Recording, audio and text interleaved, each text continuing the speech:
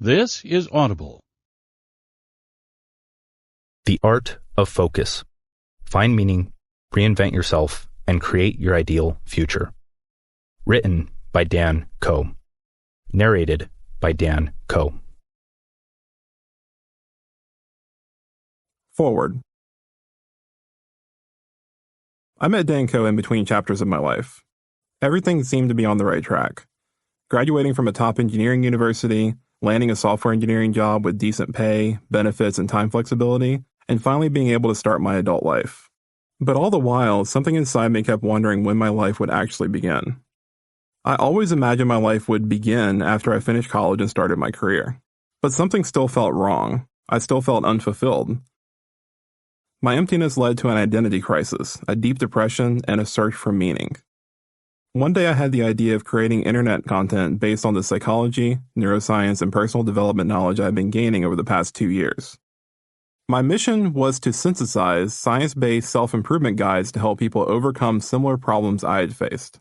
That decision led me to Dan. Dan was the first person to reach out to me on social media. We were in a networking group chat, and that group chat eventually dissolved as many do, but Dan and I kept in touch. Many people have come and gone from my professional network, but Dan is one of the few I talk to almost every day. I'm proud to call him a mentor, a business partner, and a close friend. I didn't agree with some of Dan's perspectives when I first met him. I came from an engineering background and had been self-educating in cognitive science for a few years. Dan was, in a way, the opposite of me, with perspectives rooted in philosophy and spirituality. I believed the science I had studied was more reliable than the seemingly woo-woo nonsense Dan was interested in.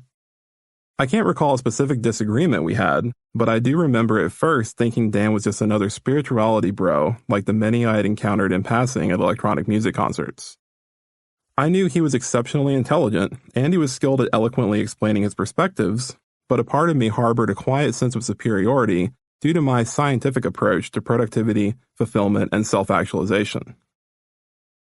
Over time, as I listened to Dan and dipped my toes into the waters of the other side, I began to see that what I had learned was not an opposite or necessarily superior perspective, but instead it was merely a different one. Dan and I had similar goals for both ourselves and our audiences, but we simply had different ways of going about achieving those goals. The major catalyst of this perspective shift came during a conversation we were having along with our mutual friend Justin C. Scott, who was also deep into philosophy and spirituality. I asked the question that bothered me most. How else could a recommendation be made to another person if it was not proven to be replicable by rigorous studies in the traditional scientific sense? The discussion that followed helped me realize that I wasn't a blind fanatic of science. I was, instead, an enthusiast of the scientific method, a never-ending trial and error, something Dan and I agreed on. Since that discussion, I've invested time into studying what I thought was the other side so that I could become more well-rounded for myself, those close to me, and my online audience. Thanks to Dan's friendship, support, and guidance, I've been able to grow a business that has finally provided a feeling of fulfillment in my life. If I had the book you hold in your hands back then, I would have seen that it was possible years earlier. This book is a synthesis of years of Dan's learnings, experiences, and reflections. The first time I read the draft of the book, I was dumbfounded by the simultaneous depth and simplicity of his teachings.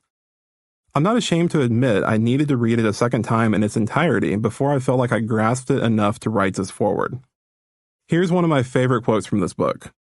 Once you understand the game, you begin completing a series of quests that form a storyline to gain experience.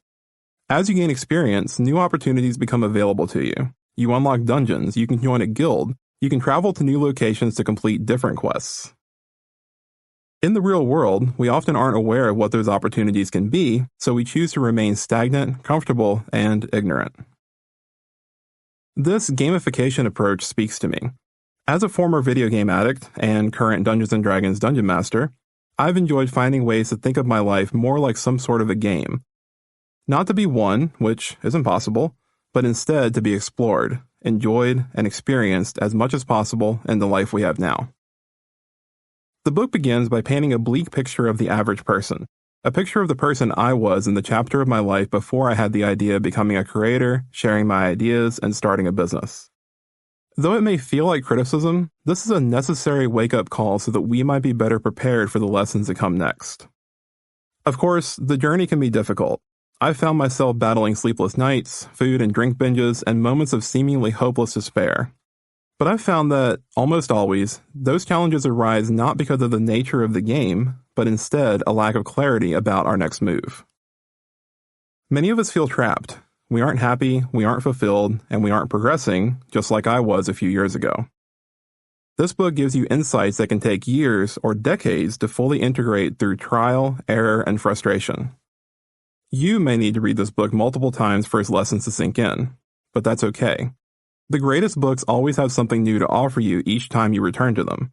As you read, apply, and reflect, you'll find your perspective changing. You'll begin to find a path that will lead you to freedom, happiness, and fulfillment for yourself and those you care about. My friendship with Dan changed my life. The audiobook you're about to listen to will change yours. Joey Justice, co-founder of Cortex and performance consultant. Introduction. We are at a pivotal moment in human evolution. Attention spans are shrinking, bodies are getting softer, minds are growing weaker, some pockets are being drained, while others are being filled a bit more than usual. Technological advancements are threatening the mindless, comfortable, and mechanical lives of the masses. It's becoming difficult to tell if I'm the crazy one or if everyone else is. Wake up, hit snooze 4 times, stare at your phone, roll out of bed, make coffee, sit in traffic, 8 hours of unfulfilling work. Sit in traffic, again, argue with your significant other, walk the pet, watch TV, pass out, repeat. Get offended, blame everyone but yourself, tie your self-worth to radical ideologies, accept everything at face value and question nothing. Expect free handouts for simply existing, no effort. Do what the authorities tell you, go to school, get a job, retire at the ripe age of whatever it may be, no guarantees, with just the right amount of currency to survive until death. Go through a painful experience, find the light, identify with it, demonize anyone who questions that identity.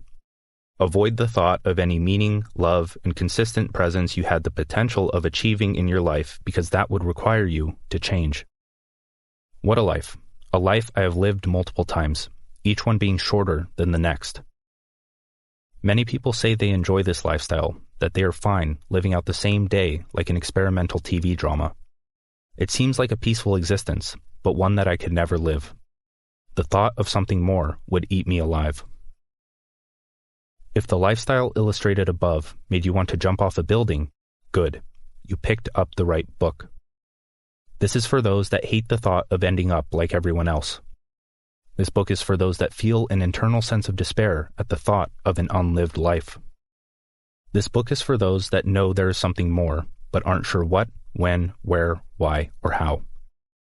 This book is for those that will not surrender the little sovereignty they have left to the default path that too many people accept and follow without question. Who's to blame for this default path? You. We are not going to start this off by acting as if you can't make a conscious personal choice to change who you are, what you do, and how you do it. I do not believe that modern life is the result of bad intentions from government officials, corrupt politicians, mega-rich founders, and the outdated school system. You know, the people whose products fill your house, mind, and allow you to opt out of life's minor inconveniences, but only for a bit. Instead, I believe we are right where we're supposed to be at this point in civilization, the turning point that separates the lions from the sheep. But this does not mean that the people, organizations, and institutions above do not have a bit too much influence over our daily actions. What's worse is how they can condition a population to think in black and white when the magic happens in the gray, the unknown. When it comes to the default path, I am here to give you a new perspective, a positive one. I am not proposing that you need to get rid of all electronics, quit all of your, quote, bad habits, or move out to the woods to live like a monk. Instead, I am here to bring clarity in a time of external chaos, distraction, and opportunity overwhelm. I am here to help you join the rich, the new rich, the rich that don't care to be rich, and that's why they're rich in more domains than money. My biggest fear with writing this book is that I will make it all about me and less about you, So, for the sake of establishing perspective, I will talk about myself, but not for long. My name is Dan Coe. I started this journey when I was 12 years old.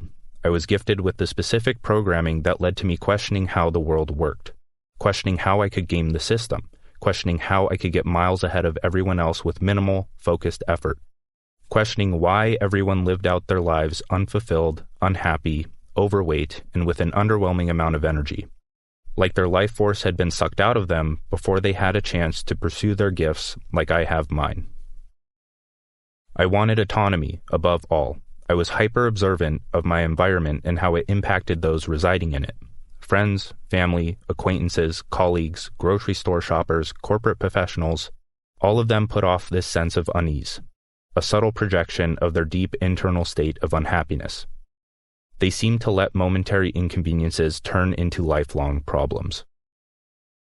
Telling my story is important because it shows that it is just like every other story. It has its ups, downs, lefts, and rights. The point wasn't to eradicate or amplify any emotional direction by force. The point was to become aware of experience as feedback and focus those resources toward the good life. When I was forced to go to church and accept a belief system as law, that was strike one. Strike two was when my peers told me what not to do, but when I questioned their logic, they danced in circles, regurgitating the same statements their parents and teachers had filled their minds with. Religion was the catalyst to my questioning, but went on to fuel my pursuit of truth in the immaterial, material, and everything that lies between. At the same time, my parents had picked up a new fitness routine, one of those DVD sets where you work out in front of your TV, and bought the required equipment. I would sneak this equipment into my room at night with high hopes of creating the physique of a golden era bodybuilder. At some point along this journey, probably due to my obsession with fitness self-education, I became aware that the education system wasn't going to save me. That institutionalized education was a necessary evil that we should evolve away from. I realized my curiosity and intuition were going to be the source of my potential success. I could not rely on a preset path to make an income doing something I enjoy. Nor could I rely on it to teach me how to live a fulfilling, healthy, or worry-free life. The state of the modern world was the only evidence I needed to see this truth. It started with being a silent observer. My parents would get home late, tired, ready to bicker at each other while watching the same show over and over until their marriage came to an end. This is not a dig at my parents. I am grateful that they stuck together for as long as they did to provide my siblings and I with an incredible childhood filled with adventurous vacations and their desire for us to succeed. I admire the people that they have become despite their relationship struggles that I will never understand because I didn't and never will have access to their state of mind. The point is this: everyone seemed bitter. I understood that the average individual has their struggles, but they never seemed to try to solve the problems that were a detriment to more than their own well-being. Go to school, get a job, let whatever happens in that multi-decade-long time period happen, and retire in a way where you have no meaningful work to balance the eternal rest you craved for so long. That was the depressing song that played on repeat in the minds of the masses. Taking matters into my own hands was the process that stemmed from my rebellion. I wanted quick results. If I could learn everything myself, what was stopping me from doing it in a fraction of the time it took compared to taking the conventional path? This is when the power of the digital world made itself apparent to me. My eyes were glued to my computer screen for weeks, months, and years on end. I'd take breaks, of course, but all I could think about was all of the knowledge I lacked, especially after feeling cheated by the conventional resources that were supposed to secure my future. I spent my days absorbing all the information my focus could handle on fitness, finance, attraction, and perspectives of meaning, happiness, and fulfillment. Consciously experimenting with the best teacher I could find, my own mind, body, spirit, and business. Through countless bouts of trial and error, a decade of compounding returns on focus, and eliminating the possibility of failure from my mind, I have built something I am proud of. A life of meaning, money, and mastery. At the age of 26, I fill my days with activities I enjoy, I have created a sizable income pursuing my life's work, and I have attained a degree of freedom that other millionaires of the world would die for. Some of them have said this to my face. This did not come in an instant, of course. It took a decade of failures, minor successes, feeling hopeless and lost, with a nagging voice in the back of my mind whispering, "It's possible. You don't have to end up like the rest." This self-taught path brought me to success much faster than the traditional route would have, without the money cap. On many occasions, I have met individuals who are quick to fill in the blanks of my story with theirs. When I mention my lifestyle and associated income, they are quick to favor coping over creating, closing their minds off to the thought of their potential.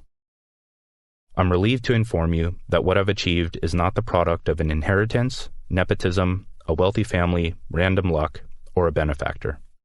I'm an average guy that came from a middle-class, single-income family. There is nothing special about what I've accomplished. I am not living in a different reality from the rest of the population. Even if I grew up on the other side of the world, I would still have access to the information, human experience, and mental ability to maneuver my way to this position. It may have taken more time, yes, but that isn't a valid excuse. There doesn't seem to be a more worthwhile endeavor to dedicate your life to than to see what you are capable of. The journey you are about to embark on is not for the faint-hearted. It is not an external journey, but an internal one. Not a material journey, but immaterial. Not a physical journey, but spiritual. If all I had was a socially accepted definition of a beautiful person of the opposite sex, an abundance of American currency, a nice machine on wheels, and an aesthetic form of my physical body, my life would be all looks and no depth. It would mean nothing, it would serve nothing, it would continue existing as nothing of true value. I am writing this book as a map with faint lines, a map to doing whatever you want, a map to mental peace, meaningful pursuits, and fulfilling relationships, a map to becoming a self-sustaining, self-reliant, and sovereign individual. I want to give you the tools to a better life, let you crash and burn, and watch you create the light at the end of your own tunnel. I cannot make this change for you. I cannot promise you a better life. I cannot make you do these things. I can only give you the lessons I've learned through living unconventionally. It is your job to take these lessons, experience them for yourself, and make your own decisions. Do not by any means outsource your thinking, decision-making, or potential success to these teachings. I will be one of the first to tell you to quadruple your expectations for how long you think it will take. It will take your entire life, because that's the point of it. This is a tool, a guide, an art, and should be treated as such. A world of distractions. Do you want your time, attention, and life-changing experiences stolen from you? Are you okay with sitting by, being a slave to modern distractions that have been laid out like breadcrumbs, leading to a life of drained pockets, zapped neurochemistry, abysmal energy levels, and the gradual destruction of anything meaningful in your life? Are you okay with continuing the never-ending search for, quote, safe, secure, and pleasurable experiences that leave you with the opposite feelings? This is the life of the modern human, walking down an undefined path with mouths open, minds off, and shopping carts, physical and digital, filled with doses that should be considered poison. All while playing a character operating on inconducive and unfiltered information, playing the role they've been molded to play. As a collective, we are suppressing our choice to improve so we can continue being spoon-fed pleasurable, numbing, and artificial experiences. Some may think that there is a puppet master hiding behind the state of the modern world, conspiring to create hell on earth.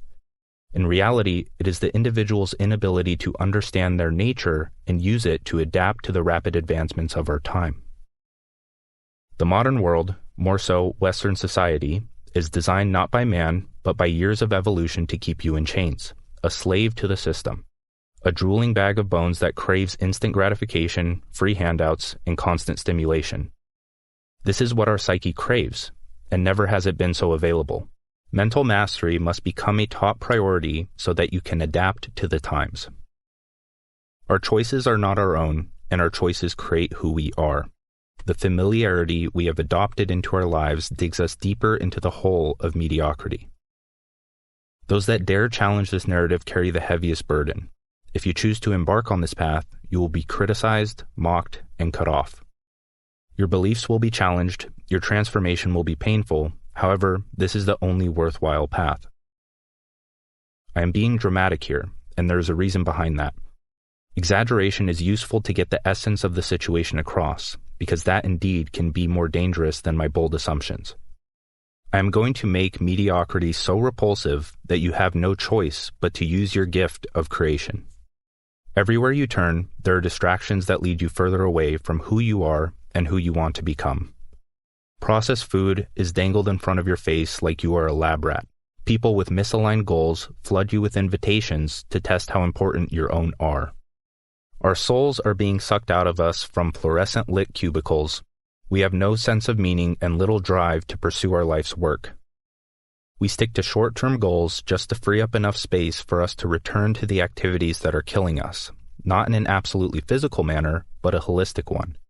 Mind, body, spirit, and business under the lens of your life's work. My intention is not to paint these things as bad. Bad is relative, and oftentimes these modern, quote, poisons are useful, necessary, and fun, but not as an eternal day-to-day lifestyle. The ability to moderate is cultivated with experience, but moderation is difficult without awareness, education, and forward progress. Illnesses are being diagnosed within the 15-minute time frame you are given to describe your symptoms. Pills are handed out like candy because people don't have the patience to implement simple lifestyle changes. Quote, trusted information is paid for, marketed, and perfectly designed to grab your attention, polarize you, and keep you in a state of negativity, even if it is not their intention. Mainstream advice encourages you to do everything but improve your life, and if they encourage you to do so, it is in the form of attaching to and defending their ideology. Few people are questioning said information or looking where the money isn't flowing. Everybody has access to the internet and the ability to spread their negative opinion like wildfire. We tap into our innate negativity bias, fry our dopamine receptors, and tie ourselves to our light boxes, straying further away from what is. Those that have the ability to think for themselves quickly realize that they are being manipulated. When people hear the word, quote, work, they cower in fear, hoping that the weekend will extend a few days so they can cuddle up on the couch until further notice. When people hear the word, quote, rest, they grab an unhealthy snack, pour some fermented grape juice, and fall into a vegetative state, hoping that they never have to come out. The concept of one's, quote, life's work has been lost by all but those who learn to focus. Everyone has been made to believe that their life is out of their control, that there is a set path to follow that will result in eventual happiness. They think that if they stick it out long enough, they will reach what everyone is searching for, freedom. Even then, the general perception of freedom is to avoid all work, immerse themselves in, quote, rest, and live out their days as if they were fulfilled by creating nothing by their own desire. This is backwards. You cannot understand freedom if you do not conquer what made you a slave. I do not believe people are miserable, maybe at times, like everyone else, but I do believe that the majority of the population are on a perpetual spectrum of dissatisfaction with their lives. There is a deep inner voice calling out that is suppressed by a veil of responsibilities, excuses, and perceived uncertainty. Due to this, the masses remain unaware of their potential, and I am aware that I cannot save them all. They have not taken that first step into the unknown, and who knows if they ever will. The difference between you and them is this book. If you do not have the awareness of the possibility of a better life, it is impossible for such a future to actualize. I am not saying this to destroy all hope you had. The system may be rigged against you, but that's the thing. With the advancements in technology, medicine, and decentralization, anybody can build wealth, leverage, and an overwhelming sense of satisfaction in life. All they need to do is learn how to focus in this beautiful black hole of distractions. Why focus? Humans can process 10 to 50 bits of information per second with their conscious attention. The what, how, and why behind that information we choose to process will determine our quality of life. That is, what we hold in our attention, how we interpret that information, and why we gave it our attention in the first place is of utmost importance. Focus is attention with intention. Your mind is a set of complex systems like a supercomputer. Even though I do not believe this is a metaphor that can explain the full complexity of consciousness, it helps illustrate a point. Like how a computer can slow down when you have too many tasks, tabs, apps, or other programs running, so can your mind. When your attention is split, or your focus is fragmented, suffering increases in potentiality. When our mind is not engaged with being or doing, we allow random thoughts to register in our awareness. Quote, random, in this case, does not mean half good thoughts and half bad thoughts. For every one good thought, there are 100 bad ones. When you think of good health, there is one outcome, good health.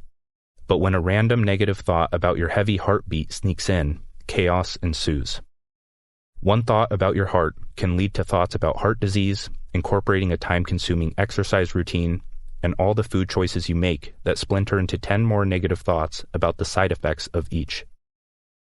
Controlling the information that you hold in your focus is the key to overcoming the anxiety, boredom, stress, and overwhelm that plague today's society.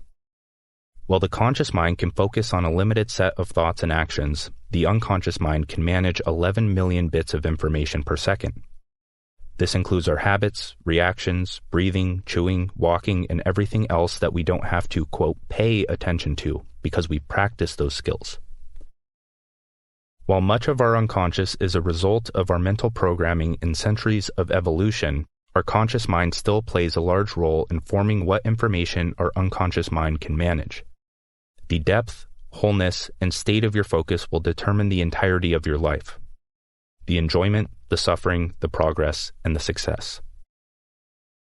After a decade of trying to form good habits, instill energizing routines, become a social savant, make money outside of a conventional job, calm the thoughts in my head, and anything else that would result in a higher quality of life, I realized there was something missing. There was a flaw in the modern methods that people were using to improve their lives.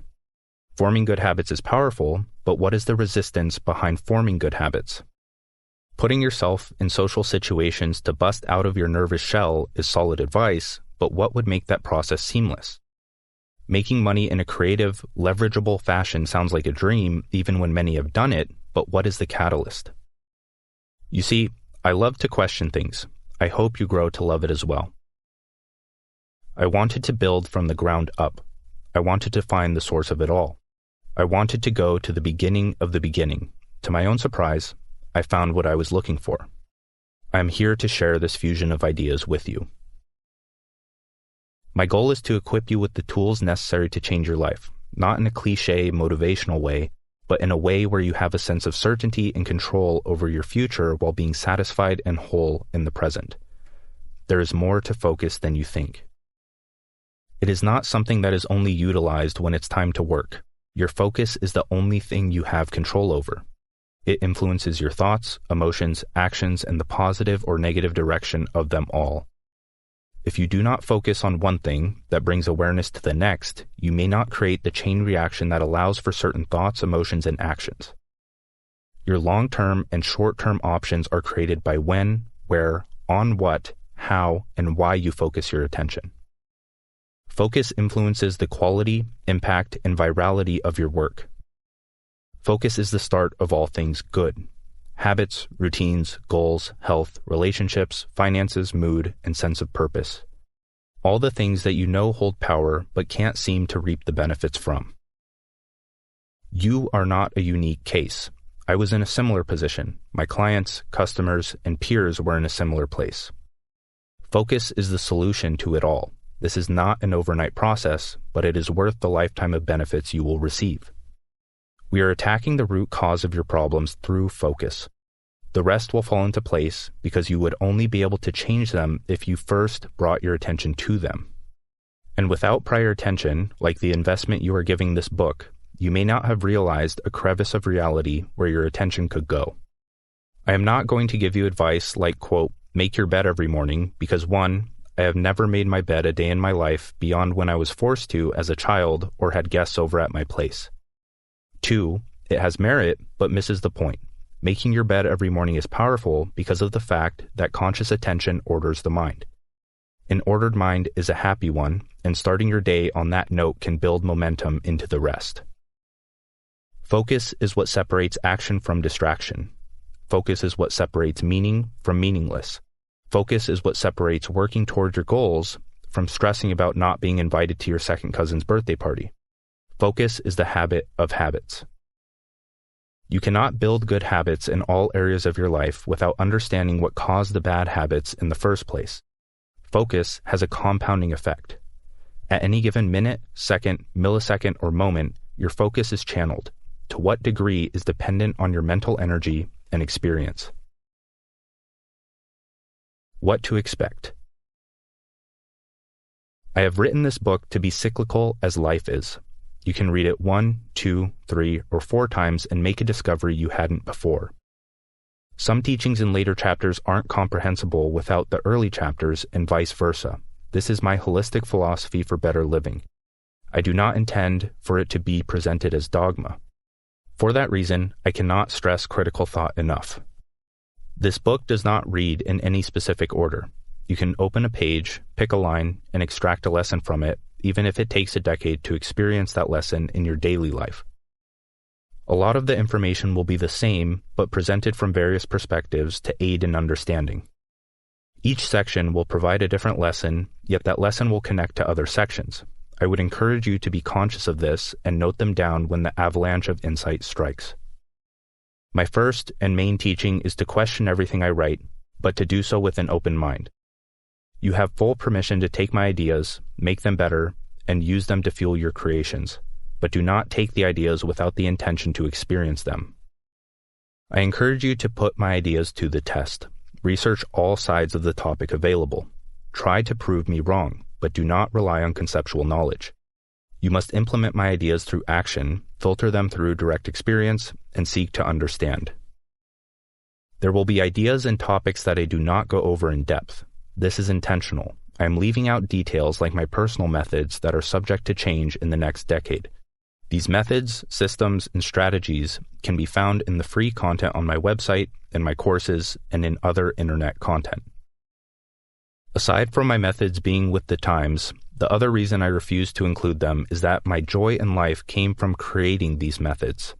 As you will find, testing new techniques, forging your own path, and, quote, figuring it out are deeply spiritual experiences, and there's psychological data that displays its effect on the brain. Without getting too technical, it feels incredible to build your own thing. This book contains big ideas, not technical details, as those are of much less importance. I want you to approach these ideas with the intent of action. Everyone has a mind that bounces between different states, and the ideas will lead to various results dependent on individual practice and interpretation. For the rest of this book, I ask that you set aside your desire to react, judge, and close your mind in an instant if anything does not align with your worldview. Seek to observe and understand regardless of their applicability to your ever-changing niche of a situation.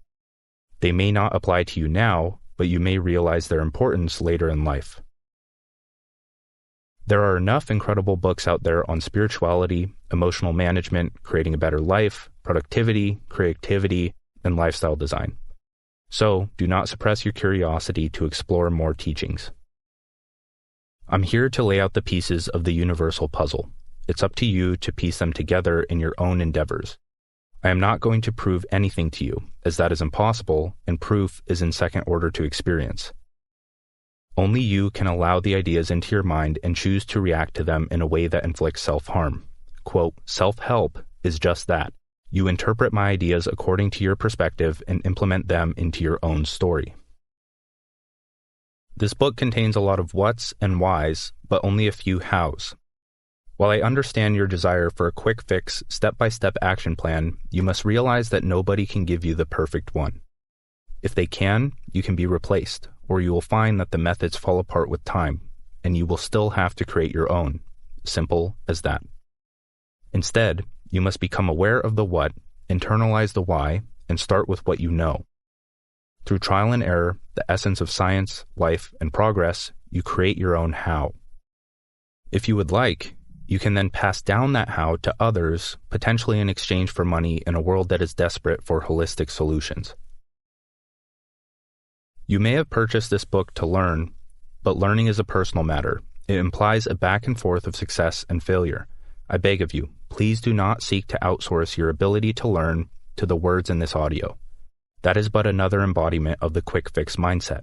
aim for mastery, not misery. To begin, we will paint a philosophical description of life itself, and since the external reflects the internal, we will use that knowledge to navigate and reprogram the self to flow in alignment with life. Next, we will understand and structure the mind in a manner that is conducive to maximum enjoyment. From this place of understanding, you will be able to navigate tasks, problems, and situations from a higher perspective, one that allows you to make better choices. That's all that practical life is, a series of choices that compound into either a fulfilling or miserable life. Lastly, I will give you the tools to become irreplaceable in the third millennium. That is, to leverage the character you have created by pursuing your purpose, discovering your life's work, and passing down your lessons as the trifecta of the good life. Part 1. Find Meaning. Chapter 1. The Principles. Beginners find value in methods because they offer certainty. Step-by-step action plans to achieve a specific end result sound promising, but if it were as easy as following a blog article of actionable steps, everyone would be happy, wealthy, and wise. Masters, on the other hand, rarely need methods given to them. They prioritize high-level understanding, experiment with various techniques, and craft a strategy that allows them to navigate large and small situations with grace. Before we dive into the meat of this book, I want to give a rapid-fire explanation of the principles that will act as a foundation for the lessons you are about to receive. As you progress through the teachings, read with intention. Make an effort to connect the principles to the theory and accompanying practices. These are tenets of the system that this book presents to create a good life. Note that this is a system, and it may not plug into your life like the design of an electrical outlet. Question what I say, question your own answer, and dance in the middle without labeling one interpretation as absolute. The Supreme Law. Entropy is the supreme law of the universe, which illustrates that systems tend toward disorder, chaos, and destruction on all planes of existence unless energy is put into the system. In other words, nothing is permanent.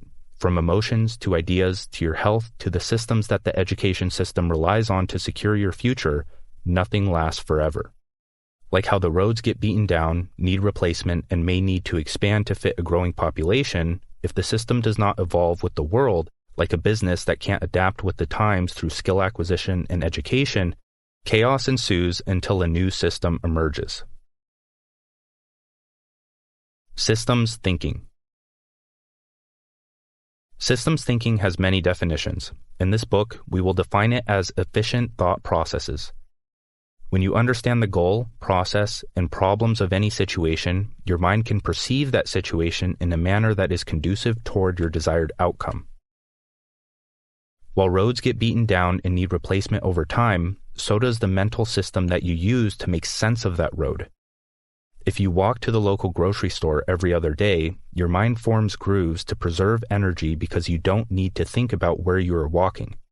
But if you were to move across the country, the system would be destroyed, and you may get anxious until you find a new path to solidify your routine. Anxiety springs up when your mind does not understand how to act efficiently in any situation. Psychic entropy. In our daily practical lives, the main problem is that of mental disorder. Not the kind that can be diagnosed and offered a prescription, but a state of chaos that we often fall into. Stress, overwhelm, and anxiety culminate to the point of feeling lost with no light at the end of the tunnel. To this point, we can thank a lack of engagement with the present moment that allows random thoughts of the past or future to penetrate our awareness. Clarity is your savior, and we must prioritize programming, maintaining, and evolving the systems our mind runs on. This is done through self-generated goals, creating a path to achieve them, and focusing on solving the problems that arise without being consumed by distractions. Content in consciousness. Everything is information or form that arises in consciousness. Everything is in and out of formation, as the Buddhist principle of impermanence would hint at. From our genetic code, to the language we speak, to the light frequencies we perceive, to any, quote, thing we can label, the structure of the information that fills our consciousness impacts how we move in the world. Consciousness is like water that takes the form of content in the structure of a cup. Routines, rituals, business systems, relationship tactics, sports, other self-help advice, and spiritual teachings allow individuals to prevent their mind's decline into chaos for the temporary amount of time that they hold that form within consciousness. The structure of the information we focus our attention on determines our quality of life. But reality is ever changing. What you focus on must adapt and change on a daily, monthly, and yearly basis. Zooming out. To zoom out, like a camera, is to broaden your perspective to interpret a situation for what it is. Your perspective determines how you perceive, like focusing a camera's lens, both the cup and the water. That is, to not get trapped in the potentially negative details of a situation that prevents progress. As humans, our job is to expand our mind to see situations for what they are. What we often dwell on as negative and stressful are, in reality, not that serious when we zoom out. Self-experimentation. Self-experimentation is not only the way to solve your problems for good, but to make novel discoveries. Experimentation leads to true experience, and true experience is how you differentiate yourself in the marketplace. A doctor can diagnose and prescribe a solution to your problem that he thinks will work, but that solution is often artificial, doesn't attack the root cause, and creates new problems. If it can be prescribed, its results are temporary. Intelligent imitation. As children, we learned through imitation. We imitate everything around us for the sake of survival. Some end up with more problems, some end up with less, but we all end up in a place that can be improved. Intelligent imitation is how you leverage the benefits of, quote, fitting in while not becoming a mindless slave to the systems of society. The way you begin to move in a life direction is to make a conscious change in the people, environments, and information that you are exposed to. By immersing yourself in the stimuli that is conducive to your ideal future, you pick up subtle hints that compound into useful knowledge. But, of course, this knowledge must evolve into understanding through conscious action. Radical open-mindedness. When you entered this world, you knew nothing. You explored reality with an open mind, and our childlike wonder reflected that. For most people, others projected their dogmatic worldview on them, while further exploration was discouraged. Adopting dogmatic worldviews leads to closed-mindedness, and nobody wants to cut themselves off from great discoveries, insights, and truths, but that's what social conditioning does. We accept and attach to the limits projected on us. Life is counterintuitive in nature. Some of the deepest truths are hidden under what seems to be silly on the surface. Open-mindedness is how you explore the depths while most people exist on the surface. Observe and question. Observation is perception without an immediate or reactionary interpretation. When you observe and question, you begin to understand a situation from a big picture perspective. Only from that vantage point can you make a decision that benefits your future in a way that is the least harmful to others. No idea is too sacred to question, and the more sacred it seems, the more it should be questioned. Question the things that people make you think you are crazy for questioning. That is the beginning of many inspiring origin stories. Judgment versus discernment. Don't judge things that you have not experienced. This should be obvious, but we live in a world of armchair philosophers, scientists, and business people. You will never have access to another person's state of mind. You don't understand their situation, and you will never have the full picture. Judgment leads to closed-mindedness, but discernment allows you to pull from others' experience in a way that helps you make wise decisions for your own development. Expectation versus reality. The space between expectation and reality is tension, pain, and suffering. We often interpret a situation as difficult when it isn't supposed to be any other way. It is what it is, and once you experience this profound truth, life becomes sustainably more enjoyable. Your expectations of what things should be is not the reality that is in formation. A similar distinction would be that of a concept compared to experience, or the map compared to the territory.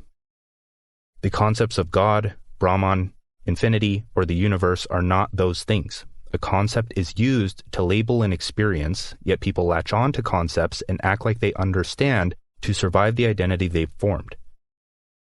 Being comes before knowing, and permanent knowing is an inaccurate representation of the impermanence of being. Radical acceptance. Things aren't supposed to be anything other than what they are, and once you accept this, expectation aligns with reality. You can finally see things for what they are. Focus is no longer split, but engaged with the present moment. Whether you are climbing Mount Everest, arguing with your partner, or losing money in your business, there is nothing you can think that will change the situation. Instead, you must align and act. Knowledge versus understanding. One can know a lot, but understand very little. Knowledge is constructed upward, while understanding is discovered inward. Both are useful, but to think that knowledge will make you happy, healthy, and wise is a fool's endeavor. Knowledge is literal, understanding is metaphorical. Knowledge must be acquired, but in order to understand, it must be brushed up against reality to see if it holds its weight. One can philosophize, fabricate, and hold hard-set beliefs by sitting behind a screen, but can they run a business, nurture a relationship, or apply their knowledge to the times they live in? Reality exploration. It is obvious that the only way to make novel discoveries, creations, and innovations is to embrace the unknown, preferably with curiosity as your driver toward a meaningful goal. If you want to live a life that has not been lived, you cannot follow the default path that is laid in front of you at birth. The sooner you realize this, the sooner you can wrestle with the fear of doing what you want and win. Holistic synthesis.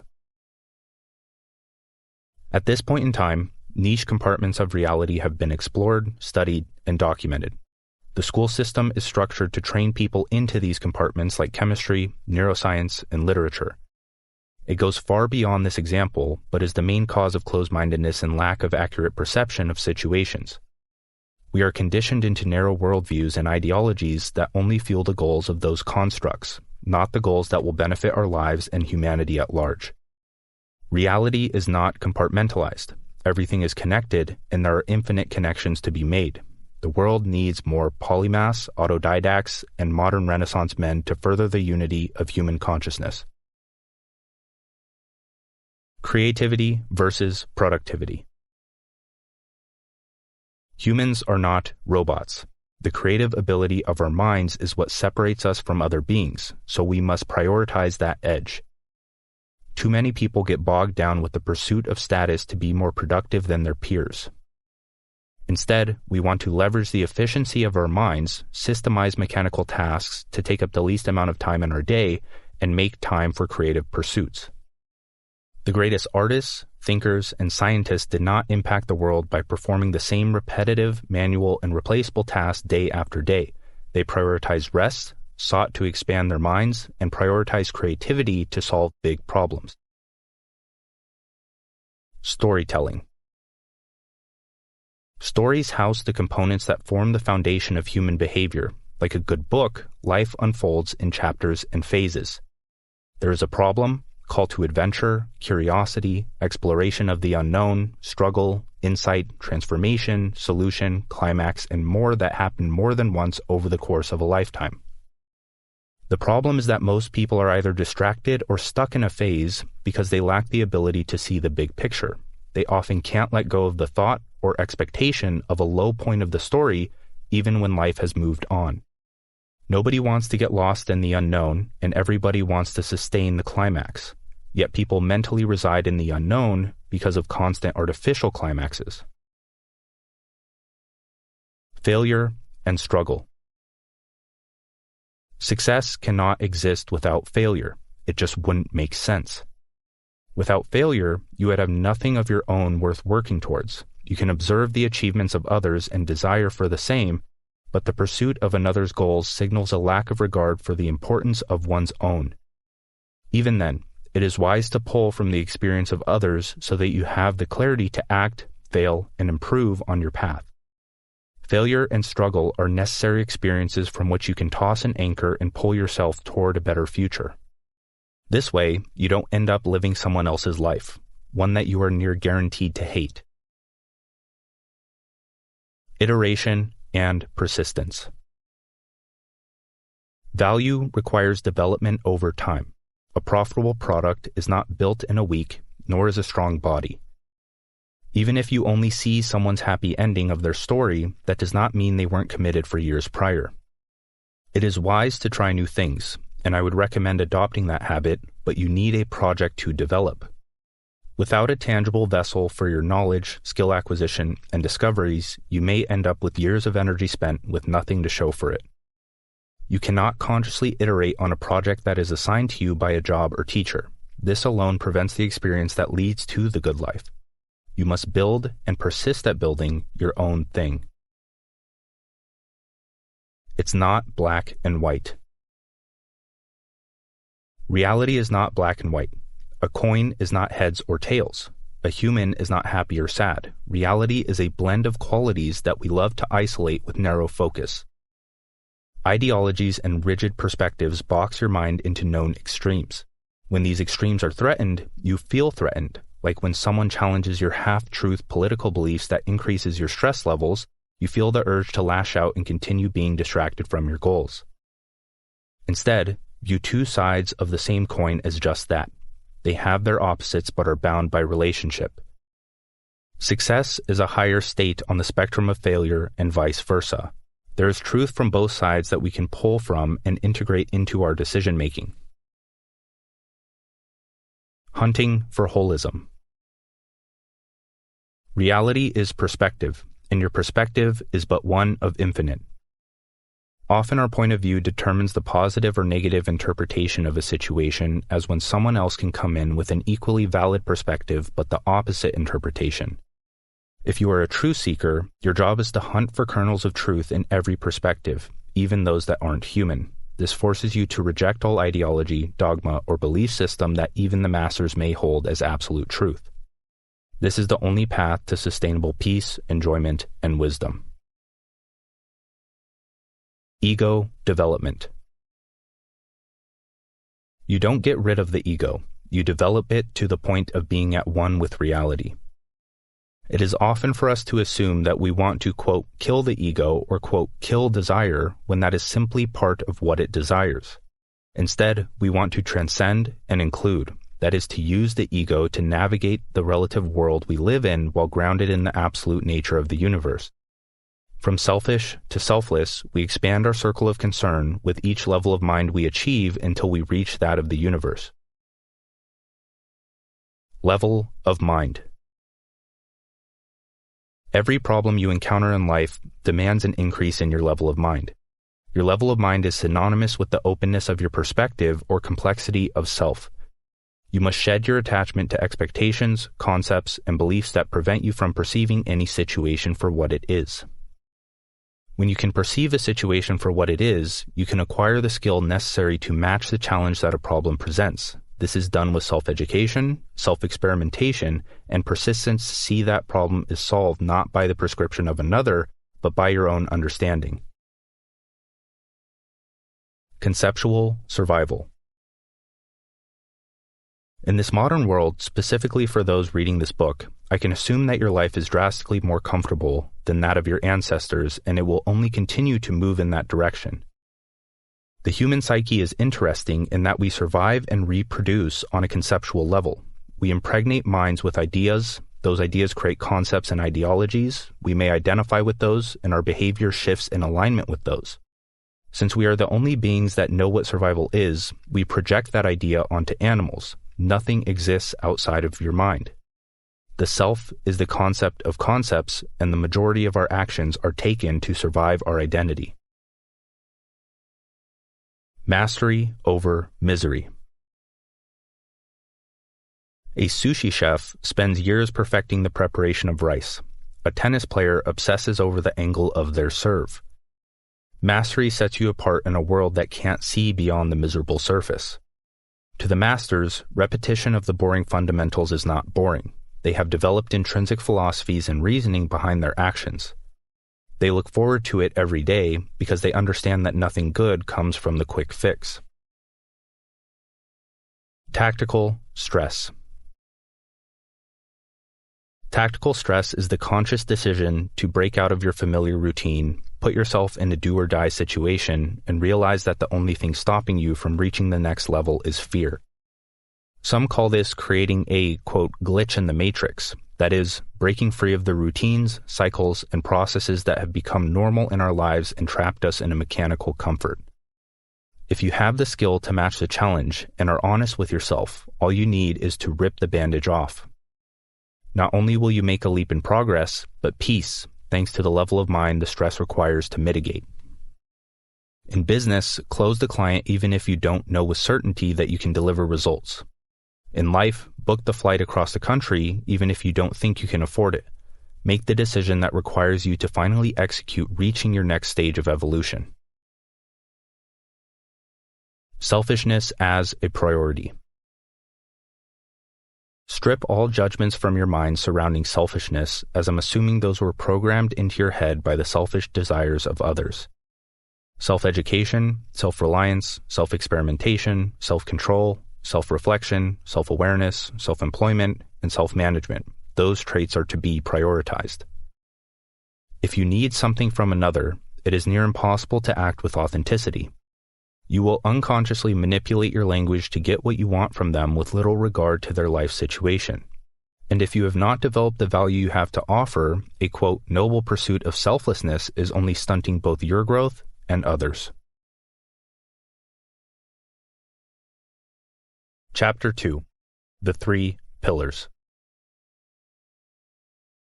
Let's imagine you are surrounded by the people you admire most. People that are successful by your standards. The ones that have impacted your life to the core. This is different for everyone, but I'm assuming this room would be filled with entrepreneurs, teachers, public figures, philosophers, intellectuals, and others that create, share, and shape culture with their ideas. There is enough time to ask them one question. If you could attribute your success to one thing, what would it be? A hobby of mine is to study the patterns of successful people, and thanks to social media, I've confirmed one pattern. Every successful person, by any standard, even if that version of success means rejecting the world and living a life of peace in the woods, knows that focus is the catalyst to the good life. Through self-reflection, I've come to the same conclusion. Focus determined my success in all dimensions of life, because focus is dimension agnostic. It fueled my spiritual practice, business, relationships, health, writing, learning, and philosophical endeavors. The ability to focus your attention on a meaningful goal, holding that in the back of your mind as a distraction repellent, knowing exactly how to achieve it through prior experience, and refocusing on the choice in front of you is a superpower. But we all know it's not that simple, because if it were, you would be able to walk out of your front door and see a utopia. I'm not sure if we will ever create a collective utopia, but a personal one is a different story. Focus is a muscle, and success is reserved for those that train it. Training, in this sense, is done at every passing moment. You are focusing your attention right now and will continue to throughout your day, week, month, year, decade, and so on. Quote, training is synonymous with conditioning or programming. Conditioning is the engine that shapes our behaviors, thoughts, and emotions through focus. The key with all of these is conscious repetition. What we are repeatedly exposed to shapes who we are, for better or worse. With the hope of sounding the least self-aggrandizing as I can, focus was the driving force of my success. By the age of 25, I had built a one-person business that made more money than I could handle. So much so that I felt the urge to decrease my income, sell my fancy condo, return the expensive watches, but keep the fast car, because why not? I'll let go of it when that time comes. I had as much free time as I desired, but would usually fill it with study because I enjoyed it so much. I was arguably more stable in mind, body, spirit, and finances than the world around me. If I started over from zero, my creative ability would allow me to build it back up in record time in almost any situation. In short, I had created multidimensional freedom through the compounding nature of focus.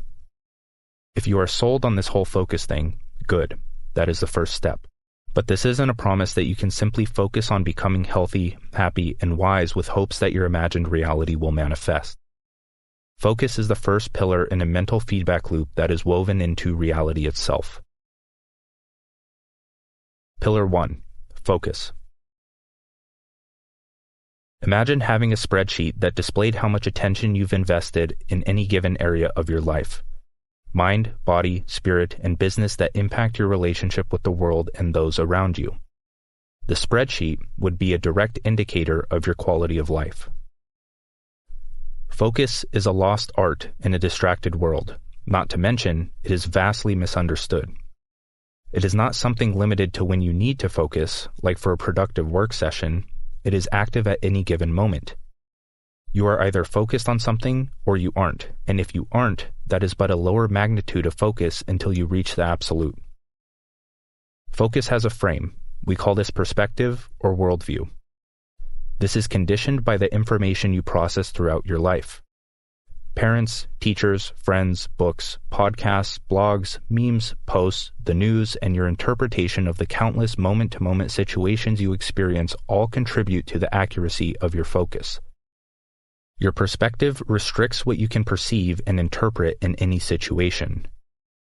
Perspective is constructed with the goals you plan to achieve, paths you know to achieve it, and problems that must be identified to achieve it. Note, if you do not know what goals you are pursuing the ones society assigned to you. Your focus will be limited to the aspects of reality that your perspective allows. Unless you create goals that launch you into the unknown, a problem that you consider a normal part of your life won't reveal itself as a problem. Because of that, you will have nothing to learn, discover, or act on in any meaningful fashion. This is how you train your focus, by setting and pursuing interest-based goals that allow your mind to become aware of new information that leads to the evolution of who you are. This stresses the importance of radical open-mindedness. If you are in a constant state of closed-mindedness, stress, and narrow focus, an opportunity to change your life may pass you by. And you'll justify your inability by blaming anything or anyone but yourself. Perspective is malleable. You can transfer your consciousness to other beings, like your pet cat or dog, and search for understanding of their behavior. Through that perspective, we can interpret and form conclusions in the world through our sensory perceptions and past experiences. With time, your newly trained mind will gain the ability to filter signal from noise, and your focus will be biased toward the information that brings prosperity to your life. I can narrow the focus of my finger and point at something microscopic. I can open the focus of my body and embrace the harmony of nature. I can filter certain smells through my nose and sounds through my ears. And when it comes to a nice dinner, I can pick apart a grainy texture from a salty liquid from a hint of rosemary. This is reality, an ever-flowing quality of experience. Each of these external sensations triggers a series of thoughts, emotions, and memories. When I shift my focus inward, I can explore these entities. I can let thoughts trigger thoughts within a belief system.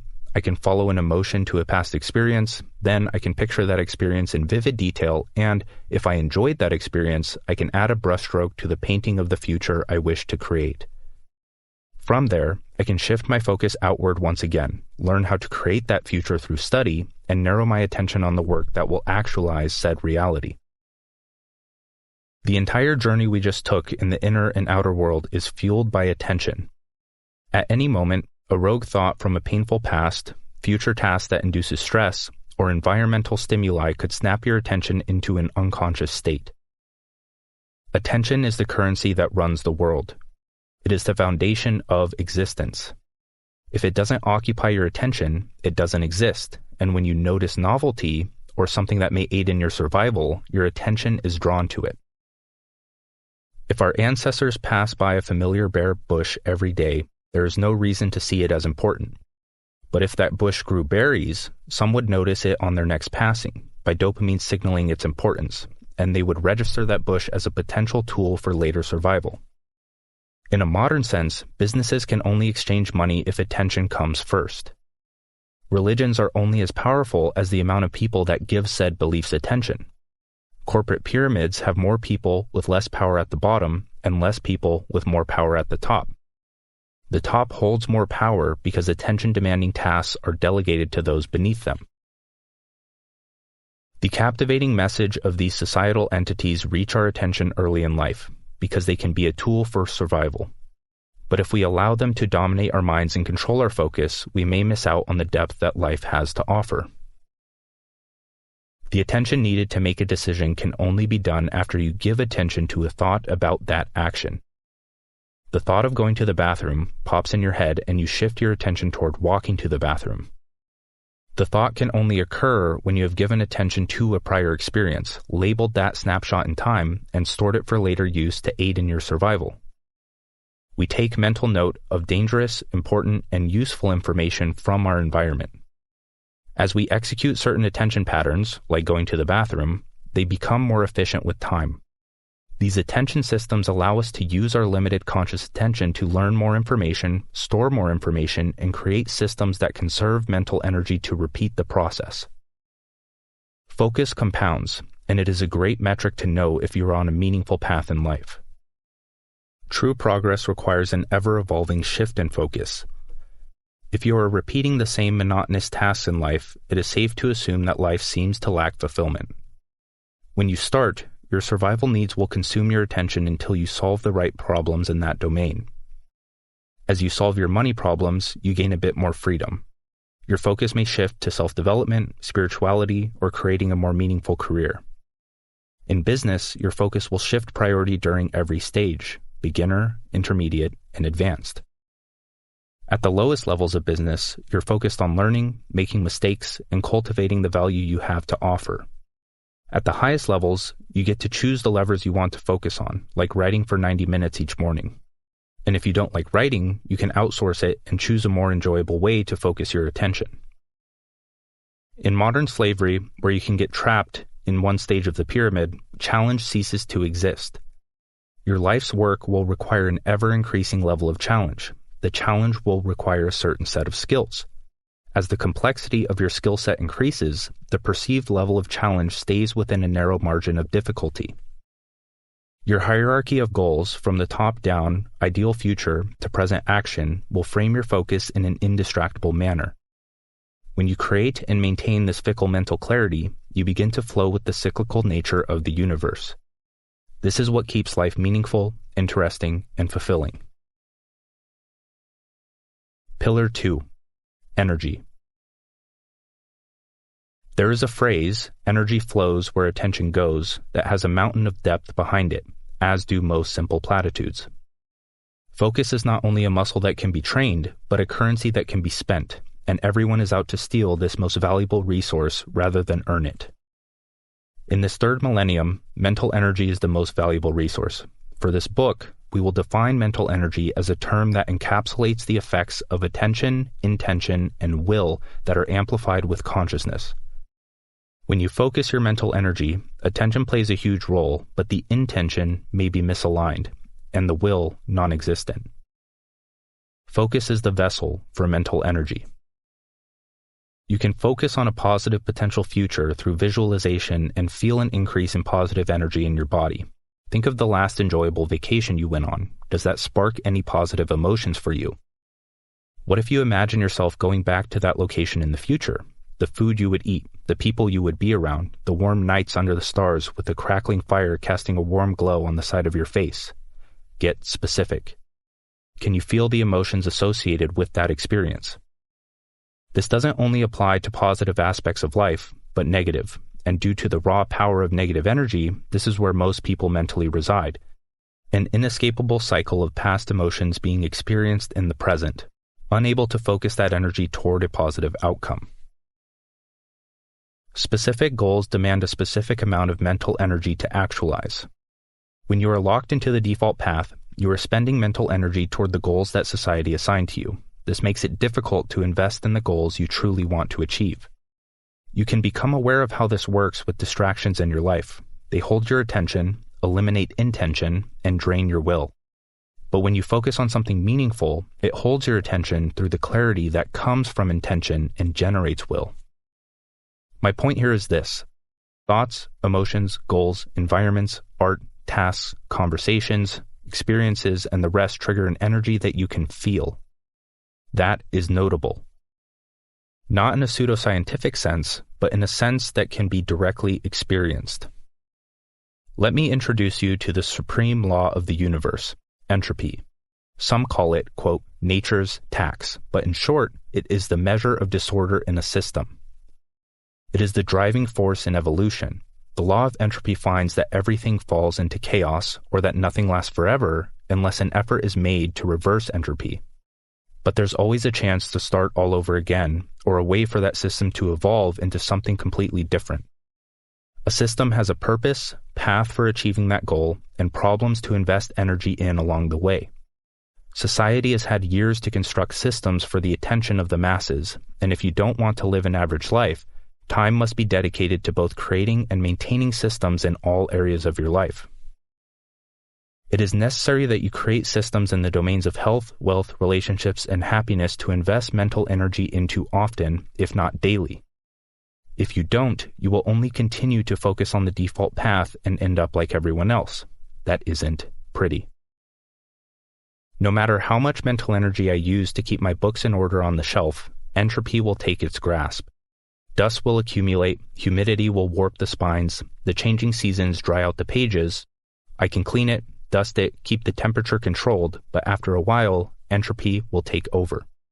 Even further, and layering systems on top of systems, compare your home bookshelf to a public library. Entropy impacts individual books, but what about the system to organize those books? At home, if you don't have a system in place to focus your mental energy, books will end up on the counter, at a friend's house, and on the coffee table. The books will become disorganized unless you attempt to maintain order.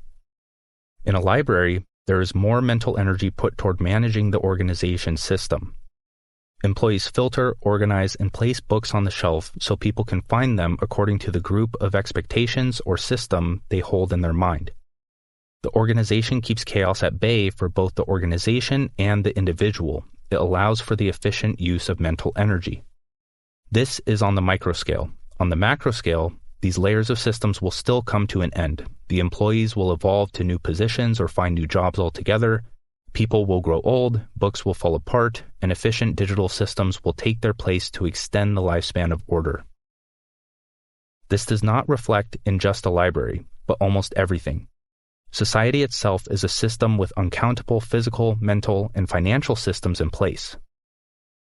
Culture, business, and personal lives all run on a layered set of systems that are fueled from the bottom up by focused mental energy.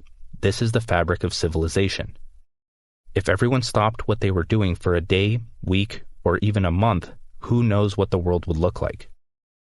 No matter how efficient a system is, it will always fall to the law of entropy because the universe is balanced with this push-pull tension of chaos and order, method and madness, entropy and negentropy.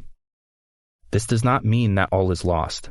It means that focus must shift with time to maintain a proper flow of mental energy in your life. Standing still is not an option, and if you don't choose where to place your focus, it will be chosen for you. To understand this evolutionary process of survival, we must understand systems. A system is a group of components that work together to achieve a common goal.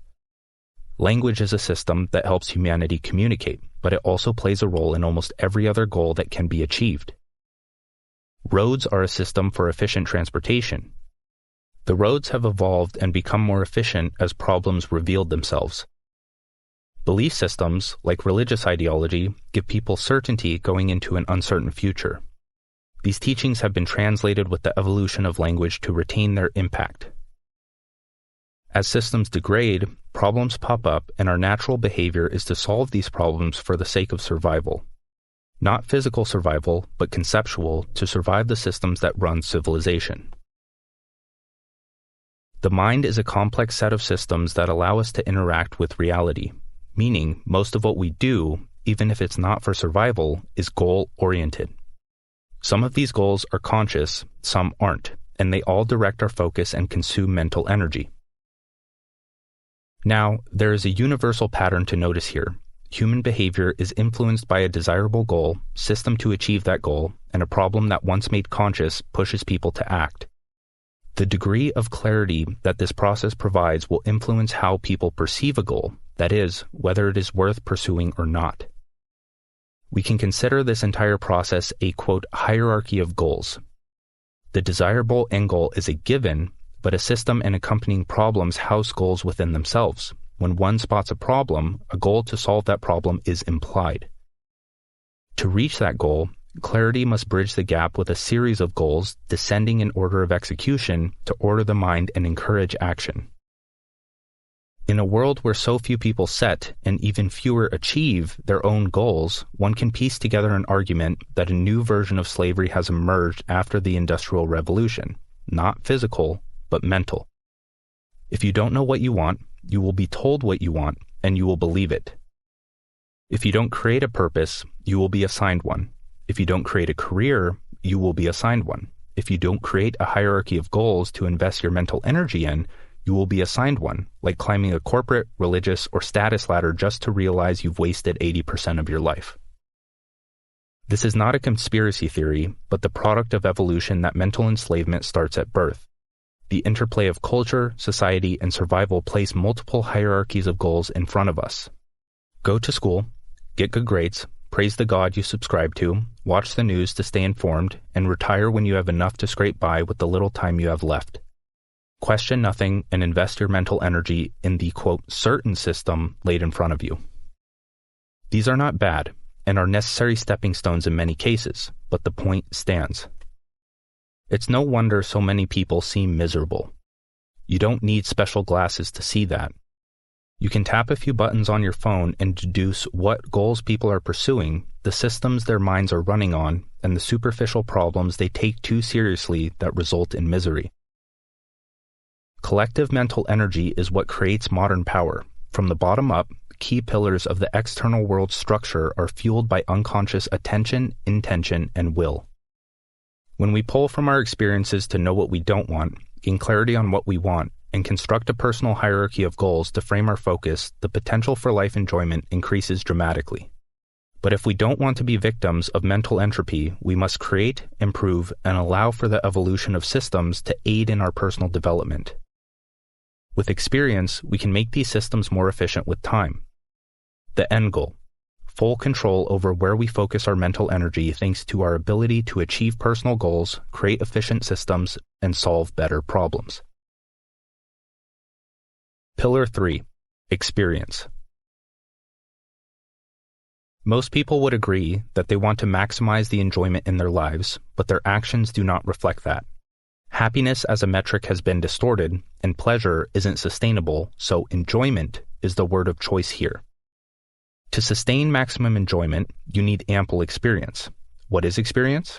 It is what's right in front of you, not a projection into the future, not a reminisce on the past. Everything outside of the present moment is not direct experience, but an experience of the experience, which can spiral into overthinking, overwhelm, and overanalysis. This can be useful in moderation with a tool like self-reflection and should be a practice in your life, but you may miss out on the only thing that's real, especially if you get sucked into the superficial pursuits of the materialist paradigm. It's impossible to know with absolute certainty what the future holds. Yet, that's what the societal machine promises. The results are almost always unnecessary pain, suffering, and lack of passion for life itself. Why? Because we project further away from the present, get lost in the details, and fabricate problems that have nothing to do with our next step. This is the negative scenario of overimagination. Don't label any of this as bad just yet.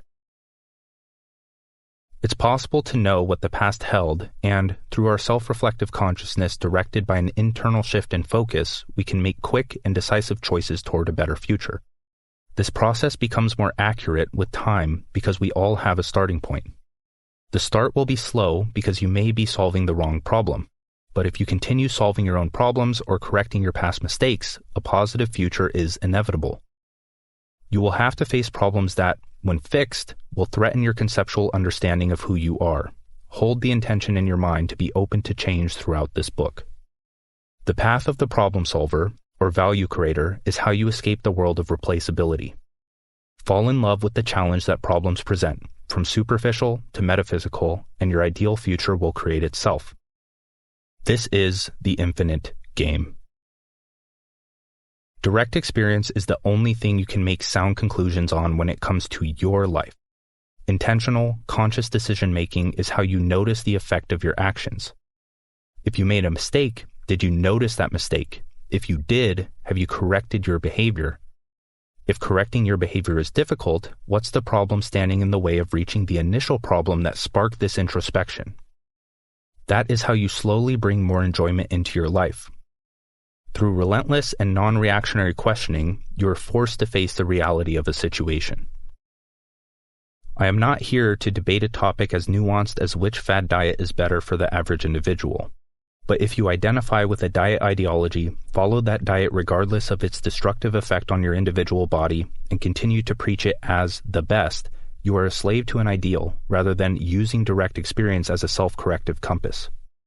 This applies to all domains of life, and I would encourage you to question the routines, regimens, and prescriptive advice you follow that may not be conducive to the future you truly want. This could be a career path, business model, or even something as simple as your morning routine that you copied from a billionaire. What is interesting with the first example is that a vegan who reads this will argue that the meat eater is the one destroying their body, while the meat eater will argue the opposite. My point here is to challenge your beliefs no matter what they are. Understand that we are all unique. Structured advice is useful for initial clarity in action, but becomes unsustainable if you reject experience for the status that comes with a label like vegan. We don't differ too much in genetic code, but our minds, worldview, biases, interests, goals, upbringing, geographical location, and all of the moment-to-moment inputs we've experienced is my point. There is no one-size-fits-all ideology. Direct experience as a priority is how you create optimal experiences for yourself, not others. Evolution is restricted by the unconscious individuals that don't take responsibility for their lives. Every truth is a half-truth in the relative world, and every relative perspective points a finger toward the absolute. When you collect consciousness to broaden your perspective or increase your level of mind, the profound reveals itself like a puzzle. One finite pixel in the image will show, and you will label that as fact until you realize that one pixel was only a figment of an infinite masterpiece. The essence of experience, life, and science is trial and error. You cannot take ideas, opinions, or advice as law without the filter of direct experience, even if that advice is my own. When reading this book, hold all of what I say in the realm of possibility until filtered through direct experience. You need to make mistakes through action, identify problems, solve them, and make your process more efficient by creating systems that you can follow, spot novel problems, fix them as they arise, and evolve when the system inevitably loses its power to get results. Systems allow us to invest our mental energy in a more efficient manner through problem-solving on the path toward our goals. With ample experience, the feedback loop of focus and energy tighten. Your results in life compound because what you filter from the information you interpret is more conducive to meaningful action. If these goals, systems, and problems along the way are not conscious, you can imagine the consequences. Humans are creatures of habit. Without a conscious goal, we will pursue one that makes survival seem easy and comfortable, leading to expectations that don't align with reality. Without a conscious system, we will adopt the habits, beliefs, and opinions of those around us and utilize them to reinforce our unconscious path in life. Without making the problems that arise conscious, we will adopt a victim mentality, reject our ability to change who we are, and have our attention manhandled by others' goals. Without questioning our path in life, the safe and secure route that is marketed to us at birth and beyond will become the default option. Beliefs are conditioned into our habit-loving brains. Beliefs influence our thoughts. How we interpret those thoughts influences our state of mind. Our state of mind influences our actions. Our actions compound into our future self. Our future self may not be one of our own creation, and that is the source of the concept of evil. We will circle back to experience later. We have a lot of work to do in the meantime. Until then, know that direct experience is king. Start identifying your problems that make life less enjoyable. Seek to understand how you can fix those problems. When you do, learn how to fix them and fall in love with this process. Success in life, business, relationships, and health is about solving a never-ending string of problems that gets better and more rewarding with time. The human condition. Human life is smack in the middle, evolutionarily speaking, of animal and spirit. The mind is both the difference and the bridge. Your day-to-day actions are either pushing you forward or backward. We have the choice to transcend our survival needs from a place of unrealized potential. You have two options in this life: create something bigger than yourself and let it impact the world, or regress into your animalistic nature of reaction, viciousness, and lack of reason. Every situation presents two difficult options. Both will result in criticism and pain, but the outcomes are vastly different. Struggle is a guarantee, but the direction in which it leads is your choice and your choice alone. Animals are driven to survive the information in their genetic code.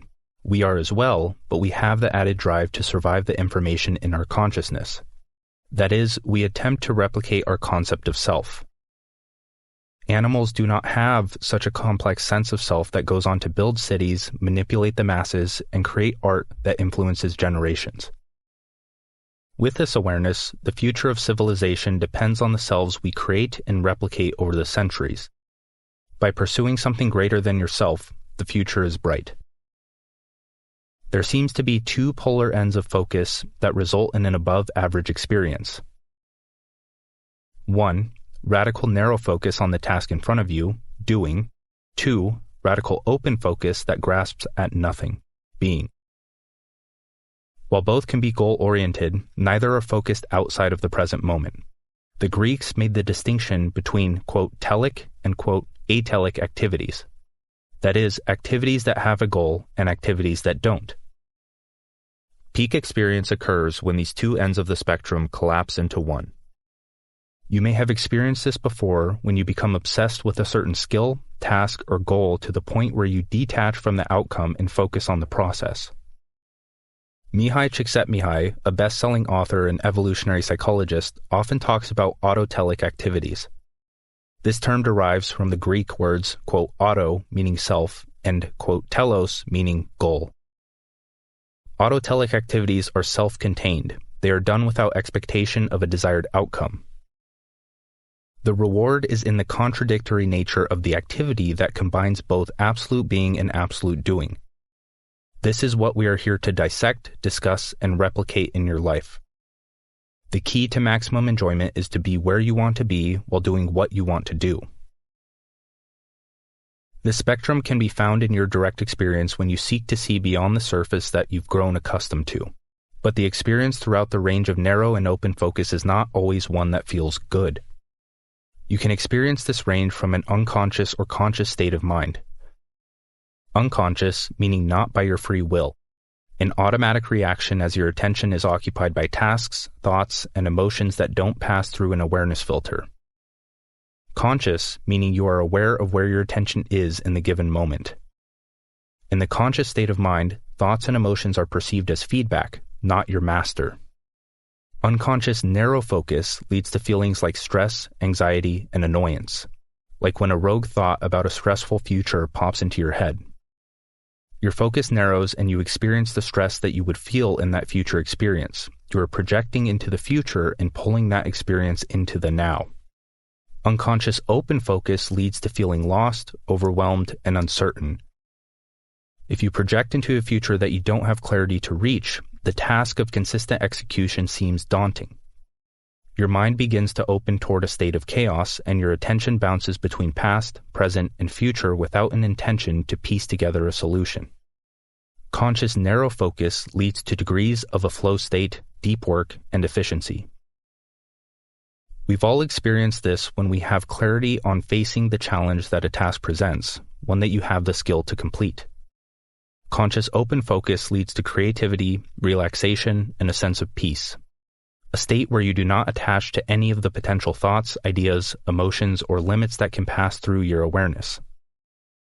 Think about the last time you were in nature, worry-free, and felt at one with the environment. This is what we are getting at here. This focus matrix allows us to become aware of our present experience, indicate the state of our focus, and shift toward a better position to bring more enjoyment to our life. There is a balance that we must strike between doing and being, work and rest, progress and peace, and any other variation of inward-focused and outward-focused cognition. The middle way is that of the spiritual warrior, an individual who does not push away any polar end of the human experience, but embraces it all. When the individual receives the call to greatness at the inception of a clear goal, they take it, knowing well that it will be the source of their suffering that brings fulfillment. And when they have achieved what they have set out to do, they may push further, but it will inevitably lead to a lesson that teaches balance.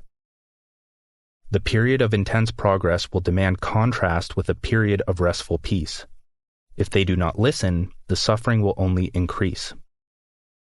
The middle way is often mistaken for a boring moderation that eliminates the highs and lows that make life worth living. Instead, it is the opposite. The spiritual warrior is one that pushes the limits of both the material and immaterial. They develop their character as much as they stack their achievements. Not the absolute peace of a monk in a secluded monastery, and not the absolute progress of a businessman on a yacht. The purpose of this middle path is to expose your mind, body, and spirit to the full range of the human experience. As you move through life, you acquire the resources to create your own sense of freedom because you are able to filter that which you don't want so you can create what you want. Humans have a multitude of characteristics that distinguish them from other beings. It is important that we understand these so we can leverage them in our own lives. That is what successful people, by any standard, have done. They lean into their human edge. Depth of focus is the trait that umbrellas our other distinctive traits. With this depth of focus, we identify problems and create solutions. From a high level, that is the key to your success. We, as humans, focus our mind to alter the direction of evolution. This is an incredible realization. With the creative ability of our mind, we can zoom out beyond the cosmos, gain perspective, and dive back in to make tiny compounding choices that send a ripple of impact throughout humanity, circling back beyond the cosmic scale. The problem here is that most people are in a shallow, selfish, and pleasure-seeking state. They fail to see the big picture, and instead focus on the next thing that will hide them from the struggle that is baked into life itself. Struggle, as with every other thing we've labeled as negative, is a part of the full range of the human experience. When we shift our focus inward and without rapid judgment, we can explore this range and see it for what it is. This range of the human experience reflects throughout all of life. By understanding the universe from the top down, you will be able to navigate your personal life from a heightened level of mind. That is where we will start. Chapter 3. The Universe. When we harness the creative ability of our minds to view life from above, we can discover, collect, and harness profound insights that bring us peace and progress below. The universe is the most conscious and ultimate perspective you can adopt. Humans are conditioned with attachments that narrow their perspective as they age, lowering their level of consciousness unless they attempt to reverse this process. Your ideal or highest self can be seen as a stepping stone perspective toward that of the universe. Further down the ladder come animals, plants, and intangible intelligence that you can integrate into your perspective to make it less reactive to low consciousness problems. True philosophy has one question that contains all others. How do you live the best life? I assure you that this question cannot be answered by climbing the power ladder placed in front of you as a child. This question is answered by holding the perspective of the universe in our mind, observing the essence of its movements, which often can't be put into words, and applying those discoveries to our lives in a practical manner. Before we go any further, I want to make a distinction between the universe and the universe, one with a capital U and the other without. The universe lies far beyond the senses. It is the universe of universes, beyond our universe and beyond the cosmos, but still a part of our daily lives. Some have called this invisible power, quote, God. Others prefer to label it as the infinite, source, the absolute, the all, or intelligence. In Aztec philosophy, it is called, quote, Teotl, or in Hinduism, quote, Brahman, which is noted as the highest universal principle, the ultimate reality. I have my own beliefs, and I'm sure you have yours. I use the term God at times, but I understand how many reactions that can spark in people to ask for scientific proof of a literal man floating in the sky, locking them further into a dangerous intellectual prison that widens the gap between concept and experience. God, as far as we're concerned, is the identity of reality. My goal is to leave cultural labels out of this description, as the highest truth cannot be put into words. It must be experienced on a personal level. When I tell you to think of a bird, a specific image will pop into your mind. That image will slightly differ from the image that every other person on this planet will have in their own mind.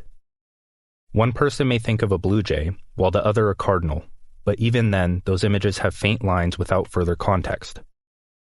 While the interpretation is different between us all, the underlying truth of what a bird is remains the same, and it is often indescribable when you pierce through the layers of concepts we use to make sense of that part of reality. For the sake of coherence and understanding, I will use the term universe, as it will help us describe its nature with examples that can be noticed in our everyday lives. I am not using this word as a noun, but a verb. This is not a religious doctrine, but I do not want this to turn into a shallow self-help book that leaves out the underlying essence that the industry was built on, often stripping away the fluff to help readers acquire an immediate yet impermanent result. You see, from an open state of focus, we can understand that the path to the good life cannot be deciphered from one mere human perspective or belief system. You must observe and note patterns from one perspective to another, even if it isn't a human perspective. A constant state of narrow focus is the result of common self-help doctrine, all too focused on the pragmatic aspects of life to the point of inescapable stress. It is not hard to see the intelligence, consciousness, and nature of the universe at large. Just because it cannot speak your language or solve your mentally fabricated problems, like the love of your life breaking up with you, does not mean it is not intelligent. The narrow, collectively accepted notion of intelligence as smarts is not what I am talking about here. This universal or infinite intelligence reveals itself through division and unity, creation and destruction, birth and death, growth and decay, order and chaos, an impeccable and self-corrective balance. This is beyond physical, as we are not animals, and animals cannot conceptualize this power as humans have for centuries. With the emergence of self-reflective consciousness, we can become aware of spirit. Spirit is the infinite interconnectedness of parts in the whole of the universe. Our mind can have an internal battle with itself, two friends can argue with each other, states can have a political battle during elections, countries can go to war with one another or with themselves. Notice that these are battles between ideas, like red versus blue politics. Even a physical battle between humans, at its root, is a part of a larger spiritual war. There are cycles, patterns, and rhythms that we can notice to ease the uncertainty of our lives. By understanding these patterns, we can align our behavior with them to reap the benefits that nature provides. Everything is connected. Let's run through a mediocre dissection of the universe from what we can comprehend. The galaxy contains the solar system contains 9 debatable planets, those planets contain Earth. Earth contains the oceans, continents, countries, states, counties, cities, neighborhoods, streets, buildings, rooms, each having a purpose, beds, humans, organs, all the way down to what we call an atom, and the atom going deeper than I care to illustrate here. The universe, from the top down, is divided into infinite creative parts. All of these creative parts are an idea, a figment of consciousness, a unit of mind. You are an idea in the mind of the universe. Nothing is happening outside of the mind. Therefore, everything you can label is an idea.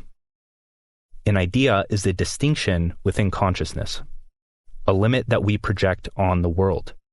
Each idea can be layered and given new meaning. When you focus on a car, it is a car. When you focus on the tire, it is a tire. When you focus on a bolt holding the rim in place, it is a bolt holding the rim in place, both a whole and a part, a whole in itself and a part of something larger. Humans, by this realization, are a whole, but also a part of something bigger than themselves, like a life purpose, a community, or the universe itself. When we become disconnected from any of the above, we notice a drastic dip in quality of life. An ordered mind is a happy mind, and when we can't make sense of our place in this world by understanding our connection to it, our actions lose meaning. Clarity toward our goals stems from a deep understanding of the aspects of reality that allow us to achieve it. An idea is anything that can be given attention on any plane of existence. Ideas are infinite. They are the creative building blocks of the universe. As the universe evolves, ideas evolve with it.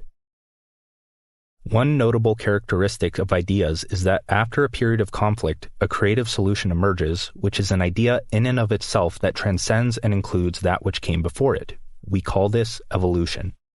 Like an ape evolving to human through the conflict of natural selection, or when you gain vision in your personal life after a period of emotional turmoil, or how an author creates a beautiful work of fiction after ending a toxic relationship. Novel ideas have emerged throughout evolutionary history to create the relative world we live in. Everything is connected because that is the only way these ideas would make sense to the human mind. We are pattern recognition machines that acquire knowledge through analogy, comparison, and metaphor. A hand would not have meaning if it was not connected to an arm. A solar system would not make sense to the human mind if it was not contained nor did contain. And if one did not understand what the solar system was, we would need to educate that person on a series of ideas. They must first understand Earth, its continents, and layouts. Then they would have to imagine or see pictures of other planets suspended in what we call space. In a practical sense, you do not understand your potential because you have not sought to learn by your own desire. Only then can you be exposed to the puzzle pieces that form your potential. You have not achieved your goals because you have not explored the unknown, collected ideas, connected them to your goal, nor harnessed your creative ability to forge a unique path with those ideas. When you expand your focus and zoom out to see the bigger picture, you can become aware of the ideas or options available to you. Only from there do you have the ability to make creative decisions in a situation. You gain power when you realize that you can't control the options in a situation, but you can control which one you choose. You feel helpless because you are unaware that there is in fact a series of decisions you can make to get out of your situation. It's not that we don't have options, it's that we forget we have them. The connection of these ideas are not only vertical, but horizontal, or any other direction or measurement we can label.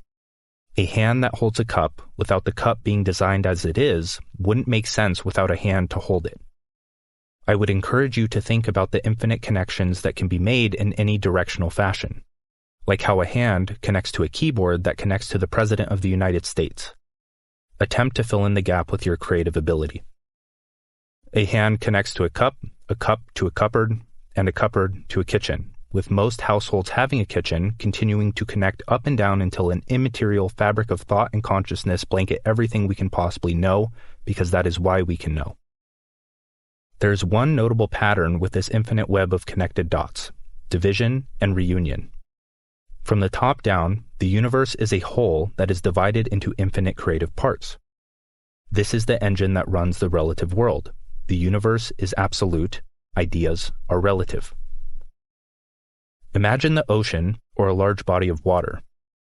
The heat from the sun evaporates that water, dividing into many microscopic droplets. Those droplets rise and reunify as clouds. These clouds grow in size and unify as larger clouds. Soon, droplets unify in the clouds until they are heavy enough to rain back down to Earth. Rain creates puddles, streams, and even plays a role in plant life, which is but another infinite story. Eventually, the rain makes its way back to the ocean with time, and the process is repeated. This is not a localized phenomenon of division and unity. It is infinite.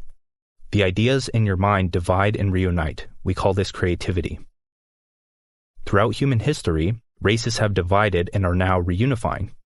On the universal scale, your opinions do not matter about this, nor do mine. In a few centuries, all of our skin may be the same slight shade of what humans perceive as brown, and race as a concept will collapse into one. Note that these processes can vary in time. Entropy, division, unity, creation, destruction, or the rest can happen in an instant or over the course of generations. I would encourage you to notice this pattern wherever you can, even when making your breakfast, writing a book, or using the bathroom. Notice the parts, wholes, and how they dance together across the physical globe and ripple through the collective consciousness. Even if this thought experiment does not make you $1 million tomorrow, it allows you to appreciate the creative depth of life when most perceive it as mundane, as they chase the next surface-level, shiny object. You are a part of something bigger, and that can only be seen through an intangible connection with the universe or spirit. By doing this, it reveals that the concepts, beliefs, and ideals we hold so dear are not static. When we identify with these mentally constructed entities and regard them as unchanging, you are in for a world of emotional trouble that prevents personal progress. One of the most beneficial habits you can adopt is playing with mental Legos. Sit with an idea, like a thought or problem, and follow the connections that present themselves. Stay vigilant of distractions. This is how you practice creativity, mindfulness, and deep thinking without any external tools or guides. The big problem on the cultural, social, and personal level is identification with ideas. Humans group ideas into what is supposed to be an indivisible unity called ideology that leaves no room for division and reunion.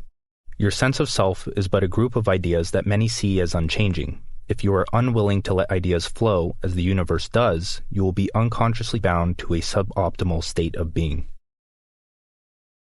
Ideologies like certain religions, business models, or diets can be considered collective egos or a collective self. And as we will learn, a collective self will work to survive through mental energy. On the personal level, our concept of self will do the same. 1. Song. Universe. 1. Song. That is what you are smack in the middle of. Like you are on a rowboat in the middle of the ocean with a storm brewing overhead, and the boat can sink below the surface at any time unless you bucket the water out. At the top of a wave, hope rises as the sight of land becomes clearer. At the bottom, despair sets in as the 10-foot-tall waves obstruct your vision. As the storm disperses and the sun shines through, we feel at ease, but little do we remember that a storm is not a singular occurrence. This fantastical song cycles through summer, winter, spring, and fall. High highs and low lows that illustrate the full range of the human experience. We tend to yearn for summer during winter and reminisce on cozy winter nights during summer. To escape the cold, we cover our ears so we don't have to hear the lesson that would propel us into a season of growth, prosperity, and enjoyment. Music is beautiful. To reach harmony, multiple vibrations are designed with care. The pluck of a guitar string creates a high note, the repetitive bang of a drum creates a beat, and the bass adds a little punch. Maybe throw in a few piano keys here and there. While this song is infinite in nature, it is multifaceted. It is not one sound played at a time, although it very well could be, but not for long. This reflects in your daily life. If you can't focus, tasks, breaks, and that pesky thought about that argument last night could drive you to the brink of insanity. The universe is in perfect harmony. You can fight with it or flow with it, and the ego loves to fight with it. The question is, what song is actually playing, and what song are you trying to listen to? On a practical level, this introduces the topic of understanding, clarity, and perception. You wouldn't take one lyric from a song, play it on its own, or on repeat in your head, and expect it to make sense. Similarly, you wouldn't take a sentence from someone else's mouth, plug it into your story, and expect it to have the same meaning. Yet this is what humans do. We see what we want to see, ignore what allows it to exist, and let negative thoughts flood our mind about how the crazy person is not the one in the mirror. The mind craves order, and if the information you are feeding your mind lacks a cohesive structure, you will become a victim of entropy. What's funny is that all information is interpreted through our worldview and perception, meaning all information that you process, through any sense, not just sight, is usually a part of a story that you tell yourself. That piece of information, most of the time, will not make sense in alignment with your conscious, subconscious, or unconscious goals in life. You must extract, test, and think about how the information can be utilized without judgment. If you are in a low point in life, seek to see the big picture. Understand that the lows are not permanent, they are not unique to you, and they are followed by a season of progress if you listen to the lesson that life is trying to teach you. Cyclical stories. Life unfolds in chapters, phases, and cycles. The universe is one song, but it's also one story and one game. They all have the same structure.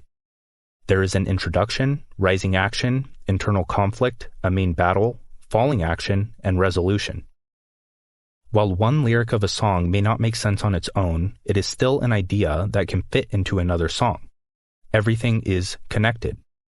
The same holds true for stories. Letters are wholes and parts of words, then sentences, paragraphs, sections, and chapters in a potential series of books. Every sentence has a purpose. Every chapter has a purpose. Every book has a purpose. All of these contain accompanying problems standing in the way of clarity. This is how the mind makes sense of the world. If you are lost, it may be that you turn the page into a chapter where the purpose has not been made clear yet. Layers of stories allow us to construct meaning in our lives. A story has a purpose that the teachings of each chapter lead to. Some chapters are exciting, others boring. The main character is at the top of the world in one chapter, but at the bottom of the ocean in another. And if we fail to open our focus to realize that the highs can't exist without the lows, our mind struggles to maintain order and entropy grasps at our sanity. One of the biggest problems in our time is trying to plug the paragraphs of other stories into our book. It can make sense, but only if you try to see beyond the literal interpretation of words. Advice, education, and conversation must be interpreted from a shared purpose for it to retain its maximum value. Your mind interprets information according to a top-of-mind goal. If that goal, or purpose, is not shared, the information won't make sense. It won't apply to your life. It is a distraction that may sap your focus and energy. If a situation lacks a shared purpose, the words won't register, and arguments, problems, and emotions begin to take over. Order does not only apply to an individual mind, but collective as well. We invented language by turning images into symbols, symbols into words, words into paragraphs, and so on. Knowledge is literal, understanding is metaphorical. You can find deep lessons by seeking to understand the situation at hand, no matter how much your ego doesn't want you to. The structure of stories reflects on all planes of existence that impact human behavior from the top down. There is a solar and lunar eclipse. We've noted patterns in the stars to represent astrological symbols that shift with the calendar. I'm a Libra, by the way. In our world, there are 4 seasons: winter, spring, summer, and fall. While these seasons cannot speak words, they are symbolic of so much more. It does not take much mental effort to understand the feelings, purpose, and behavior that each season contains. In culture, there are holidays like Halloween. We join in spirit to celebrate an idea, and our actions follow the purpose or goal that the holiday presents. I've seen some questionable costumes. Children interpret this holiday as having the purpose of acquiring the most candy possible. Others interpret it with the purpose of letting loose and attracting a mate. And some derive a unique enjoyment from the ideas that accompany Halloween because it is a perfect match for their personality. Every collective cycle, story, or phase can be interpreted by one in a different way than another, depending on where they are at personally. In society, there are political seasons that get people a bit too emotional. There is a tax season that raises the stress of every individual, no matter their income. These strong, unconscious emotions influence your behavior, and if that behavior is bad, it goes on to reproduce in minds across the globe. If behavior changes on a large enough scale, it can influence the health of society, culture, and even the cosmos at large. Your actions have impact. These global cycles have the potential to control your emotions like a puppet when unconscious, but this is not the worst outcome. Having a little team spirit for your political party has its consequences, but not as many as relinquishing your role as the main character in your personal life. I could go on and on about how robotic we are as a species. We have much less self-control than we think. The unconscious mind is powerful. It's like a sponge. With every repetition, like flowing water forming the Grand Canyon, our behavior becomes more automatic. You have a sleep cycle, an ingestion cycle, a work cycle, an excretion cycle, and sex cycle, even if you don't have a partner. It's important to note that these are only a portion of the habits we have in our personal life. These personal cycles can vary per the individual, like how bodybuilders go through bulking and cutting seasons. This ripples through the other cycles in their lives. Healthy decisions to stay in instead of party, what foods they allow themselves to eat, and how they prioritize their time around the gym are all examples of how a cycle of life influenced by identity can shape an individual's decision-making for the better. Even more, there are business cycles. You'll have high months and low months, seasons of progress and regress. Your business can gain a bit too much, quote, fat in its exponential growth. And if you don't cut down, it will cause more unconscious problems. Those problems will demand your focus, drain your energy, and give you the experience that should not be ignored. The cycles of the universe can be brutal. They don't care about your feelings. As you will learn, I am of the mind that everyone is an entrepreneur, as it is in our nature. A steady paycheck is a useful stepping stone, but harsh slave master. Don't get me wrong, I'm not against all employment.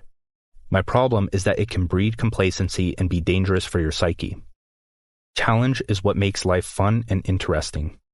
If you halt your personal evolution by never pursuing something more, you lose purpose and fulfillment.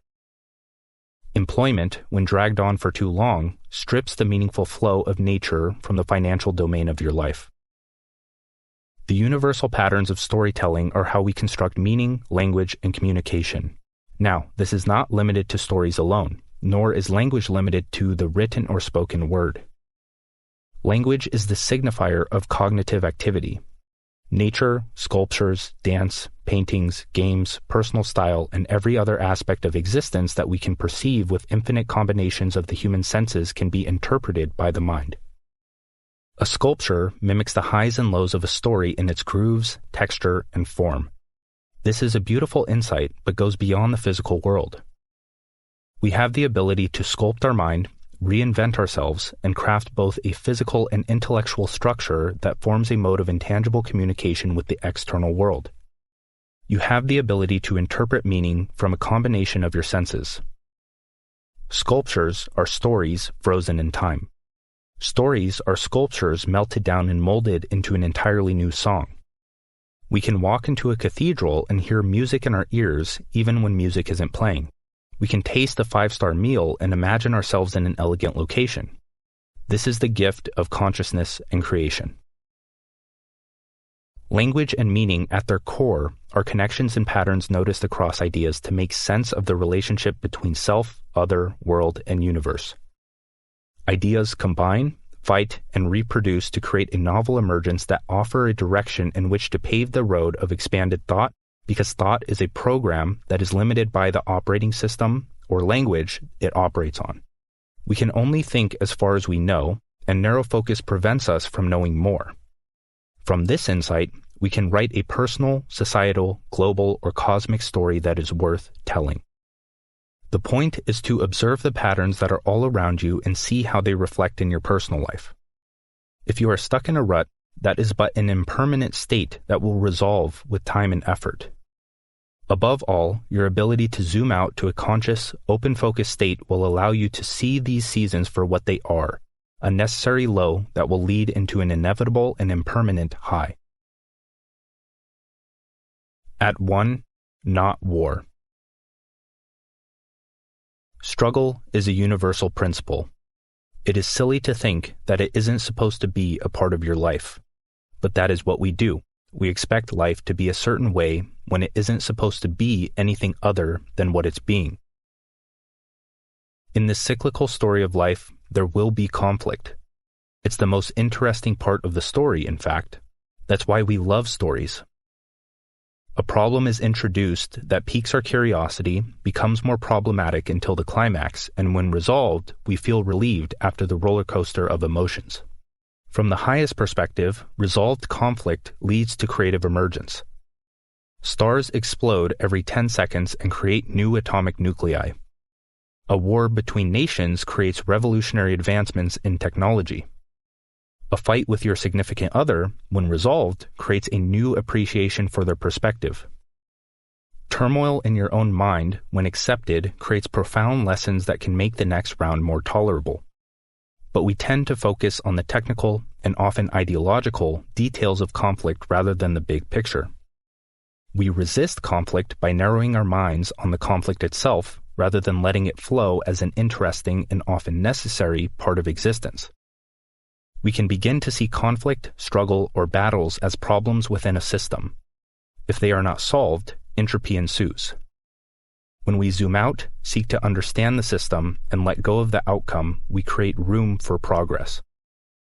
Progress feels good, incredible, in fact, but in the opposite sense of instant gratification. This brings up one of the most important topics of our time. Instead of seeing problems as they are, we see them as what we think they should be, and that should be is easy. So, we seek external sources of motivation to kick us into action. Or, we fight with the problem, not physically, but mentally. We perform mental gymnastics to do anything but face reality. The universe acts regardless of how it feels. It doesn't need the concept of motivation. It makes mistakes, self-reflects, and iterates on a solution.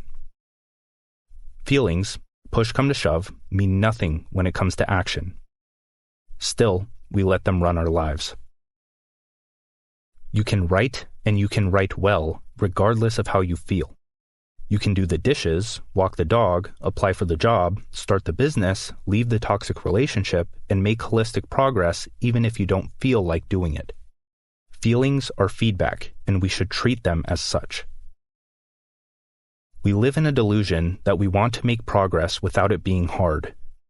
People will go insane over the thought of hot weather but can go into a sauna without complaint. The difference is expectation and intention. That is, a conscious goal with clarity on how to overcome the problem standing in the way. When you're out in the cold, your automatic reaction is to shiver, to fight. It makes sense. The cold is uncomfortable, so we focus on the negative thoughts that flood our mind. These stem from the grooves formed by our experience with previous cold exposure. The body is warning us that extreme cold is dangerous, but this is not the case in most modern situations. We have luxuries available to us after centuries of evolutionary problem solving. While our body may fight, our mind doesn't have to. If you were to be with it, flow with it, and realize that discomfort is a part of the human experience, you would find that your thoughts are the culprit of your suffering. Compulsive thought is the battle of battles. Your resistance to conflict stems from thoughts of comfort that distract you from what is. The way to true comfort is to let go and rejoice in the harmony that is all around you. Of course, there will be seasons where problems seem non-existent. We get comfortable when life is going well, and we remember these times as reference points that our mind seeks to move back to. Out of nowhere, you may feel lost. You may fall into bad habits. Entropy will take hold when you let your guard down, and a host of new problems threaten the mental comfort that we love to call home. Be wary when things are going too well. If you succumb to these comfortable states of mind, you aren't making progress. You are getting rest for the next round of heat. Rest is good, but the modern notion of rest is distorted. Even a season of mediocrity is a necessary learning experience that allows your vision for personal success to take form. The nature of experience is refinement through struggle. If you are inexperienced, problems will be as problematic as the attention you give them. Awareness is the first step. Universal perspective is the second, and if it is real, accepting the battle for what it is comes last.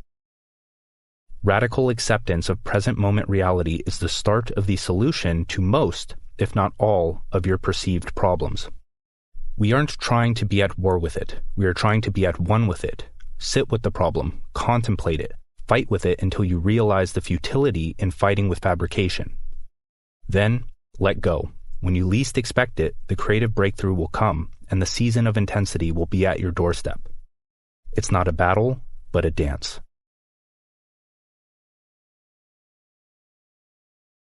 Part 2. Reinvent yourself. Chapter 4. The Self. The human superpower is choice.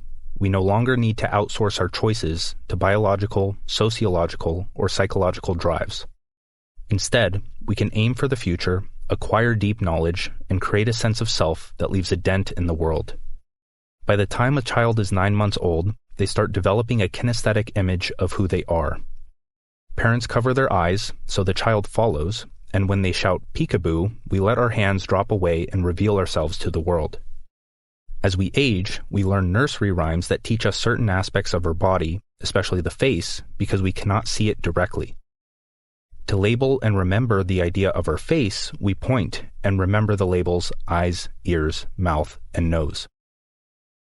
From this foundational understanding of the human body, the self can begin interacting with others, and when they do, our sensory perceptions store information in a way that aids in our survival. With time, our cognitive capacity increases and our knowledge compounds. We no longer need to think about who we are and how it impacts our lives.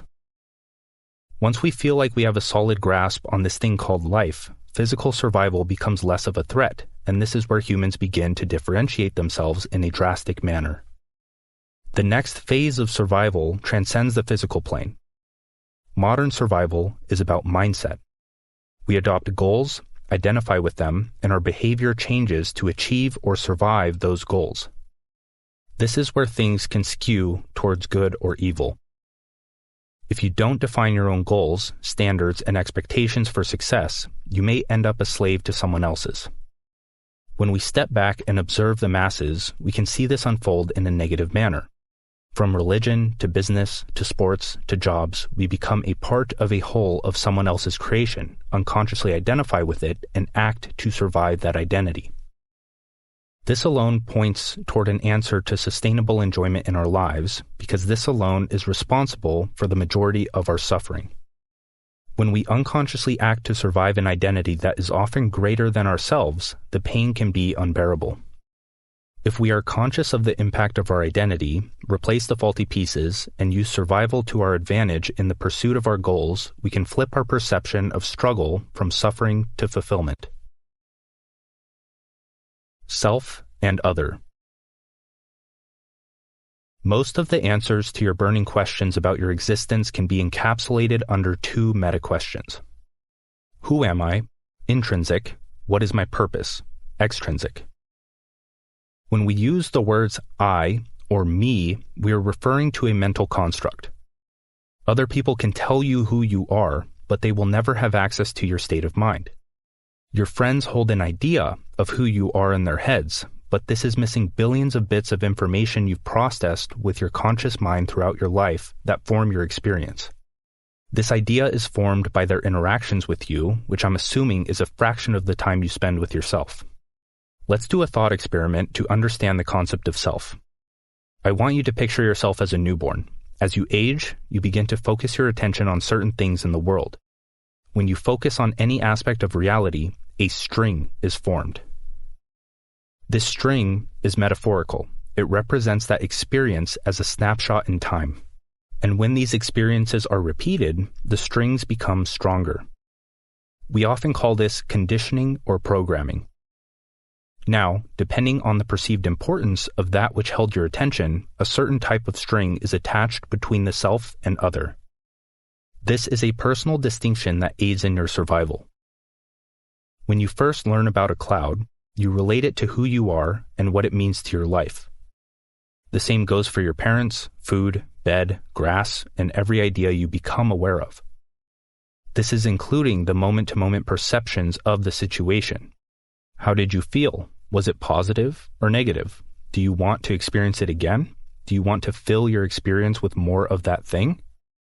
Through gradual exposure to the world, we layer experiences on top of each other, forming an invisible web of expectations that allow us to understand the world. Some strings are made of a fickle yarn, others are layered, braided, and strengthened to the point of what would seem like steel wire that is an inch in diameter. The yarn strings are easy to cut, but the steel strings, not so much. The yarn strings don't conduct or transfer much energy, but the steel strings can result in a high voltage electric shock, and you won't even see it coming. The stronger the attachment, the stronger the emotional reaction when that illusory identification is threatened. These strings are not only formed from material perception, but immaterial. Beliefs, biases, ideology, ideas, and language that allow you to make sense of the world around you. This is how the notion of self is created. When I say self, I am talking about who you think you are, not who you really are. A mental construct built on a groundless foundation. Neurotransmitters like dopamine signal that something outside of you is important. Dopamine levels increase in the brain when something new registers in your awareness.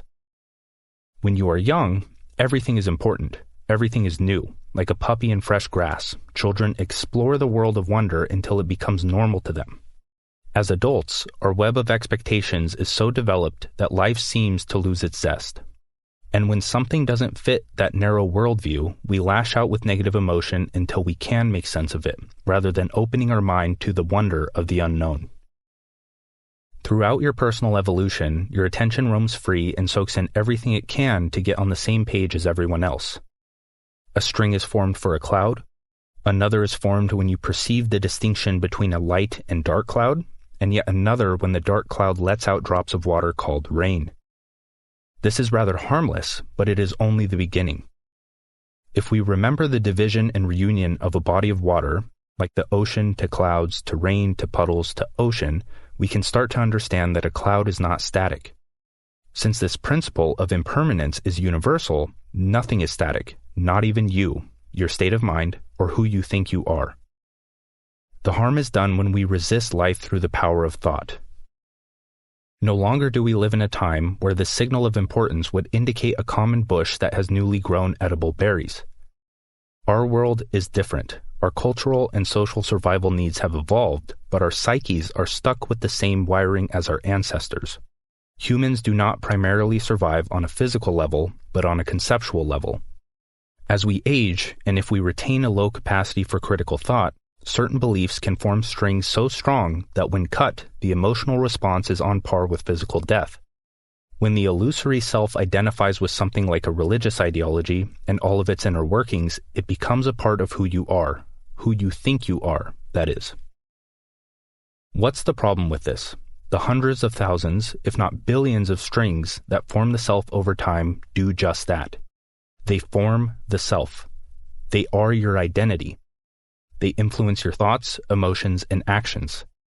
The concept of self is a puppet master to those that do not realize this. The same principle applies to any value system, affiliation, or any other teaching that is often taken as law or touted as the best option. When the identity is threatened, we act to survive the mental construct because the feeling of threat is real, but often misinterpreted.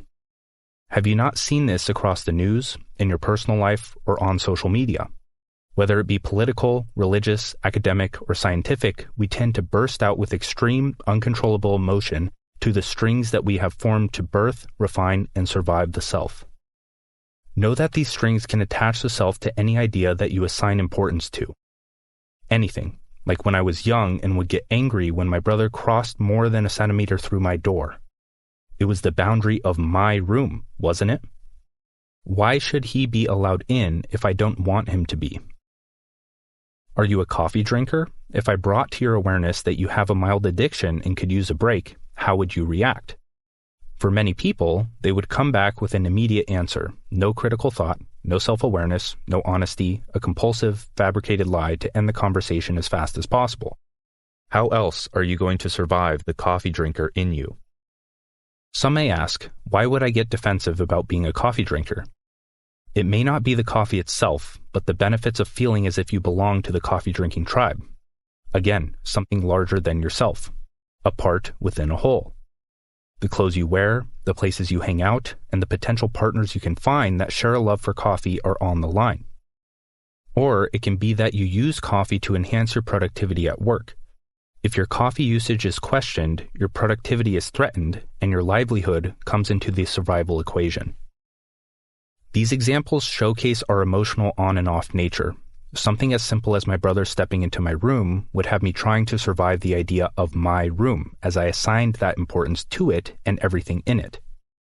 Treat negative feelings as a test of awareness. When you feel a disturbance in your inner peace, follow that feeling along the string until you reach the source, which may be much, much deeper than you could ever imagine. Survival systems. Humans survive on a conceptual level. We are not animals, but we have transcended and included aspects of their existence. While we both work to survive the information in our genes, humans work to survive non-genetic information in our consciousness like language, social and cultural constructs, and most notably, those which compose our sense of self. Animals survive their physical form. Humans survive their conceptual form. Forms and consciousness change like rain to the ocean, but the mind attempts to make the impermanent permanent due to the evolutionary nature of our psyche. Your self is your psychic body, and conceptual forms look out for psychic threats like a narrative, contradiction, or idea within its worldview. When our identity is threatened, we have a physical stress response on par with that of a mouse moments before death with 2 poison-dipped fangs penetrating its side.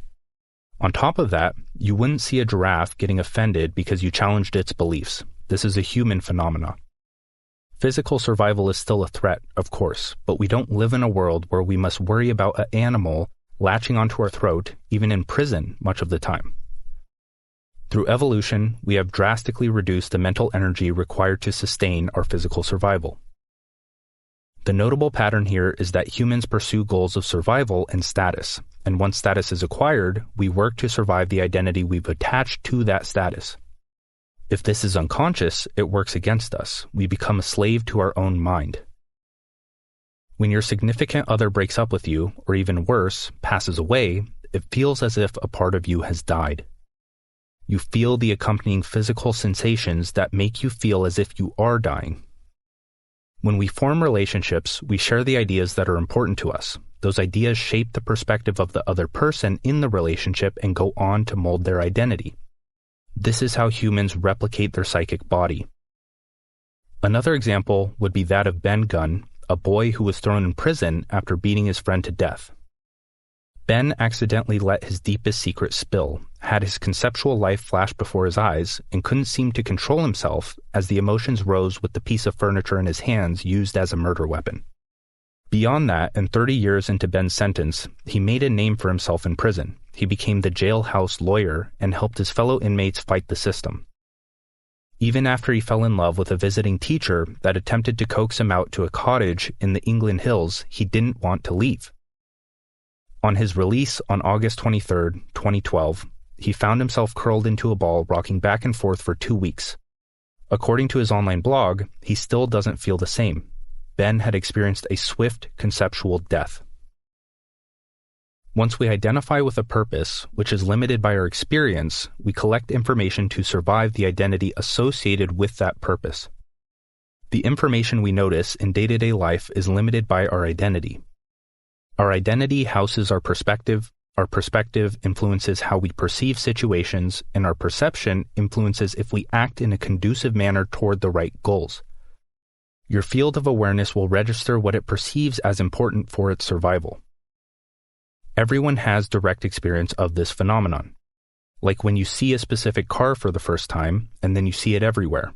Or when you notice a brand of clothing you like because it aligns with your unconscious goal of fitting in with others as a survival mechanism, and then you see it everywhere. Naturally, we will shift our behavior in alignment with this identity. We will act in a specific way, within a specific perspective, and reinforce a specific identity until it becomes effortless. Our identity shapes our habits, and our habits reinforce our self-image. Habits are the grooves in your mind that preserve mental energy when it comes time to act. In other words, we develop unconscious survival systems that dictate our actions, large and small.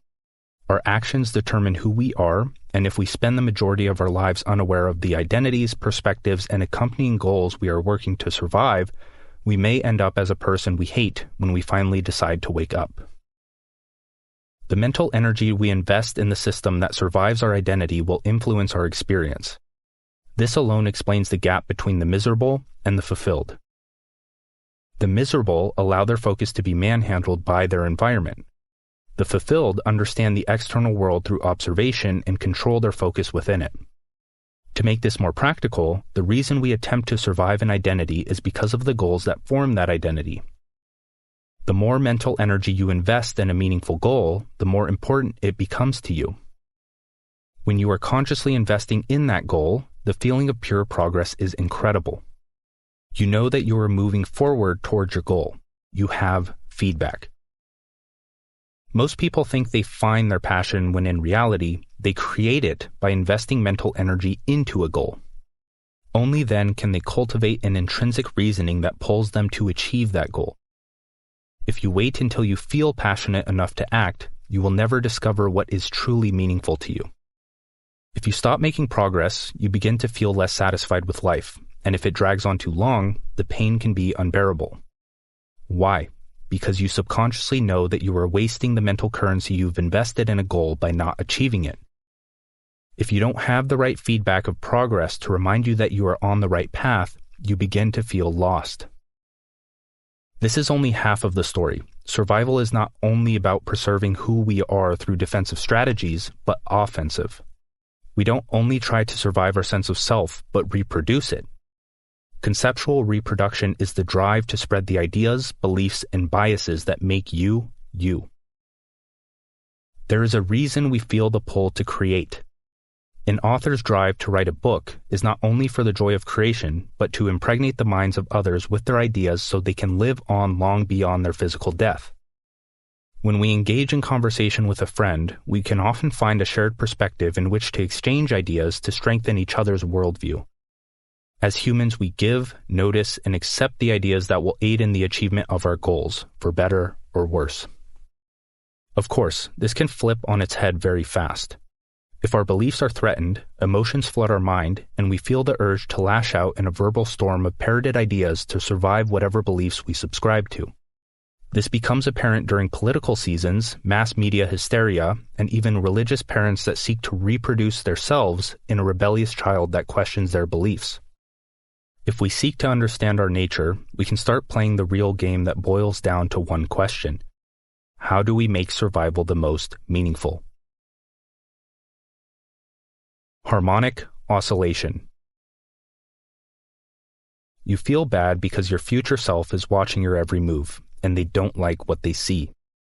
By the time we are near adulthood, our mind is like an overweight sculpture waiting to be chiseled down, revealing the godlike physique that has developed underneath. Chiseling requires small, skilled, and accurate taps to maintain the foundation of the material. If you strike too hard, you may send a crack through the core. If you strike too soft, you will get discouraged at your inability to change.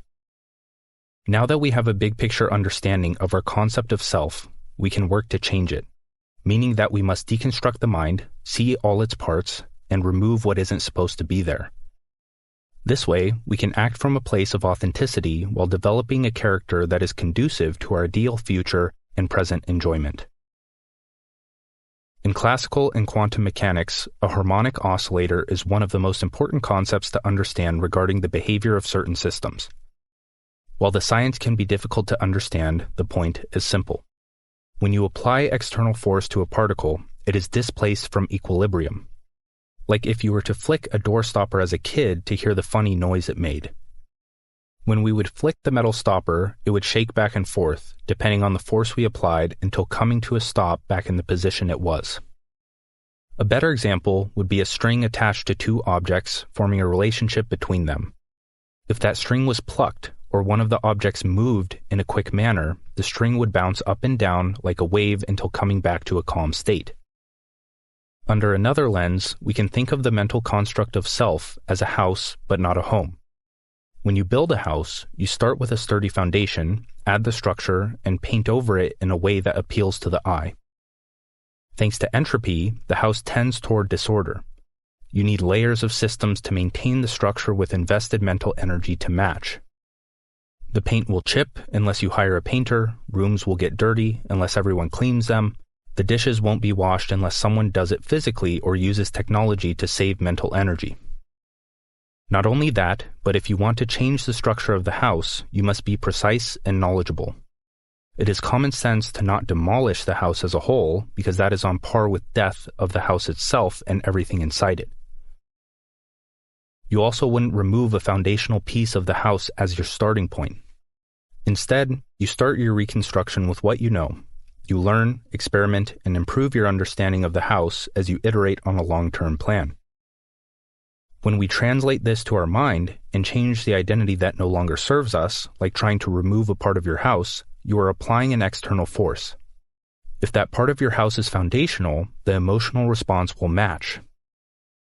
When most people seek to change and take the painful actions necessary, they often fail to see those low points as necessary. We fight with the emotions that wash over us and allow them to influence our actions. On the universal scale, our thoughts, emotions, and actions oscillate between the creation of heaven or hell, but few people recognize that responsibility. Your actions will only serve a collective heaven after you experience the personal hell that comes with identity change. From that chaotic rock bottom, it is your responsibility to bring order to your life. The dualistic nature of reality is tricky because we often isolate two extremes of a pair with the distinctive thoughts in our head. Black would not make sense without white, nor up without down, love without hate, happy without sad, matter without space, something without nothing, or finity without infinity. When we neglect the complementary existence of these entities and see them as standalone, our mind gets stuck as the universe pushes toward evolutionary progress. Our imaginary sense of self stays the same while reality continues to change with each passing moment. And when our expectations fail to align with the actuality of a situation, emotional lash-out is often the result. The pull inward. Everyone has felt the pull, the call to greatness, the silent yearning for more, but not in a materialistic sense. Can you feel it, or is your focus limited by the intellectual structure you call home? The pull inward demands outward problem solving, from superficial to metaphysical, while maintaining as holistic of a perspective as you are able. The path of mastery is obvious, but our conditioning prevents us from seeing it. You are being attracted to your highest version, and the depth of your core can sense it. The external call to evolve requires you to chisel inward beneath the mental constructs that have been layered through your conditioning. Your internal state must become one with the ever-changing external state. You identify problems in your life and solve them. That's it. That's how you live with purpose, unless you get distracted. But most people want to solve the problems of the world before they solve their own. This is a recipe for disaster.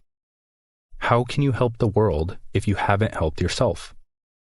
If you have not developed the identity that you reproduce in every interaction, you are contributing to a collective hell on earth unless you make the conscious decision to evolve. Start with what's right in front of you, the superficial things that you sweep under the rug because you have the desire for bigger, better, and selfless pursuits to veil what is staring at you in the mirror. Don't ignore your personal problems that are begging to be solved. You wouldn't build a temple on a foundation of chipped wood and bent screws. Are you overweight? Do you hate your job? Are you tired all the time? Did you just go through a breakup? Are you trapped in a cloud of negative emotions? You must sit with these problems, observe them from a state of open focus, and become aware of how they impact your life. Then, you must gather the knowledge, skills, and resources that allow you to dive in with clarity in your day-to-day life.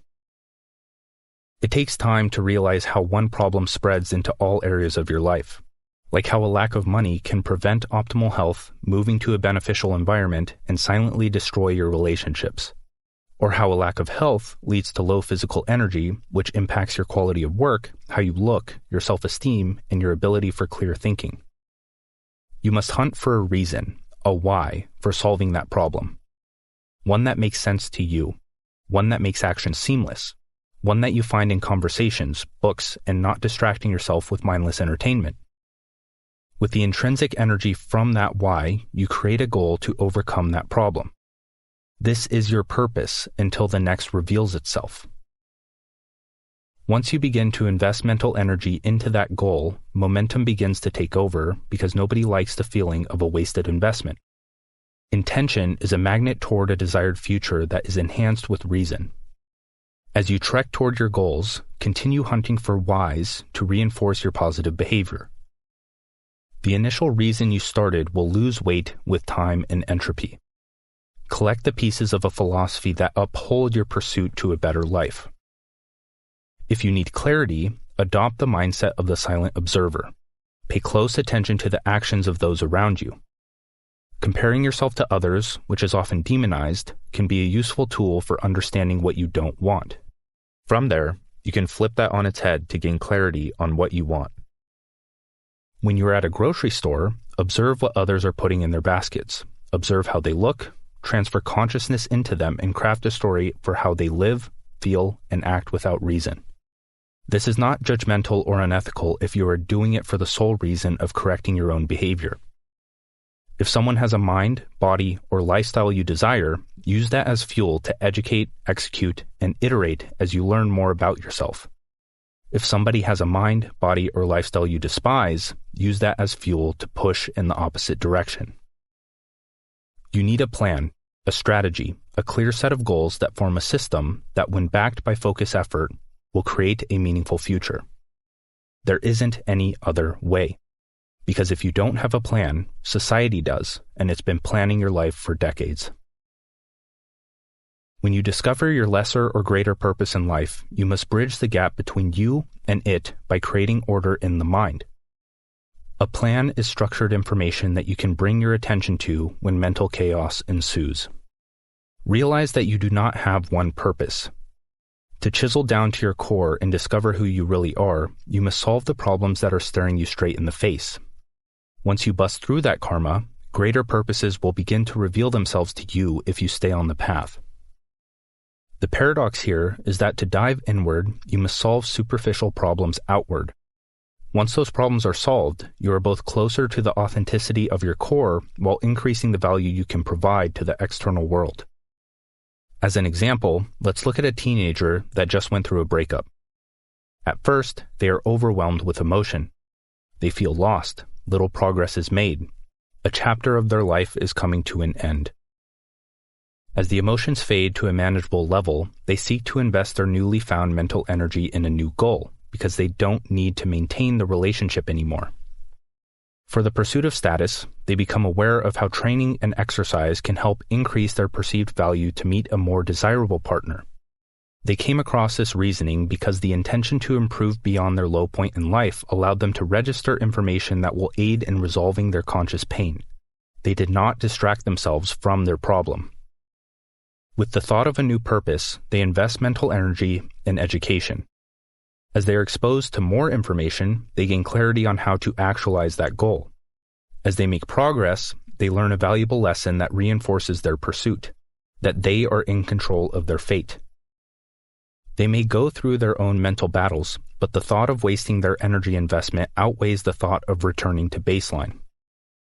If their journey pans out, as many others do, their superficial why would transform into a sense of mastery behind their pursuits. They would continue with their health journey simply because they fell in love with the process. That alone will attract a more developed partner, and by that point, they won't feel as if they need that partner to be happy. This situation does not apply to everyone, but illustrates a strong pattern in the start of an individual's self-development journey. I would encourage you to note similar patterns in your life. You now have the awareness. The rest is on you. Chapter 5. The Game. On November 23, 2004, a software development company, Blizzard Entertainment, released one of the most popular games of the 21st century. Little did they know, they created a microcosm of life that would impact the world far beyond the limits of its predecessors. The game was a massive multiplayer online role-playing game, or MMORPG, called World of Warcraft.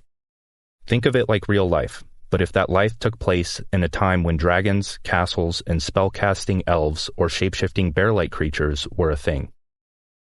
Let's imagine you were a player in this game. When you first boot up, you are prompted with a series of choices.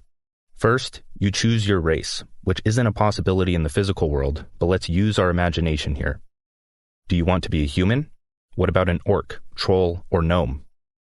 You would be correct in assuming these aren't the conventional interpretations of race, often assumed from skin tone. Instead, the races of this game were tied to a culture that was constructed by the software company itself. That way, players could become even more immersed in the virtual world. This is no different from cultural programming in reality. Next, you choose your class, preferably one that you would enjoy playing as. You have free reign to become a warrior, mage, or something more utilitarian like a paladin. Keep in mind that your choice here will determine the opportunities available to you in the future. One quick decision could lead to a game you don't care to play anymore. After changing your hair, stature, and other cosmetic details, all impacting your enjoyment of the game, you are launched into a specific starting zone. In this zone, you run through a tutorial that teaches you the fundamentals, rules, and mechanics of the game. You practice slaying monsters, level up a few times, and begin your journey as the main character of the world. Once you understand the game, you begin completing a series of quests that form a storyline to gain experience. As you gain experience, new opportunities become available to you. You unlock dungeons, you can join a guild, you can travel to new locations to complete different quests. In the real world, we often aren't aware of what these opportunities can be, so we choose to remain stagnant, comfortable, and ignorant. Dungeons contain bosses, and bosses contain valuable loot. Higher-level dungeons require more skill, experience, and time playing the game. If you want valuable items, you need to develop your character to take on the challenge necessary to receive those items. It's not instant, but the most difficult challenges present the most profound lessons. Guilds are like a community. They support each other, craft strategies to win, and help you level up faster than playing alone. But you can't just join any guild. Every guild has specific needs dependent on their collective goal. If you aren't a good fit, you can't join. Guilds often join together or fight against each other like political parties or people that subscribe to a specific diet. When people join together to form a collective self, their shared purpose can be actualized much faster. But the potential destruction they are capable of is not to be taken lightly. For each of these, you will serve a specific purpose depending on your prior choices. The path you take influences how you will play the game in the future. How you are able to play the game determines your enjoyment of playing the game. Be mindful, because if you want to have fun in the future, your present actions must reflect that. In this game, the big, important decisions compound into a personal heaven or hell. In a game like this, you are almost forced to be conscious of your choices. In reality, social conditioning leads to mindless action that, when gone unchecked, can take years of stagnation to undo the damage. Wake up now. The last notable pattern in this virtual world is the currency system. There is a public auction where you can buy and sell resources, power-ups, and upgrades. Each of these hold a different value that is determined by the player's goals within the game. The profession you specialize in, the abilities you upgrade, and the skills you stack will determine how much gold you can acquire. If you specialize in blacksmithing, the items you craft may be more valuable than what someone else can create. But will you enjoy that path, or are you doing it for the money? And if you are doing it for the money, will you remain a slave to it? Or do you have a plan to use it as leverage toward your ideal future? The skills you acquire will determine the challenges you take on. Those challenges expand your awareness of profitable opportunities. Profitable, in this sense, goes far beyond a dollar amount. My generation is notorious for transferring their obsession for video games into the real world. A majority of my colleagues learned how to level up their character, stack gold, and have the discipline to log on every day and repeat the same boring actions that lead to exponential results. It's no wonder they have multi-million-dollar businesses doing what they enjoy. Whether you've played these games or not, there is a lot we can learn from them. That is what I am here to help you understand. The collective hard drive. Life is a game, and the select few that are aware of its existence are the ones that can play to win, maximize their enjoyment, and sleep well, knowing that they are in control of their future.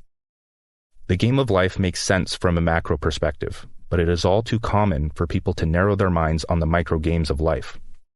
The new car that you want so badly, the person that cut you off in traffic, maybe even the argument you had with your significant other. The situation has passed, and you haven't won the meaningless game. Your mind keeps dragging your focus back to it, as if it can still be won.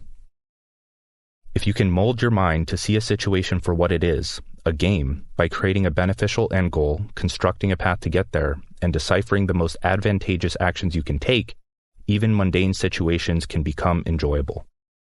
As humans, we have a perpetual thirst to learn more, primarily for survival. All our actions are influenced by the need, not want, to go on. It's in our blood. Everyone has the opportunity to master, transcend, and include their survival. This takes development over time, but is a worthwhile pursuit for those that want less stress, more creativity, and the ability to choose the games they want to play. We learn and learn and learn from our parents, teachers, and friends who learned from their parents, teachers, and friends who were influenced by their life path, culture, and society.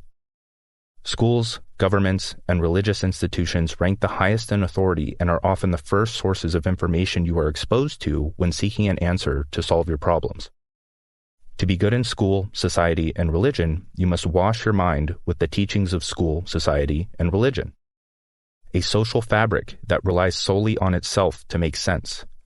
Groundless, but necessary. A tool, not a master. This vicious learning process began at the inception of human consciousness and continued for eons until this very moment. Layer after layer, we overloaded our minds, and our minds efficiently stored that information, so we have the mental energy to learn more to aid in our survival. The problem is a lack of questioning. When we are young, we don't know any better. Who is going to question what they are told when they don't even know what a question is? Throughout this evolutionary process, human nature began to reflect in larger entities, like society. Similar to how we stored information in our minds to free up more mental energy to learn, we built solutions for worldly problems, layer after layer. Plowing fields took a lot of work, so we used our creative ability to solve that problem with a tractor. Trade was unfair, so we created currency. Communication was limited, so we created social media.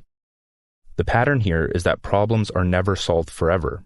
Your problems don't go away, you just get better at solving them. Some view this as daunting, while others view it as their way out of suffering. To create, the idea must come first. To innovate, the creation must come first.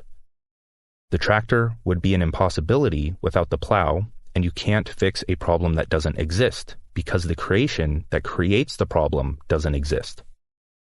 To keep a long story short, modern society emerged and the collective psyche was conditioned to reflect that. Those that teach us when we are young already have a game that they want us to play. Retirement is how you win, schooling and high-status jobs are how you play, and our decisions occur without conscious choice. Our fate is decided unless you are made aware of a better path and choose to create, play, and win your own game. This is less about an evil overlord planning to enslave humanity and more about humans wanting to survive in the most efficient way possible. The collective unconscious got you into this mess. The conscious individual can get you out. The game is programmed onto the collective psyche. You can't change it, but you can understand it. Once you do, you can deconstruct it, recreate it, and maneuver yourself to the top in a fulfilling manner.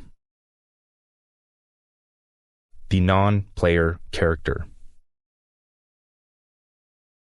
Every thing is a mental construct, an idea, and only some are aware that their accepted web of expectations controls their lives. Those that aren't aware of its existence have a hidden agreement that these floating buildings are reality. You can opt out of playing the game, whether it be social, personal, or anything in between.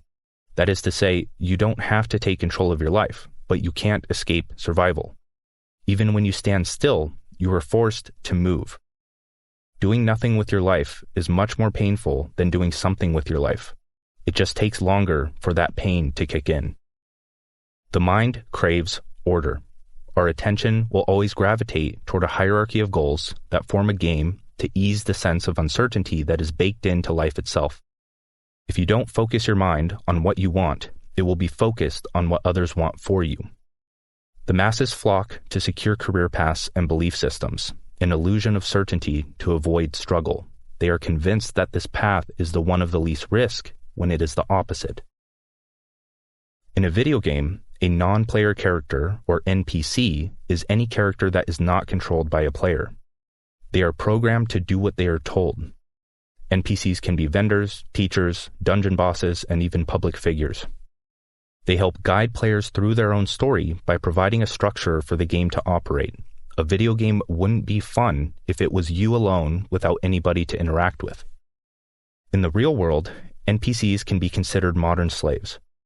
They are human like the rest of us, but they never question their conditioning. Their minds soaked up cultural and social constructs like a sponge. When you interact with these individuals, they will spew information to survive the identity they have adopted. This is how they guide your attention toward the, quote, safe path. When you create and pursue your own goals, they will feel threatened and urge you to join them in their eternal comfort. Understand that polarity still applies here. Across all domains of life exists a spectrum of mindfulness and mindlessness. We are all NPCs at times and main characters at others. The goal is to reduce our time spent in the former with time and reflection. In Western culture, by the time the average individual turns 18, their life is already mapped out for them. Their beliefs are static. Their career path is static. Their sense of self is static, immovable. Unless an individual can question everything, and I mean everything, they will embark on the path of the NPC. Little chance at personal evolution, which has vast ramifications. In the third millennium, where the status quo is cracking at the seams, every individual has a chance to become the highest version of themselves. When most people have a sense of self that is the product of the external world, you have the chance to peel back the layers. You can build a self that is a conscious, personal creation that works less, earns more, and enjoys life. Rules of the game. Games present the big goal of winning, accompanied by a descending series of goals, each presenting their own level of challenge to bring clarity to your decision-making as you play. That way, we don't get overwhelmed by the demands of winning the game. If your ideal future, or life's work, vision, or purpose seem out of reach, this can cause you to hesitate when acting toward a better future. Because it is uncertain, which invokes anxiety. A plan creates clarity, and clarity creates action. In a game, the default grand plan has been strategized with data and made static. All players can learn to play. But your life is unique. Nobody can create a plan for you. If they can, you relinquish the most important trait you can choose to develop, which is the creative ability of your mind. Instead, it is wise to learn the game, deconstruct its parts, break a few things, and create a better one that doesn't get you in too much trouble. In society, the end goal is retirement. To win, you are supposed to be a good student, memorize every fact without non-academic question, and work your way up the status ladder until you can get some of your time back. In a video game, the end goal is reaching the highest level, and in many games, there is no highest level. The progression is endless. You will have to slay monsters, improve your skill set, and log on in a consistent fashion to complete time-bound quests. In a board game like chess, the end goal is defeating your opponent. To do that, you must outwit them with every move. Big picture strategy is king. Don't get trapped in the technical details. In everyday situations, like your spouse shopping for home decorations, she wins by finding the perfectly affordable match for the goal she holds in her mind. You may find this incredibly boring. You may even start an argument with her. But if you were to order your mind by creating your own game, like finding the stupidest looking decoration, then you also have a chance at winning regardless of someone else's decisions. The enjoyable time with your spouse is, of course, an added bonus. Aside from a hierarchy of goals to guide your attention, games have three important qualities to help reduce the potential for distraction even further: frame, rules, and mechanics. The frame is the playing field. It is a constructed reality that allows your mind to focus on what is occurring within that reality. The frame is mental and begs understanding. If you don't understand what game you are playing, you will get bored, anxious, or overwhelmed. In the real world, the frame is your perspective. We will dig into this later, but your perspective allows for accurate perception of the problems within a situation. The frame of the game limits the information you can focus on and interpret. If you are shopping with your spouse, your perspective, which holds and influences your beliefs, thoughts, and emotions around the situation, will dictate how enjoyable the situation is for you. Within that frame, there are rules. Rules are conditions, limits, or distinctions that the game makers enforce to narrow your attention on the task at hand. When your attention becomes one with the task, you increase the potential of tapping into an addictively enjoyable state of mind where distractions do not faze you. In this state, you are making pure progress toward a conscious goal. From a universal perspective, rules are synonymous with limits on infinity, or content in consciousness. This is how we operate as a collective and bring ordered information to the mind of the individual. If you were the only being in this world, or if you removed all attachments and identifications, you would have no use for things like language, money, or games. You would sit back in pure experience as the infinite song unfolds before you. Anything that can be put into words is a self-imposed limit that prevents us from understanding what can't be put into words. This isn't bad because we need to be on the same page as everyone else, but it is a useful distinction to avoid getting trapped on the surface. Limits provide structure for our mind and ground our attention in reality, but there is a depth to this life that most people never realize. Conditioning creates conditions for your happiness. Use them, but see through them. In a game, these limits and conditions are called rules, but these rules aren't introduced all at once. It is a progression, from novice to intermediate to advanced. As you increase your skill and the rules become second nature, more are introduced that increase the complexity of the game. That way, you don't get overwhelmed. You've created a mental system around that skill that frees up mental energy to invest with improved focus. Lastly, there are the mechanics of the game. These are a sequence of actions that you practice to increase your skill level. This requires you to learn, fail, and improve to gain experience. Learning the rules through theory will only get you so far. You must implement what you learn by practicing the mechanics of any game in front of you. You get better at something by doing it. Social skills, writing, design, making money, getting a job, creating your life's work, cooking, and any other skill or trait that your character can adopt. You suck at it because you will do everything but that. This is a harsh truth that nobody wants to hear, and everybody will search for endless theory to avoid. A person who practices a skill for years can get better results in 10 minutes than others can in 1 hour. This is why it takes so long to see traction as a beginner, and also why they quit right before things take off. If you can break the compulsive pattern of mechanical thoughts, emotions, and actions, you create space to expand your mind, set conscious goals, create clarity, and refocus your attention toward conducive action. How to play. When you have absolute clarity on how to win and a sprinkle of challenge that matches your skill level, the world goes quiet, and you become at one with the river that is reality. Formless, boundless, limitless. Top athletes describe their performances as spiritual. They've developed themselves to a point where their skill becomes art. Intuitive, natural, creative. They've transcended the need to think about what they are doing. They just do. Pure progress is a blissful experience. Some call it the flow state. When you are at one with what's right in front of you, leaning into the flow of nature, problems lose their weight and nothing else matters. All is well. If you start playing a game, especially without reading the rulebook, will the experience be enjoyable? Probably not. And even if you knew the rules, it wouldn't become enjoyable until you grasped the mechanics of the game. If you were a level 1 character, an absolute beginner, and somehow managed to battle a level 100, a seasoned expert, would it be fun? First, you'd lose immediately. 2, it would only have the possibility of being fun if you mold your mind to create a new game. Like if you were to attempt to lose as fast as possible, which may be fun, but won't get you anywhere in the world. If you had played chess a few times with your friends, would you even consider entering a competition or playing against the grandmaster?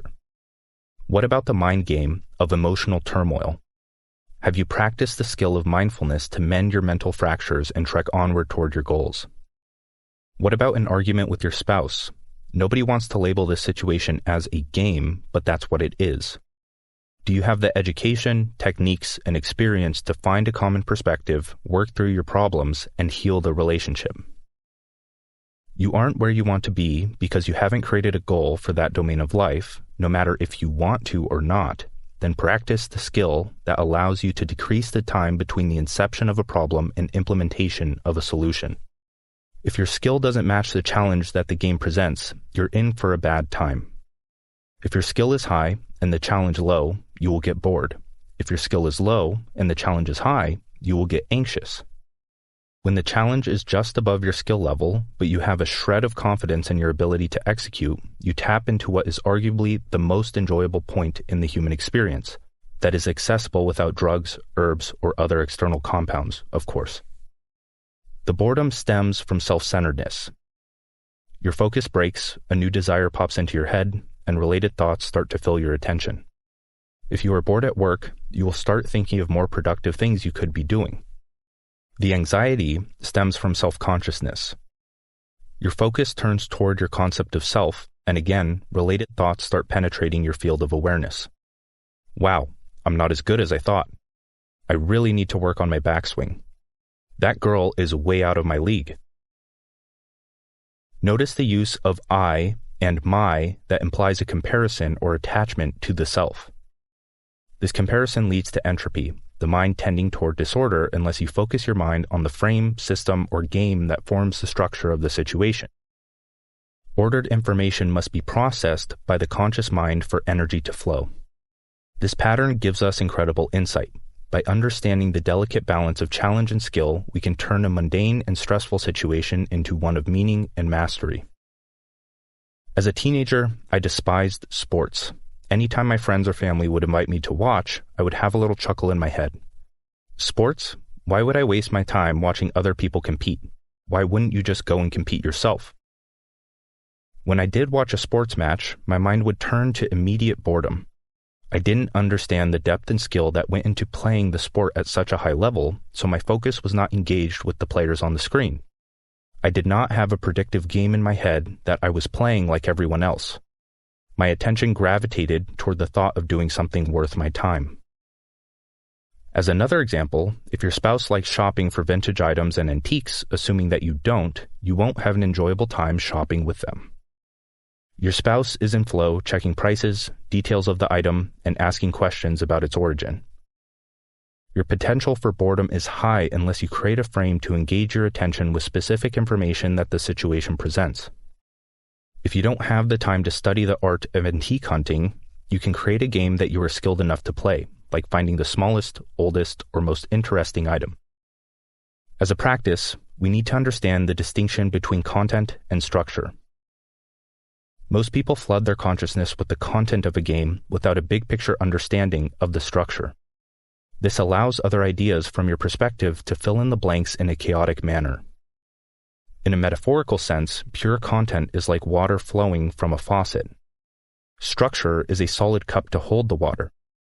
In between is like trying to bind water in a paper envelope, which, as you can imagine, will only lead to frustration. The game is the structure that is reinforced with rules, mechanics, and other nuances that create a mental house that we can navigate with ease. If you don't zoom out to observe, learn, and understand the structure, you will drown in the technical details of each situation. The traffic system is the structure of the transportation game. I wouldn't recommend treating it as a competitive match, of course. But there is a starting point, an end goal of arriving at your destination, and laws that you must abide by to arrive there safely that order the content of your consciousness. If you were to hop into your parents' car as a 15-year-old to take it for a spin, the challenge may outweigh your skill in a manner that doesn't engage your attention. Your mind would be flooded with thoughts of a stressful future where you are punished for your immature actions. As you are driving, you wouldn't know where to stop, how to maintain speed, how to maneuver the car in a roundabout, what to do if you arrive at the same time as another at a four-way stop, and so on. Of course, this is all dependent on if they observe their parents driving, as observation is learning. Most of those reading this book can drive like they walk. It is a skill they have developed over time with a set societal system so that everyone can operate in a mutually beneficial manner. We often don't stop to think how many micro-decisions we make while driving. The system is so efficient that it requires little mental energy to get to your destination. This concept is best understood through practice.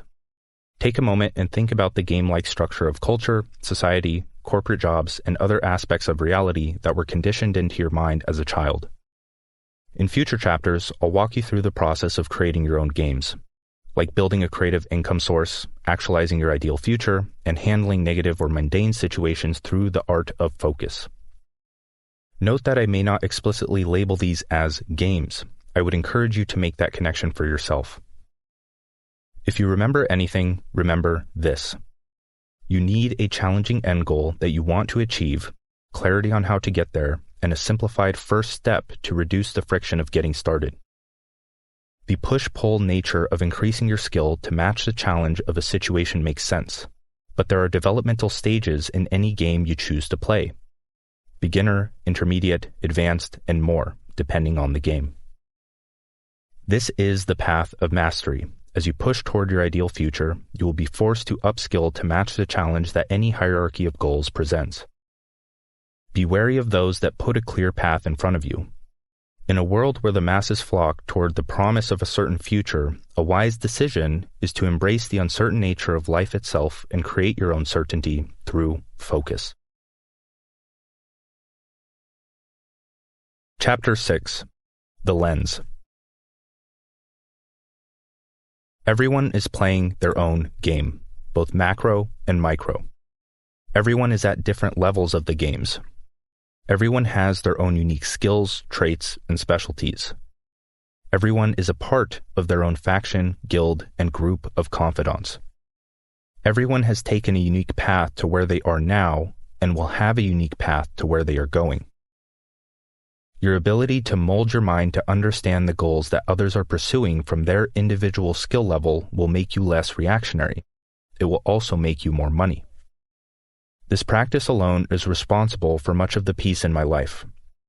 Everyone may seem wrong, but when you take their conscious or unconscious goals into account, they are right.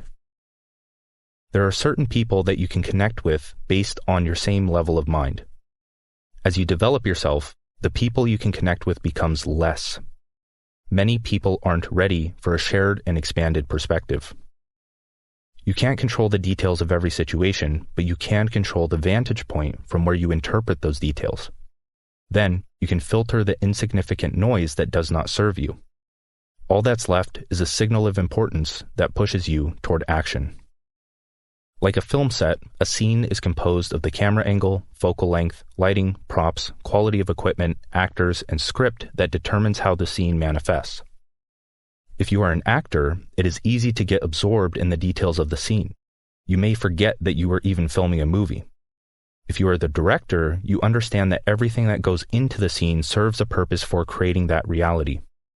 Every aspect of that situation is crafted in a way that makes the scene interesting to the person watching the film, one that both the director and viewer can get immersed in, so much so that they forget about their worries.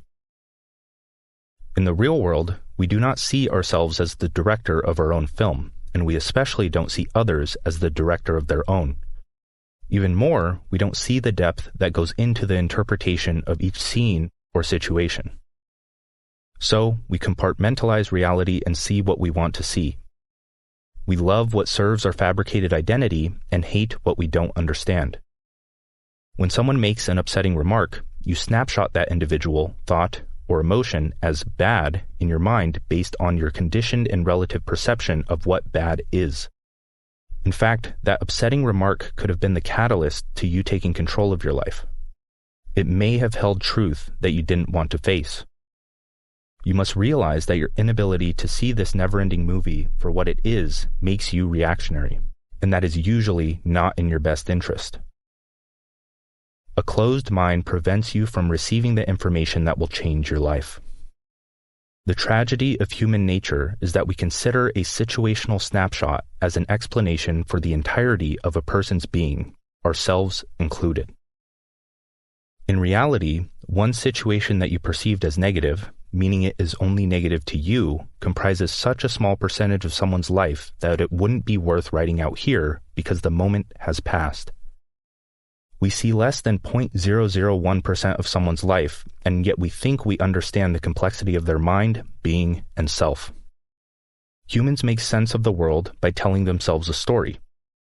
Even if we see it as someone else's story, we interpret it as a part of our own, as that is the only way we can make sense of it.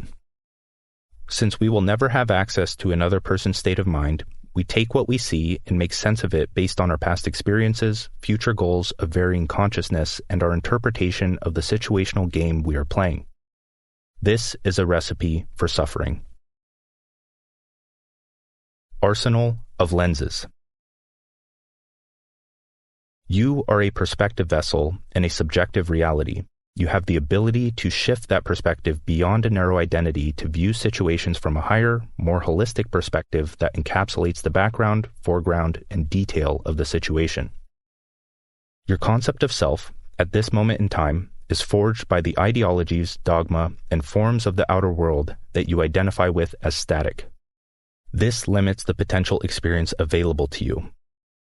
Nobody can escape this, and the moment you think you can is the moment you become trapped in the pursuit of spiritual materialism. Thinking of yourself as higher, more noble, or less egoic is still a status game that the ego loves to play. For understanding, let's think of perspective as a DSLR camera, one of those big fancy ones that photographers use. The body of the camera has its limits due to how it's programmed. You can attach different lenses to the camera to capture a situation in a way that influences how the image is perceived based on your intention with the shot. As you trek through life, you capture photographs and develop them through your level of mind, accompanying emotional state, and degree of focus. This is how you interpret any situation you are in, and that interpretation is confined by the structure you operate within. Let's think of the field of view, frame, or perspective of the lens as your field of awareness. When you hone in and fixate your focus on one thing, the background blurs. This also impacts how you interpret a situation. So, if your camera is positioned on top of the world, but your lens allows you to focus on a skyscraper, the entirety of the world will look like a big blob of blues and greens while the skyscraper is crisp and clear.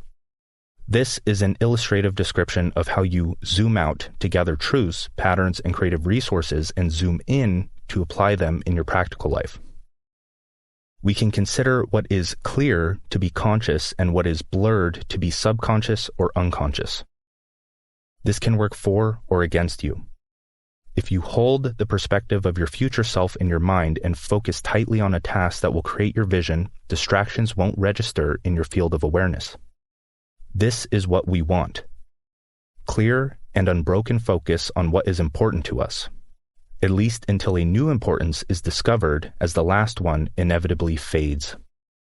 But if you limit your perspective to your concept of self and focus on a problem, like a negative emotion within that perspective, your field of awareness does not have the possibility of seeing the situation for what it is. This is the default state for most people. They spot and interpret problems from a narrow perspective and often the least conducive one to a better future. To prepare ourselves to make better decisions in alignment with our goals, we must collect consciousness so we can mold our mind in a way that reduces the friction to act. You collect consciousness by studying multiple perspectives with the goal of holistic understanding. If you are an atheist and have not experienced a Christian's perspective, how are you going to align yourself with the highest truth? Both perspectives that are heavily influenced by culture and experience hold half-truths, and when you experience both, you inch your way toward deeper understanding. Rather than becoming attached to a specific way of doing things, see it for what it is, a perspective and a subjective reality. When you study different perspectives, you are collecting lenses for your camera. You expand your mind beyond one limiting worldview. Spirituality, atheism, Christianity, veganism, fruitarianism, freelancing, and small business ownership are all lenses for modeling meaning, nutrition, and business from an angle that highlights specific tactics that help individuals with specific goals. The perspectival background of principles can be useful to anybody, but the foreground of tactics requires a self that fits into the puzzle. Your brain is a pattern recognition machine, and when you study with a mind open beyond the surface, you allow truth to blur around the edges and develop a self that is less reactive to the external world. If you start a business to solve your money problems, start training to improve your health, or study social dynamics to help you with your dating success, study the big picture. Understand the overarching principles without getting attached to individualized tactics, and let experience reveal your own way. With time, and as you collect an arsenal of lenses, you become conscious of patterns that are packaged up in an enticing way with a specific label slapped on them. These patterns often represent the fundamentals, principles, and levers that can contribute to progress on the universal scale. Making better decisions.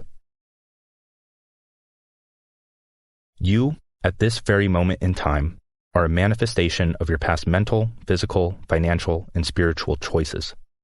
Who you want to become is a manifestation of the choices you make at this moment and the next until it all comes to an end. Not in the sense of physical death, but until your ideas stop rippling through the universe that houses the selves created by said ideas. The importance of decisive accuracy cannot be stressed enough, but most people can't get themselves to act on anything without immediate benefit.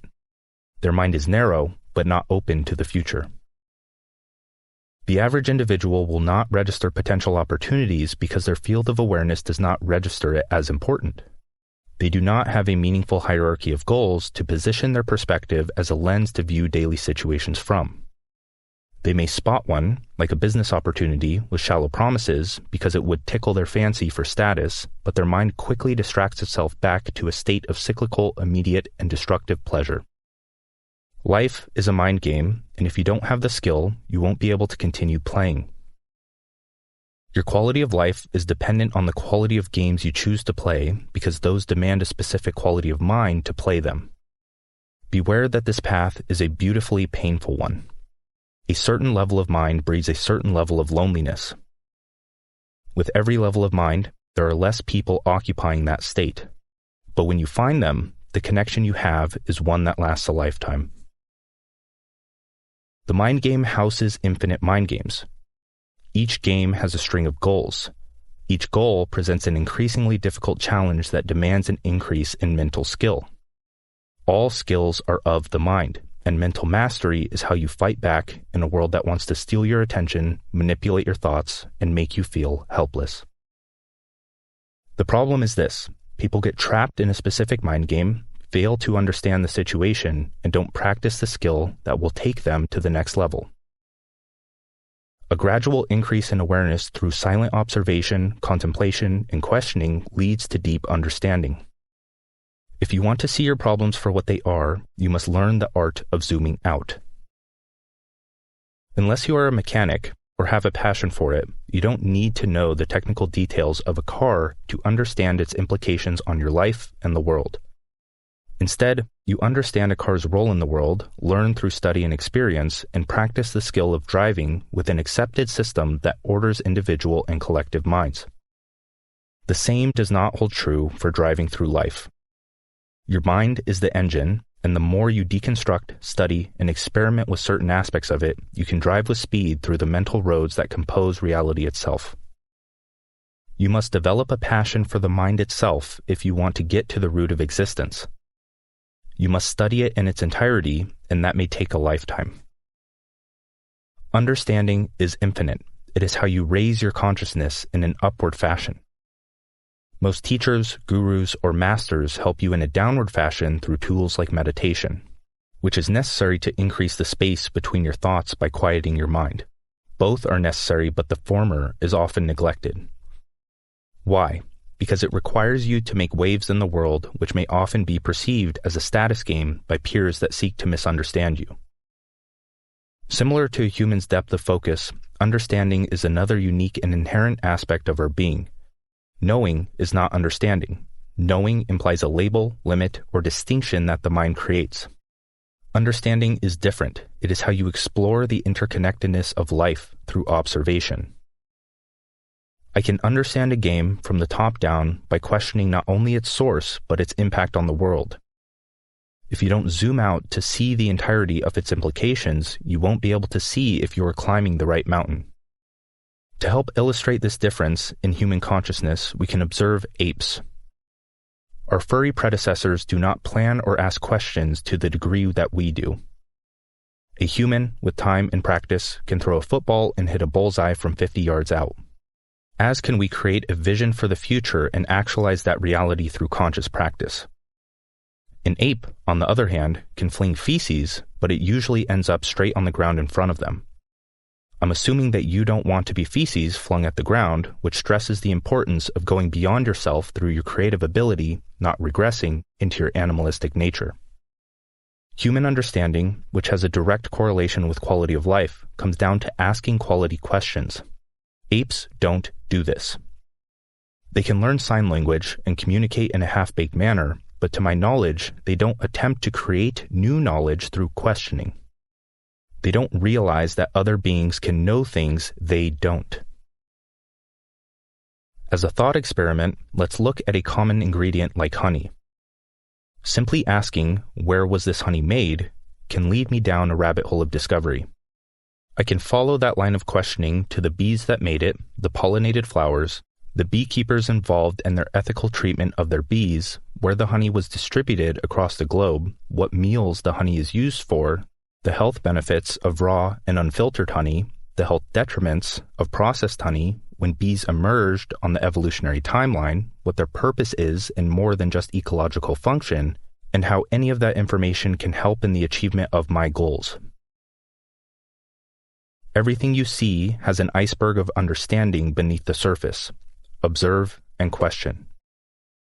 You can try to apply the same practice to any negative thought, emotion, or situation that you do not enjoy. Question it. Follow it to its source. Observe how all the moving components in the system impact your life both right now and onward into your ideal future. Understanding your problems means to perceive them from the highest level of mind available to you. From that expanded perspective, you can begin to experiment, iterate, and create a long-term personal solution. For now, attempt to adopt the perspective of your ideal self. Perceive situations through their lens and embody their values through action. Who do you want to become?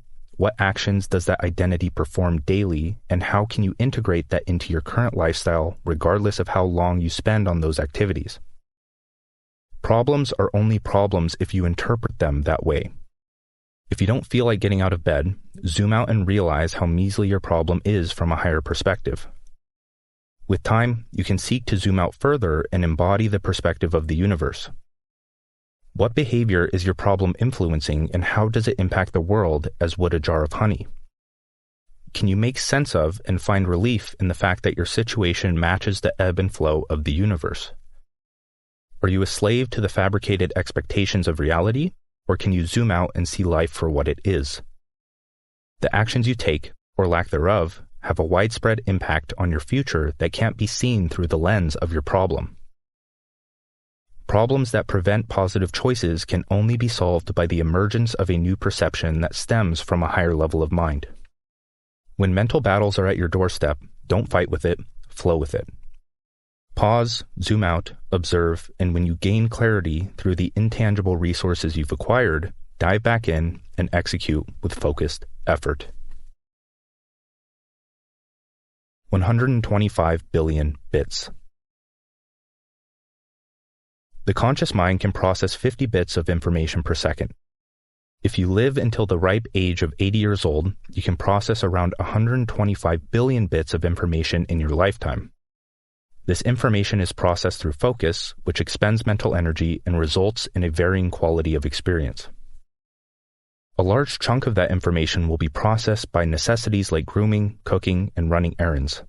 The rest will be processed by work, rest, play, and the distractions that pull you away from giving your full attention to meaningful living. Imagine your life potential as the 125 billion bits of information you can process. If your focus isn't strategic and you become a victim of modern mental enslavement, your potential is already decided. Your attention will be manhandled, your sense of self will be an unconscious monstrosity, and you will end up an average clone without your knowing. Nobody wants to wake up wondering where the time or information went. The unconscious mind can process 11 million bits of information per second. This is incredible and shines a light on the fact that most of what we think, say, and do is not an absolutely conscious decision. As we improve our mental skill that is built by our physical, spiritual, and financial development, life becomes more enjoyable with time and practice. Learning how to walk is a skill. It's difficult, if not more difficult, than learning how to build a cash cow software business. But once the skill is acquired, you can expend a fraction of the mental energy and stack complementary skills through focus until you create a powerful character. As we learn and become more comfortable with any aspect of reality, that information is stored and used by the unconscious mind. Do you have to think about walking, or do you just walk? Do you know how you are doing it, or do you just do it? I'm not asking for a scientific breakdown of knowledge, proof, and labels that came into existence after our ability to walk. I'm assuming you don't hold every muscle fiber and biomechanical formula in your mind while strolling down the street. In fact, walking is close to nothing compared to the unconscious universal processes unfolding all around you. The default state of consciousness is chaos. You have experienced this before. Unless your mind is engaged with a thought, task, or stimulus, it will wander off in a negative direction, anxiety, or boredom. When we allow randomness into our lives, negativity increases in potential.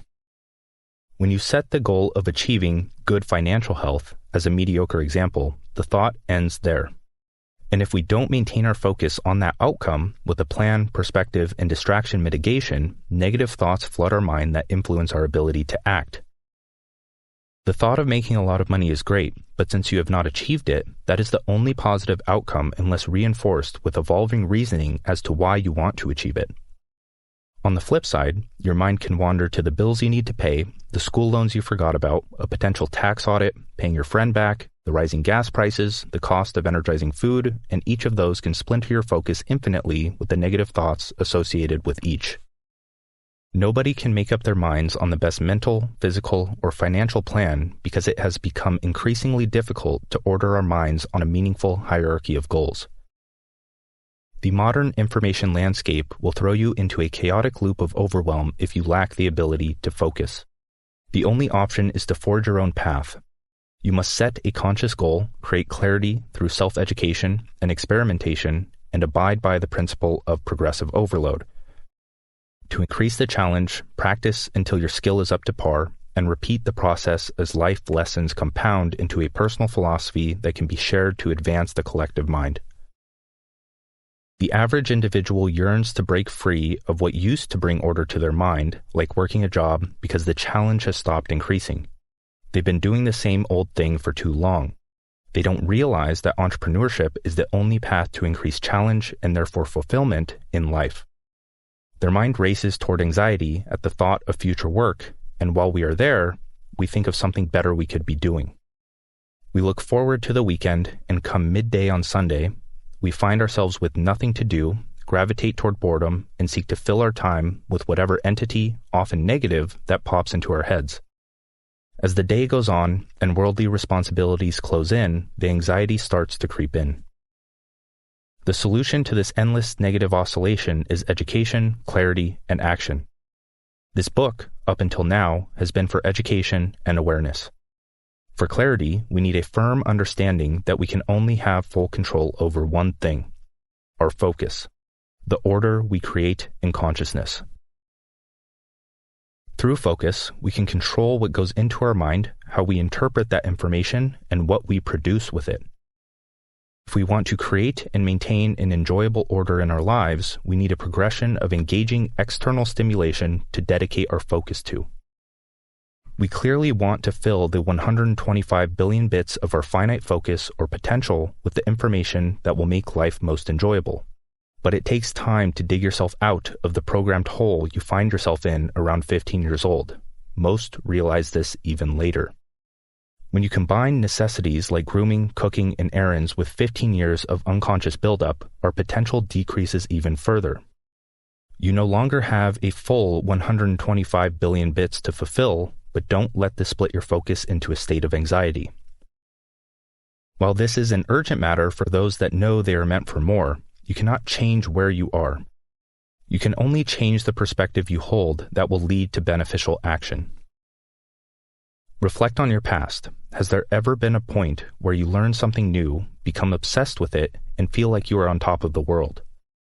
A new diet can bring you physical energy, but we tend to neglect that most of that sudden boost is the result of clarity.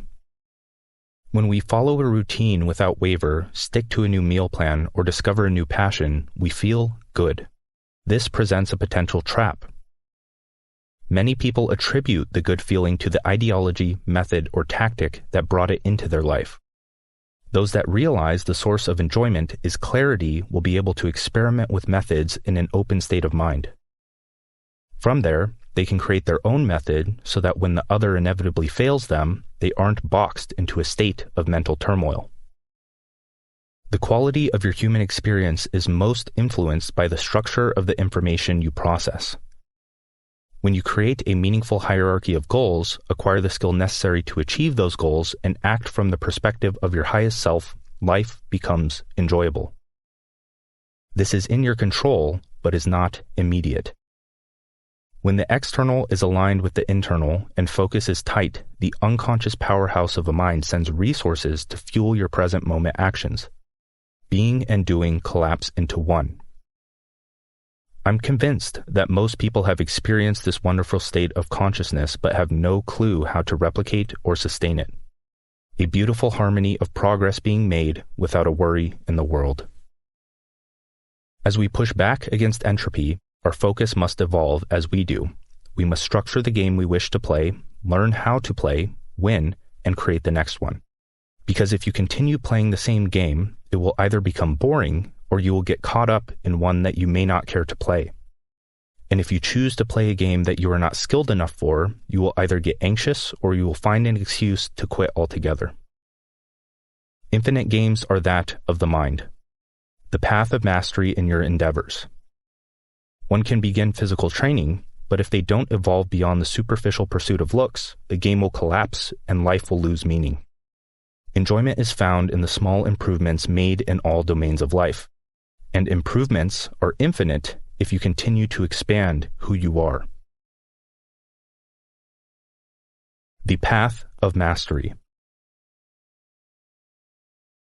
The close-minded, quick-fix attitude toward life is the greatest trap of our times, and it runs much deeper than the average person believes, which is ironic because the reason they think they aren't a victim of close-mindedness is close-mindedness in itself.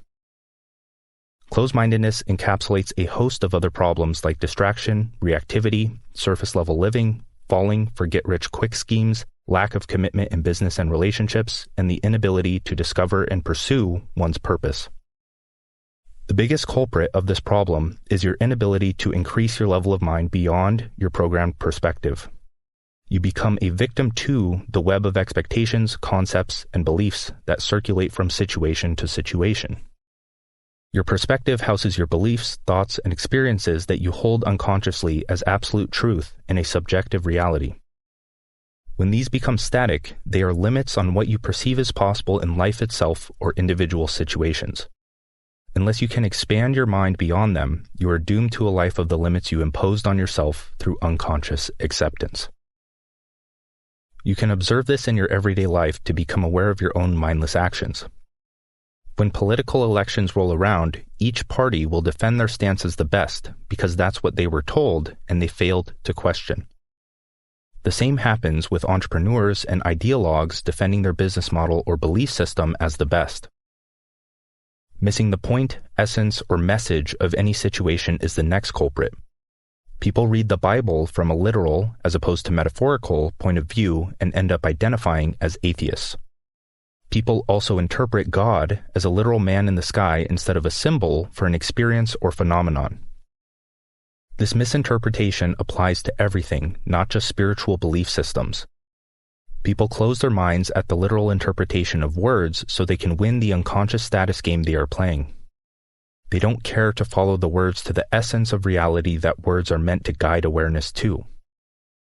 I don't blame them, of course, but there is an entire world of meaning that lies beyond literal interpretations that change from culture to culture and generation to generation. People will hear the words from someone's mouth, which illustrates a microscopic fraction of who they truly are, then go on to plug those words into the story playing in their head.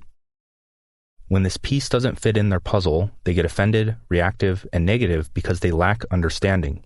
This isn't a fulfilling way to live. The difference between the quick fix path and the path of mastery is that of climaxes.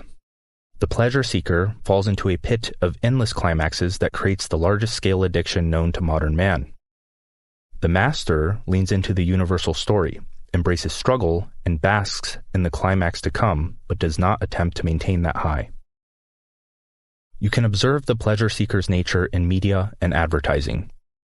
In a beer advertisement, you see somebody at work for what seems to be 5 minutes before the scene cuts to them slouched on the couch, beer in hand, drinking the night away to escape the stress of tomorrow's workday.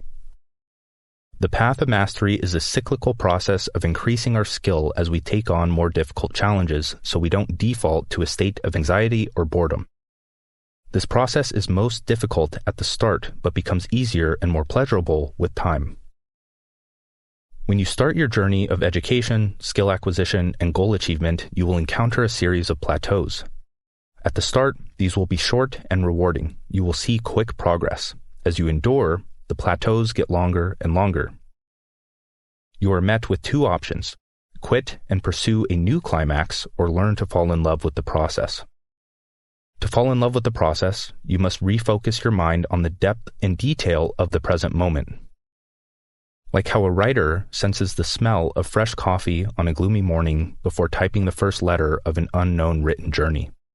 Or how a chef finds appreciation in the flow of water across their hands as they prepare a fine cut of regenerative, grass-fed steak. The path of mastery is a goalless journey that is directed by self-generated goals. A paradox that teaches you that goals help with order and direction, but that ritual, presence, and clarity bring ultimate satisfaction. It takes a certain complexity of mind forged through struggle to expend mental energy beyond the surface-level challenges of a chosen endeavor. A notable aspect of this process is the perception threshold. Any challenge, lifelong or local, is not perceived as difficult at the start. Maybe the act of starting is, and that is a challenge in itself, but actually starting any activity is usually the easiest part. As we continue on, the perceived difficulty increases and thoughts begin to flood our head. Where most people quit is where greatness is born. When we reach the point of immense difficulty, our mind gravitates toward expectations of how things should be, not what they are. If you persist through the mental discomfort, you will be forced to expand your mind to see reality for what it is. You cannot solve a problem from the same level of mind that created it. At this point, life offers a lesson to your problems, and you break through the perception threshold. A perception, or how you interpret a situation, is an idea. There are infinite ways to perceive a difficult situation. After each struggle, a new perspective emerges that allows you to perceive that situation in a more conducive manner. With time, and as you expose yourself to more experience, your perspective integrates aspects of the human experience and menial problems lose their impact on your well-being. When you stick out the difficulty of a situation and break through the resistance, you see a leap in mental skill that can take on higher challenges. Some know this as the, quote, runner's high, where one overcomes a mental battle, their mind quiets, and even when it is an extremely difficult situation, one can stick it out without complaint. This is normal to someone who enjoys running. The activity in itself is enjoyable because of the self-discovered philosophy that has shaped their worldview with time. This is a pattern found in the pursuit of any long-term or short-term goal. This lesson is best learned through experience, and now that you have the awareness of this phenomenon, I would encourage you to persist through the next challenge that makes you want to quit any meaningful pursuit. Thanks to our default state of chaos and our inability to assume a difficult path between where we are and where we want to be, we procrastinate on our dreams and resort to a state of mental discomfort, which we often perceive as comfortable because that's all we know. Let's use starting a business as an example. After all, it's the next evolution for those that inevitably hit a challenge ceiling while working for someone else, and that ceiling comes quick. If I told you to work for free for 50 people and expect nothing in return, you would think I'm crazy. Or maybe you would try it for a bit, realize its difficulty, and come to the same conclusion of my delusional mental state. Then, due to a reinforced closed mind, you will go on searching for new tactics that promise faster results just to repeat the process while standing still for years on years. If you can't see yourself doing something every day, why are you doing it? If you say you want to do this work for 5 to 10 years, why does it matter if you don't get paid for the first 6 months? When you expand your time horizon and question what you want, you'll realize what the quick fix behavior is really worth, close to zero. This applies to every aspect of life, not just business. You didn't need a quick fix for learning to walk, speak, and brew your favorite coffee. You adopted them as a part of your everyday behavior after a grueling difficulty in acquiring the skill. Yes, even brewing coffee is difficult when you zoom out to see the connection of ideas necessary to brew coffee. The only difference between your goals then and now are the illusory mental barriers that prevent you from facing reality. Chapter 7. The Formula. You can do nothing with your life. Nobody is going to stop you, but you won't escape survival and entropy. By doing nothing, the default outcome of your life will be mindlessness, chaos, and destruction. This is no exaggeration. You have the choice to go beyond yourself through spirit or regress into the animalistic senses you transcended and were meant to include, not become a slave to. Human behavior boils down to problem-solving in alignment with a goal, whether it be conscious or unconscious, meaningful or meaningless, or the decision between creation and destruction. When you aren't able to pay your bills, that's a problem. Most people will adopt a survival goal of getting a job that can fix their money problems. When they get that job, they may remain unconscious as to how they fit into the machine that the company is. They lack a big-picture understanding of the company's impact. Some people may go on to work as a simple secretary for the military-industrial complex, yet they are associated with the bombing of civilians halfway across the world. If one were to become truly conscious of the impact of that company, they would be forced to create a new goal to solve a more meaningful problem that starts with their personal life. They wouldn't be able to do this in an instant, of course, but they would see the potential of positive universal impact if they began to set goals and contemplate their vision. Since their money problems have been temporarily solved thanks to the job, the stress that accompanies survival lowers to a manageable level. From that higher state of mind, they can set a goal to build a creative income source that serves a higher purpose. The unfortunate reality is that most people will not become aware of how their actions ripple across the globe.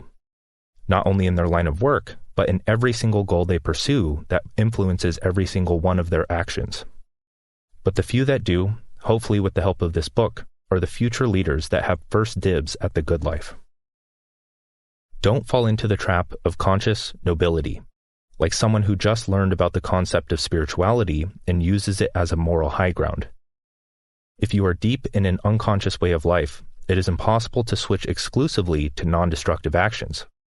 Everyone has a shadow, and the most successful individuals use what could be unethical skills as an ethical way to integrate their dark tendencies, and those that don't often manipulate others without knowing it. You will have to manipulate, cheat, and contribute to evil. Nobody wants to admit that, and that's what chains them to it. Evil exists and is a necessary balance that allows good to exist. We all make mistakes, and it is foolish to think that those mistakes shouldn't be a part of your life. A majority of the population hides behind an unconscious moral high ground that contributes to more evil than the conscious individual that attempts to integrate, transmute, and harness their dark energy. When you encounter a problem, you have a choice. For most, this choice is automatic and made in a way that best serves the unconscious manipulation of others that was conditioned into their psyche. Personal responsibility is understanding that you have the power to choose regardless of how you feel, and you must take it. Your future does not have to be the outcome of your past. We need to create conscious goals for the problems in our lives. These goals act as a decision filter for making the best decision in that situation. When you inevitably make a mistake and a new problem reveals itself, that too must be filtered and corrected with time. A game is a system that requires individual choice.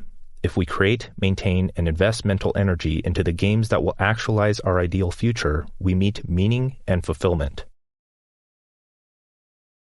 Anti-vision. If I start to visualize my father's eventual death, I get teary-eyed.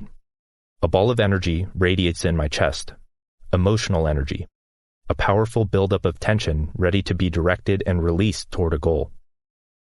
There isn't a specific story, aside from the thousands of experiences I hold with my parents, that accompanies this. Anyone can dig into the experiences of their past, generate a potent energy source within them, and focus that energy through action toward an intrinsic hierarchy of goals. This is the secret of the disciplined and successful. Self-discipline is when the desire to become the highest version of yourself outweighs the desire for cheap pleasures. When I am stuck, I'll go on a walk. On that walk, I allow thoughts to trigger thoughts, which I will attempt to deconstruct into their smaller parts. When a thought catches my attention more than the next, I will sit with it, question it, and imagine the extreme situations that could arise from that thought, both negative and positive. When a thought of my father pops into my head, I ask, have I called him enough? He's getting older, Dan. You know that. Have you spent enough time with him? Would he be proud of what you've accomplished? Or does this all even matter? What about Mom? Would she appreciate a spontaneous trip to her favorite spot? Do I have time for that? Why is this all about time? Is my work taking away or adding to what I can give back to the parents that spent 18 years of their lives raising me? I should call them. From that paragraph, I gain a mixture of anger, sadness, ambition, and love circulating from my belly to chest to head. It feels terribly good, and boy, am I ready to take on any challenge that gets in the way of the best future I can create for myself, loved ones, and those that come in contact with me. You've experienced the same phenomenon. Think back to the last enjoyable vacation you went on. How did the sun feel on your skin? Did the trees, beaches, or mountains leave you in awe? And the place you stayed the night, did it give you inspiration for your future home? When you were a child, what was something that you absolutely hated? That thing you felt forced to do? That thing you never want to do again? Pull the feelings associated with that experience into the now. If you want to get ahead of the majority of the population, here's a good exercise. Keep a notebook or journal handy. You'll be encouraged to use it throughout the rest of this book. First, become brutally aware of two things. 1, what you don't want. 2, where you will end up if you keep doing what you've been doing. Observe the masses and see where mindless action leads. It's not pretty. When I reflect on my past, this alone brought clarity to my future. Like collecting the puzzle pieces that I didn't see when the situation first passed. I love my parents, and they taught me incredible lessons, but nobody is perfect. Throughout my childhood, schooling, and religious indoctrination, I made mental note of the future I did not want to live. It's easier to know what you don't want from experience than it is to know what you want from imagination. But realize that imagination holds a lot of power. You need experience to fuel imagination, and when the two are combined, you create a frame that is impossible to distract your focus. Create an anti-vision for your future. Write out every single thing you don't want, why you don't want it, and how you are going to avoid it. Throughout this process, you won't get immediate answers. Being conscious of your mistakes will serve as your light in the dark.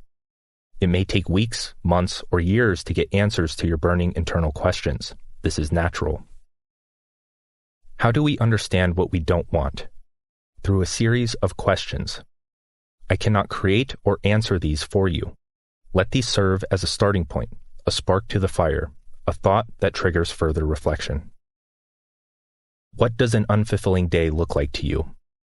What kind of person would you avoid as a significant other? How do you not want to look, feel, and act? How much money is too little to sustain your lifestyle? Why is it too little? What won't you be able to do with that money? What environment would you hate living in? Why? Get meticulous here. Spend some time with your thoughts. If questions keep coming up, don't stop. And when you feel thoroughly uncomfortable, transmute that negative energy toward the opposite. Flip to a new page, refer back to the questions above, and write out what you think you want in your future. From your anti-vision, create a vision in which you can dance between the two to make better decisions daily. The highest paid individuals are the visionaries, strategists, and creative problem solvers of the world. Your vision is greater than yourself. It gives you a soft direction to focus the goals and actions that stem from it. Your vision should be big, not limited by belief, and emotionally compelling when you marinate your mind in the growing detail. Your vision is your gift, not a fancy machine on wheels, vacations, or the amount of money you made from that vision. When you are walking down a busy street, it will show in your strut. When you are alone with yourself, you will feel at ease. When you are in the market for a potential partner, they will sense your dedication. A clear vision is an eternal source of energy when consistently refined through self-reflection and conscious decision-making. Through the art of focus, you can tap into this intrinsic motivation at any time.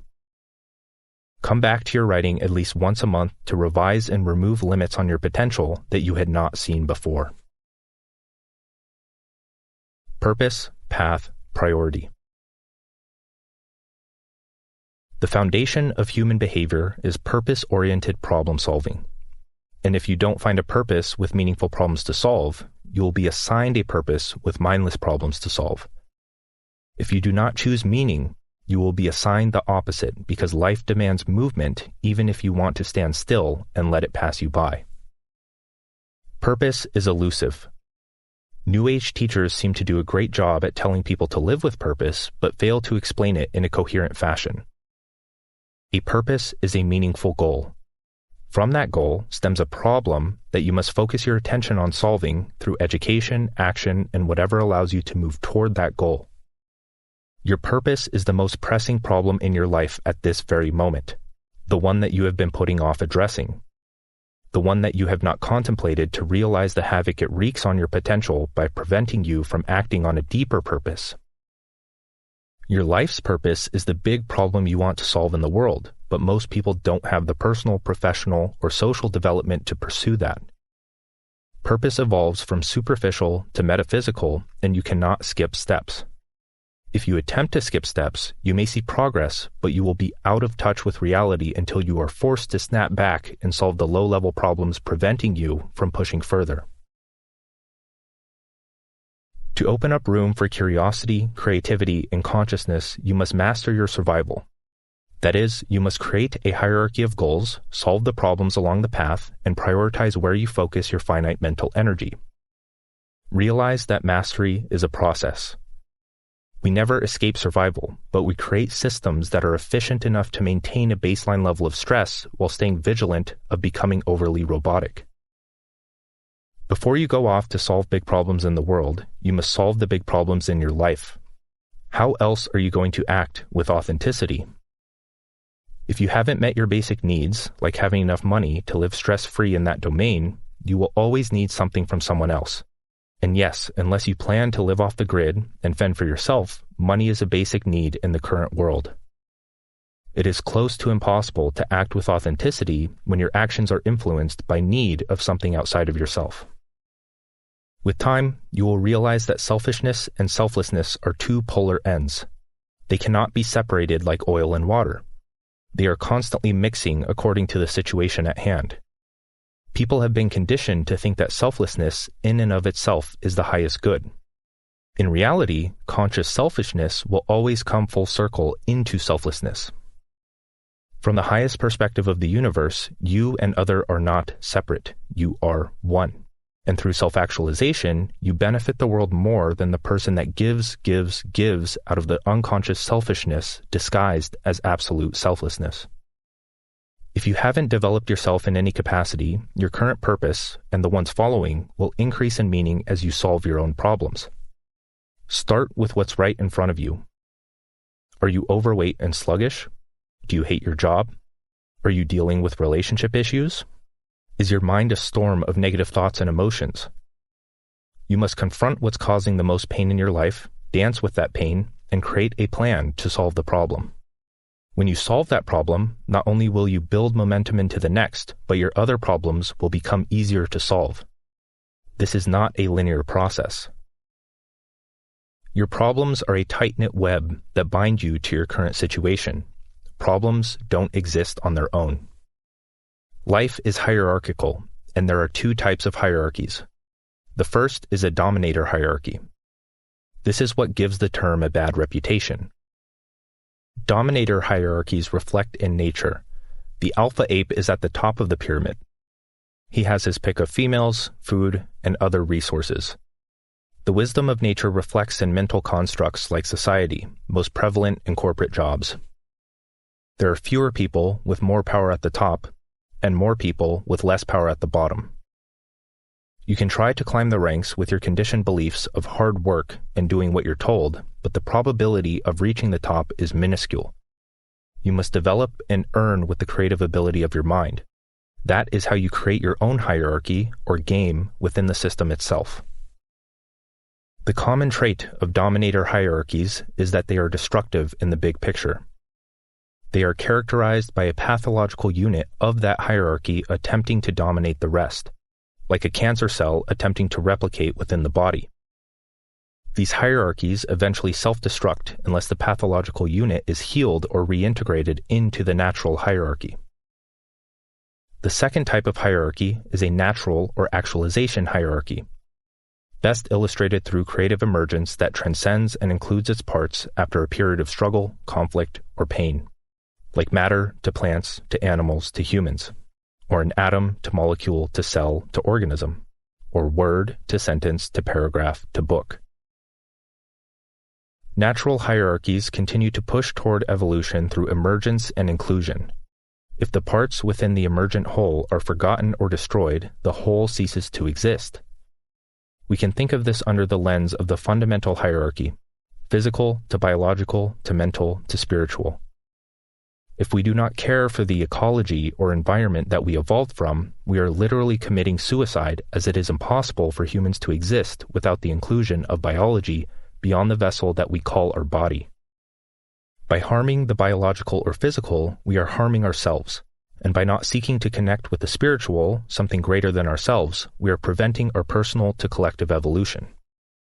Life is a process of self-reflection and problem-solving in a way that makes survival meaningful by increasing your level of mind to solve better problems. So, we must use our purpose to create an actualization hierarchy from the top down. We must pursue a purpose while integrating the aspects of our past, both positive and negative, that create the character we use to navigate the subjective world. And if we don't, or we attempt to destroy that part of our past, the ramifications can be deadly. The path of mastery that will help you achieve your purpose is a series of goals that create clarity, frame your attention, and repel distractions.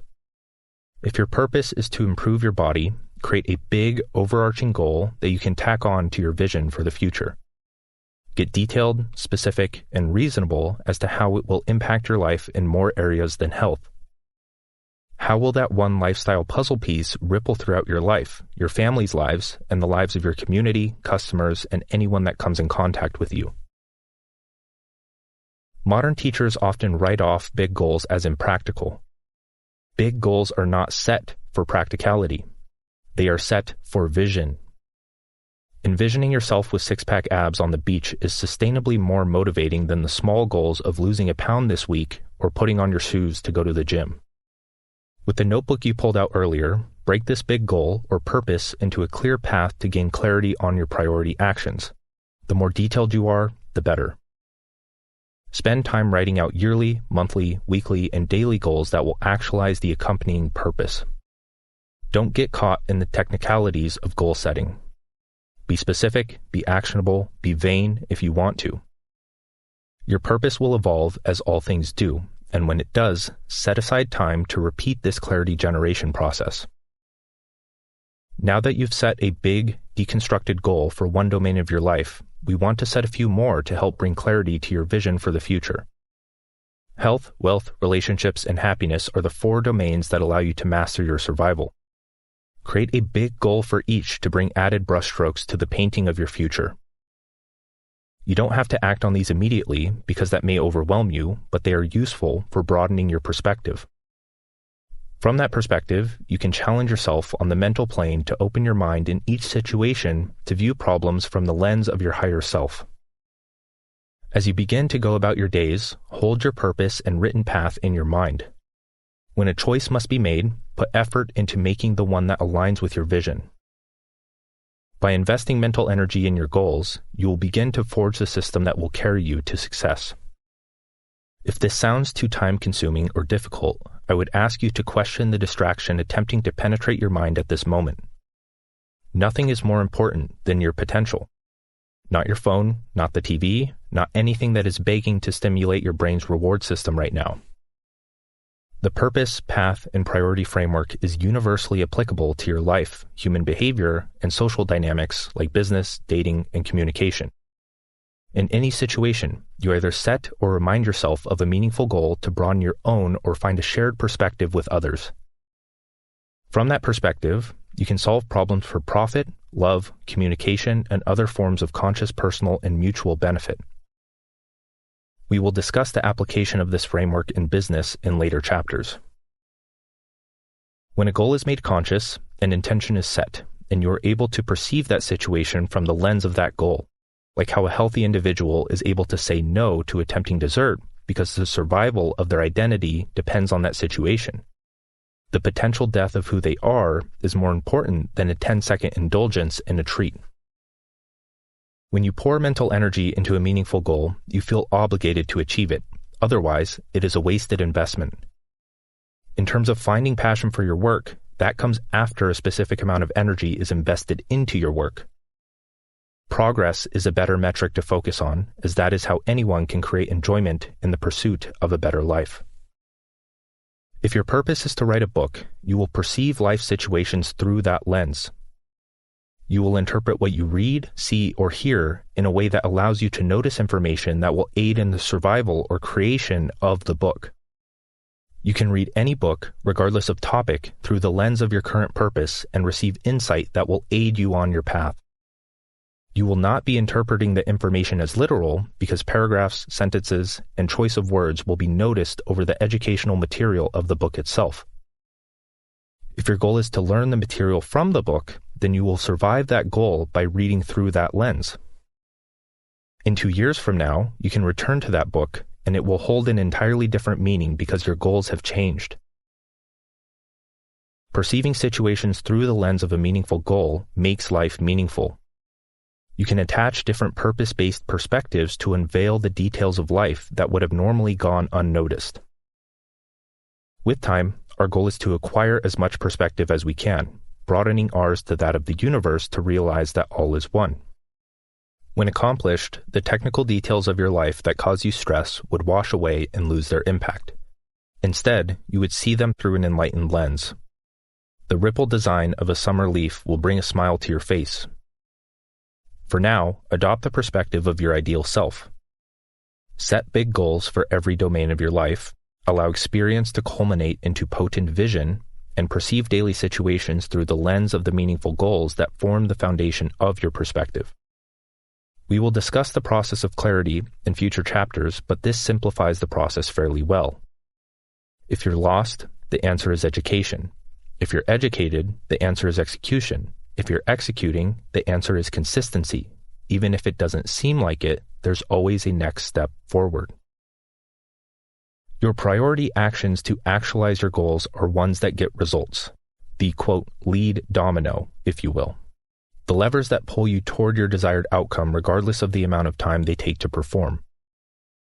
If you have financial problems but can't start a business due to having too many responsibilities, then don't start a business. Face reality and experiment with a budgeting technique, increasing your professional development through skill acquisition, and potentially searching for a new job. Once the lead domino is knocked over and momentum is built, you can begin working on your dream of starting a business. This is how your life system is created, maintained, and improved. Systems have a desired outcome, a process that results in that outcome, and inputs that meet the demands of the process. As your purpose evolves, the layer of systems that allow you to evolve become more complex, meaning your character becomes more complex. You acquire the skill necessary to take on higher challenges. If you lack clarity along the path, realize that obstacles don't prevent clarity. Creating a lesser goal that matches your current skill level can absolve all doubt in your ability to act toward your future. When you feel overwhelmed, lost, or anxious, it is usually because you are projecting too far into the future. You don't have the education, skill, or conscious challenge to bridge the gap between you and it. When faced with any decision, use your plan as a filter and adapt it as necessary. Perceive every situation in a way that allows you to act in alignment with your purpose. And if you can't make a choice, the answer is no, which often means doing nothing to let the fabricated problem blow over. The edge of the known. Even if you choose to do nothing with your life, you will be forced to move. You will adopt the goals of others through evolutionary imitation, play status games to achieve them, and get trapped in a level of the social hierarchy that leads to surface-level living. Psychological time poses one of the greatest threats to the human experience because humans are the only ones that can experience it. Psychological time is illustrated by our desire to live in the past or future in a way that does not help us but harms us. Animals seem to live in the eternal present moment. They may learn from the past for the sake of their survival, but you would not see a dog stressing at night because they have to go on a walk the next day. You will only see them stress when the source of that stress is a part of the present. They feel into the present moment, no matter how positive or negative a human mind would label that aspect of their human experience. We've discussed how we do not want to regress into our animalistic nature and instead pursue something beyond ourself, but that does not mean we can't learn from animals and integrate their useful parts. You can observe a dog, child, or other being that doesn't have years of mental programming under their belt and pull some profound insights from their actions. Like how a puppy is fascinated by fresh grass while we glance over it because we already think we know what it is. As humans, we reminisce on a familiar past, something we have experienced before, and allow thoughts of that point in time to flood our mind.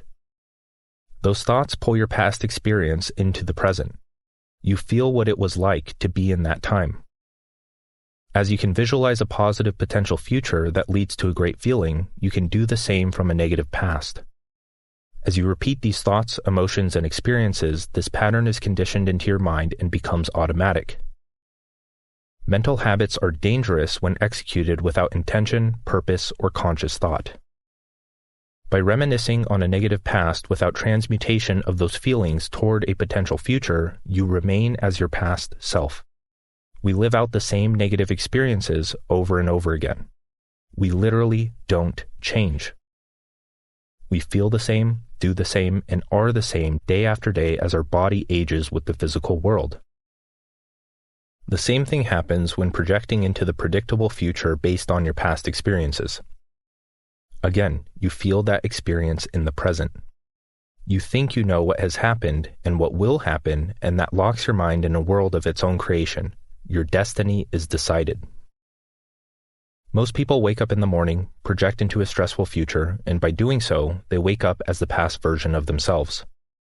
There is a habit of thinking about the same old stressful task at work, saying hello to the coworker you despise, and coming home to a spouse that is going to start an argument. Rather than setting a new conscious goal to change the day's outcome, we psych ourselves into having yet another bad day. The only way to break the surface-level living cycle and change who you are is to become an explorer of the unknown. You must think new thoughts, set new goals, learn new skills, have new ideas, and execute on those ideas to build yourself out of the hole you were born and raised in. Your psyche demands novelty for progress, but most people get theirs from the endless sources of instant cheap pleasures. Exploring the unknown is how you live in accordance with nature. Most people are a walking contradiction, but not in the way that makes one interesting. They pursue the safe, certain, and secure route in life on autopilot. Big aspirations, but low risk tolerance. What they don't realize is that the default path presents the greatest risk of them all, staying the same, just like everyone else. There is an extreme method for sparking change, but it is only for a select few. I call it tactical stress. The conscious decision to put yourself in a do-or-die situation, knowing that you have the skill to make it work and will accept nothing less than success.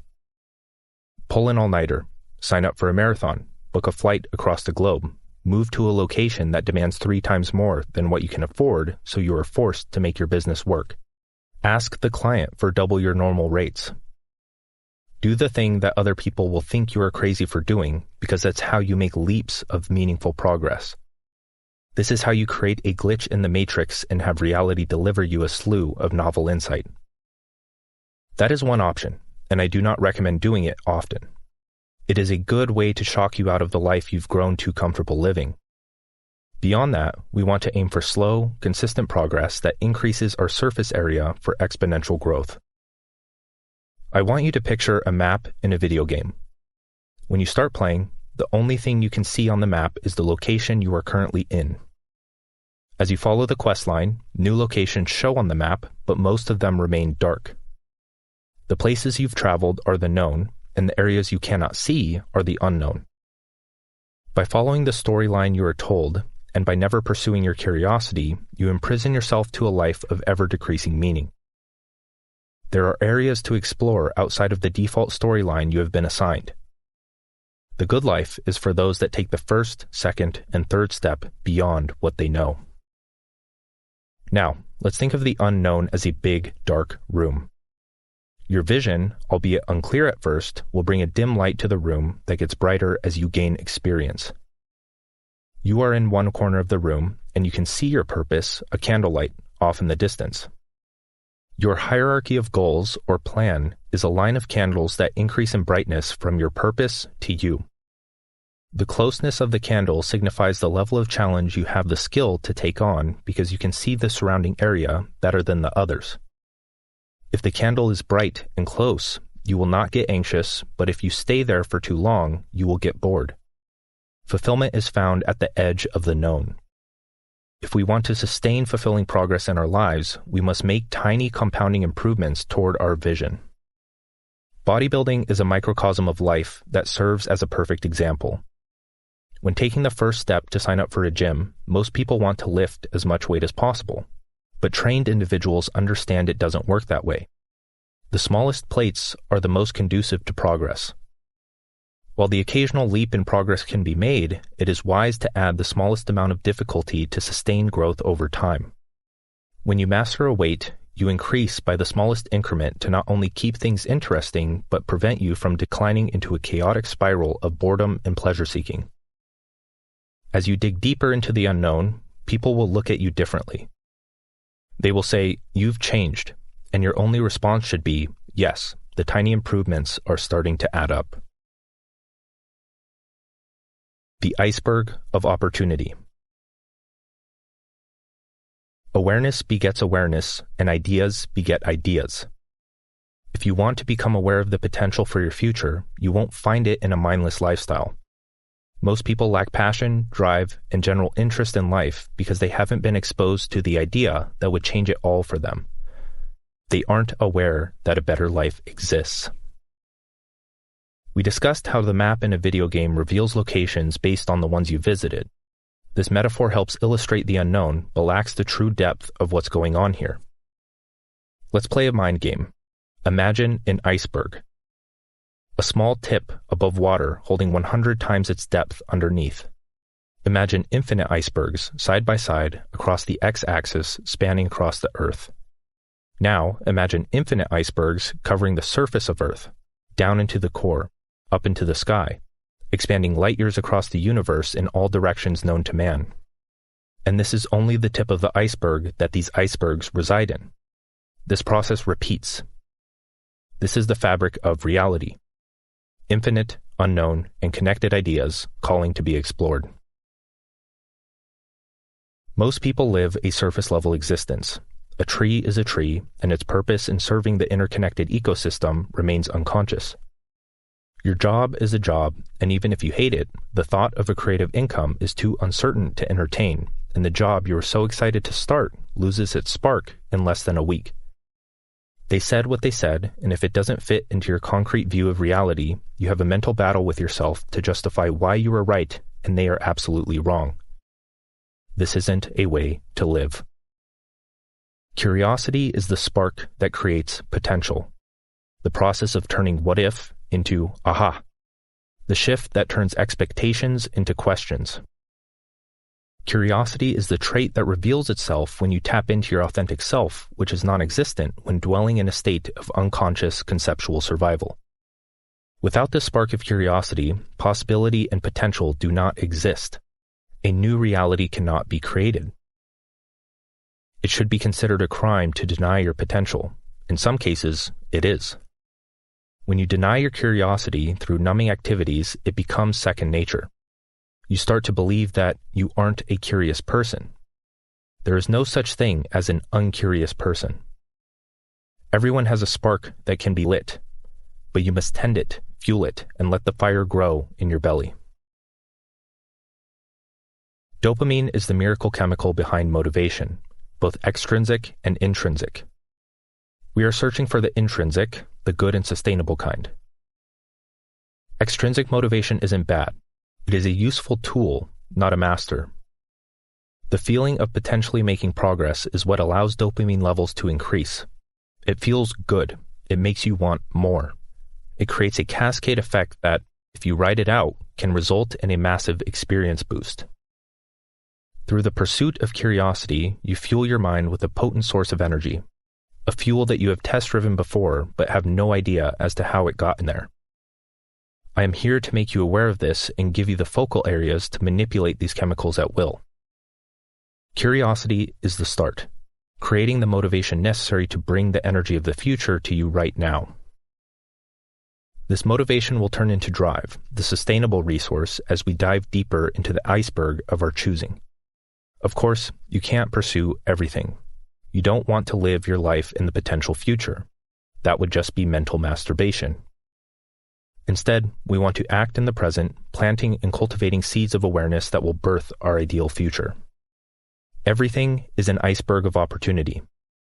The honey that we dissected in a previous chapter, your favorite article of clothing, the phone you hold in your hand, the craft coffee, beer, or wine you love, the identity that your friends, family, or spouse have forged, the can of diet soda, its branding, the intention behind its design, how many people will drink it, the manufacturing process, the stores that sell it in more than just a can, how it compares to other soda brands, the marketing campaigns that reproduce in mines across the globe, how many fluid ounces are in the can with a certain amount being water. Don't even get me started on water. The point is that the interconnectedness of the relative world creates depth and detail that can be used to expand your consciousness through a curious mind. There are 4 paths you can take to pursue your curiosity further. First, you can appreciate it for what it is. Walk with a mind of gratitude for the facets of the world we live in, be open-minded and awestruck by the depth of the forms that compose your present moment experience, and let others pursue things without your negative projections, assumptions, or judgments. Second, you can seek to understand it. When you feel the pull to go deeper, don't suppress it. Learning and understanding will always aid in the infinite, interconnected fabric of reality. You can seek to understand many situations, experiences, and ideas, but your time is limited. Third, you can master it. Mastery and understanding go hand in hand. When it comes to your life's work, you must seek to understand multiple areas of life, but only a few will stick with you enough to include them on your path. If you become curious about technology, appreciate it, understand it deeply, and fall in love with its depth, and attempt to master it as a modality for your survival.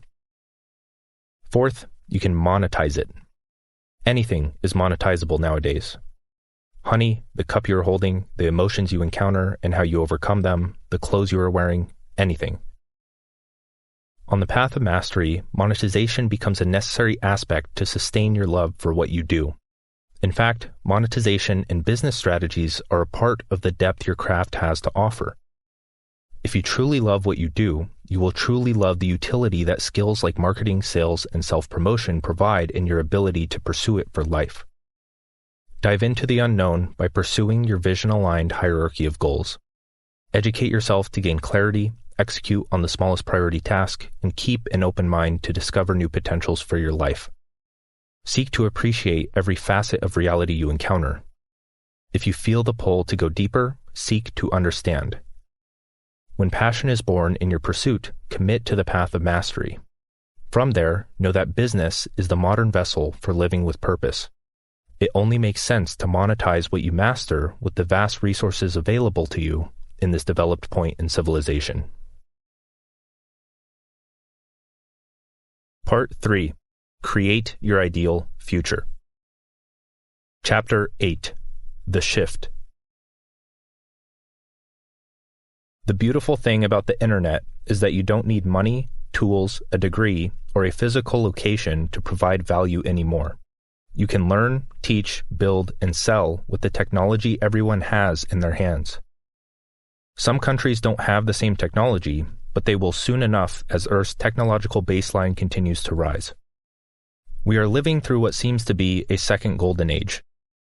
The formal education system is being challenged by independent educators, journalists, experts, and artists that sought to remove the cap from their salary and physical reach. The banking system is being challenged by decentralized currency programmers. The government is being challenged by remote work and the desire for multi-nation citizenship to pay less taxes. The technological advancements that provide us with these new freedoms come at a cost.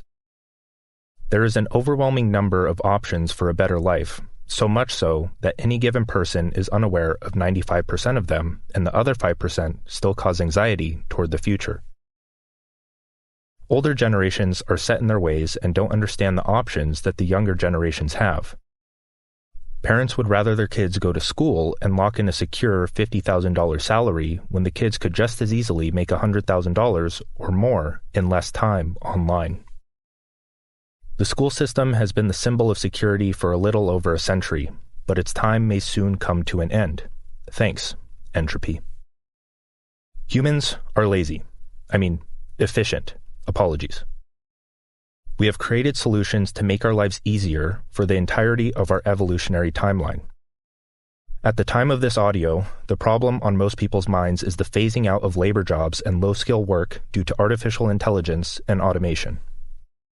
Fast food and grocery store workers are being threatened by automated kiosks and robots that don't cost the company an hourly wage, no matter how small. Semi-truck drivers are being threatened by self-driving trucks that can be controlled from a remote location anywhere in the world. Even writers, artists, and programmers are being threatened by artificial intelligence tools that can spit out words, masterpieces, and code at the click of a button. In times like these, it makes sense why everyone is losing their minds. Their survival is at stake in more ways than physical. They don't have the time to learn about their options, and they are comfortable to the point where even a few minutes out of their mundane routine is perceived as hard. In a world ruled by money, it may not make you happy, but there is a baseline you must reach to sustain a fulfilling lifestyle. Money is the lifeblood of society, and if you want to participate in any aspect of it, money is now one of the most important basic needs in the world. You can play the status game of not needing to make a lot of money to be happy, but unless you reject the world to live off in the woods, you are fooling yourself. Low-skill labor jobs are being phased out at an exponential rate, and I can't help thinking that this is exactly what the world needs. One man's labor cannot scale, but the creative ability of his mind can. You have the opportunity to solve your own problems, help others solve their own, and impact the world at scale while generating a creative income with the power of the internet. Education, entertainment, and inspiration now form the pillars of an emerging digital society. Purpose, profits, and peace are no longer mutually exclusive. Emerging education. When I was a child, I felt alone. I was a rebel. I questioned almost everything that I was told to do, whether it was having to go to church, after-school sports, or college. I am grateful for my programming because it allowed me to get a leg up on my peers who listened and obeyed without question. Formal education has its place, but people are losing trust in its ability to secure their future. And I would argue that they never had trust in its ability to secure a fulfilling future. People inherently know that enjoyment in their life is their choice, but nobody wants to face that reality, so they outsource their future to schools and jobs. It's all too common for someone to spend 4 to 12 years and tens of thousands of dollars just to be placed in low-paying jobs that require a fraction of what they were taught in school. That is the ideal case. Most of the time, students need to self-educate on the side to secure an income outside of what they went to school for. The degree, at that point, serves as proof that you can do something that you hate for years, so they happily hire you.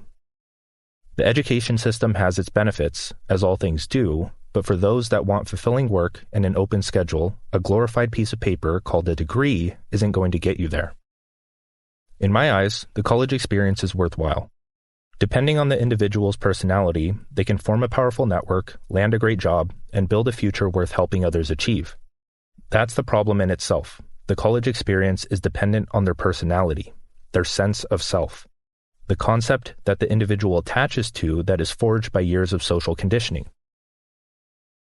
Colleges create educational material that holds a high authority on the internet. Students form their worldview from this information because it allowed them to do well in college. Students grow up and create families with the same worldview.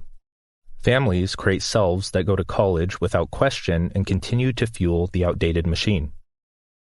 The main reason people go to college is because they haven't questioned who they are, what they want, and developed themselves to the point of self-reliance. We are all here to maximize our human experience. That's it. That's all we are looking for. Some attempt to find happiness in the short term, some in the long term, but we are all on the same path. We don't want to suffer, and education should reflect that. When we bust through our selfish karma, we then open up room for selflessness, and we can impact the world from a more enlightened perspective. This higher perspective cannot be reached by conforming to the formal education system. In my opinion, kids don't need to be taught an idealized version of health and gender studies, nor do they need to memorize concepts in algebra and physics that don't transfer over to living a life of enjoyment and impact through a nuanced lens. People can find enjoyment in the interests that college can introduce them to, but one does not need to follow the same path as everyone else to find those interests. The first lesson of any teaching should be to encourage the questioning of any teaching. The second should be to lean into the curiosity that will allow you to fail the fastest. From there, we can include topics on persuasion, mental models, research skills, critical thinking, and entrepreneurship as vessels for applying any skill the individual may learn. This will never happen, since the education system is interwoven into the social fabric of corporate jobs and government agencies. The government influences the general curriculum, and the curriculum influences the job opportunities that students have available to them. From the outside looking in, this is a cyclical yet groundless system that reduces novel emergence, innovation, and personal development. At worst, the school system conditions convergent thinking, conformity over authenticity, memorization over process, failure as something to avoid, authorities as unquestionable, long work over efficiency, and intelligence dictated by book smarts. At best, this pricey status symbol will give you the experience you need to make better decisions as you enter your prime years. You will make mistakes, party a bit too much, and meet lifelong friends that you wouldn't find in your hometown. After 5 years and $20,000 down the drain, with 2 more years to complete my degree, I was fed up. There was a lot on the line, and the thought of getting a job was the bane of my existence. I knew I could acquire the skills to avoid that reality. In my final year, I took a class on basic computer programming. This was the first class I was interested in, so much so that I spent 3 to 4 hours a day studying outside of class with online courses and tutorials. This is when the reality of formal education slapped me in the face. Within 2 weeks, I had learned the entirety of the college course curriculum through self-study on the internet. I stopped going to class, but still aced the tests. Computer programming was an in-demand skill, and my intense bouts of obsessive study opened a world of possibilities. I could freelance and avoid getting a job, I could build my own app and attempt to get paying users, or if all things went wrong, I could get a high-paying job. The tech industry didn't care about a degree at that time, and more gigs were moving in this direction. That was in 2018, and the world has continued to shift toward individuality, decentralization, and accessible information. You can learn any skill, cultivate your value, and distribute that value to the people that care about what you have to say. Deep knowledge. For the first 18 years of our lives, depending on where you live, society is designed to strip our childlike curiosity from us. This is a blessing and a curse. A blessing for those that realize it, a curse for those that don't. Again, I want to make clear that this is not some kind of conspiracy theory. It is human nature manifested over centuries that has created an efficient system for reducing collective entropy. It has its perks, of course, but has ruined more lives than it has exposed to their potential. Curiosity is the path to doing the things you want to do. Curiosity is what makes you, you, and that is a necessity heading into the future of automated work. If you learn the same thing as everyone else to be trained into the select few jobs that are left, you can be replaced by almost anyone. The solution is deep knowledge. Deep knowledge is difficult to find where general knowledge is taught. Deep knowledge is information that gradually raises the level of mind of the student. It helps them solve a sequence of problems toward a meaningful hierarchy of goals. It takes a vision, hierarchy of goals, and dedicated time for curiosity-based self-education in alignment with those goals. If you are learning the same thing as everyone else, you will fight for the same replaceable opportunities as everyone else. The difference between formal education and self-education is being able to choose the material you learn according to your self-generated goals. The online education industry has hit exponential growth since the year 2020, and I don't see it slowing down anytime soon. Jobs are being threatened left and right, and it only makes sense that people search for a new path. Formal institutions have joined this battle, of course, by using their capitalistic leverage to flood the online learning space. But they only have a fraction of the manpower that individual creators have to teach based on real-world experience. The incredible aspect of this education revolution is that the information is accessible to anyone in the world. You no longer need to move across the country to attend a prestigious school for the sake of developing a professional network. In a watered-down description of an overly optimal situation, you can purchase a course, acquire a skill, and send a direct message to a high-status individual online to work for them. Or you can use that skill to build your own business with close to zero startup costs. Of course, this takes time, but the focused individual can acquire an irreplaceable skill stack in a fraction of the time as those that came before them. I like to think of deep knowledge as zip files for the mind. Independent educators teach through a specific perspective that can be shared by the students. That alone creates a more diverse and effective learning experience. With the students' goals, level of mind, and current skills taken into account, specific information can be injected into their brain in a way that blooms their understanding of the topic. I'm convinced that the future of schooling will be done online with creators as teachers, and each student can join the school that aligns the most with their interests, values, and preferred method of learning. One school system wouldn't dominate 12+ years of their life. Students would evolve beyond one after a few months or years, go on to the next, and eventually be able to start their own, if the other schools have the underlying principle of critical thinking and personal experience. If creator and community-based schools followed patterns of the universe, their teachings would evolve as they do. This would desaturate the education market below it, allowing new educators to come in and teach beginners from a fresh lens.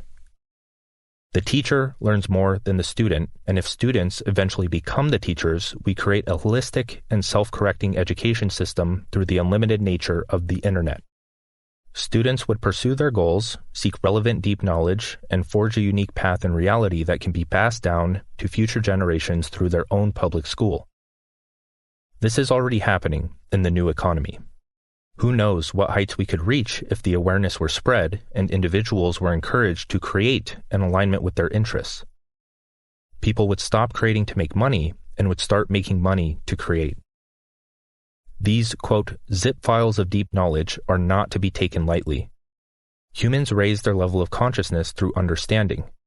Over the eons of our existence, we have been creating new knowledge that allows individuals to understand complex topics faster. If language paves the road that thought can operate on, and newly created knowledge through experience is being distributed without regulation, the future of work is being forged right before our eyes.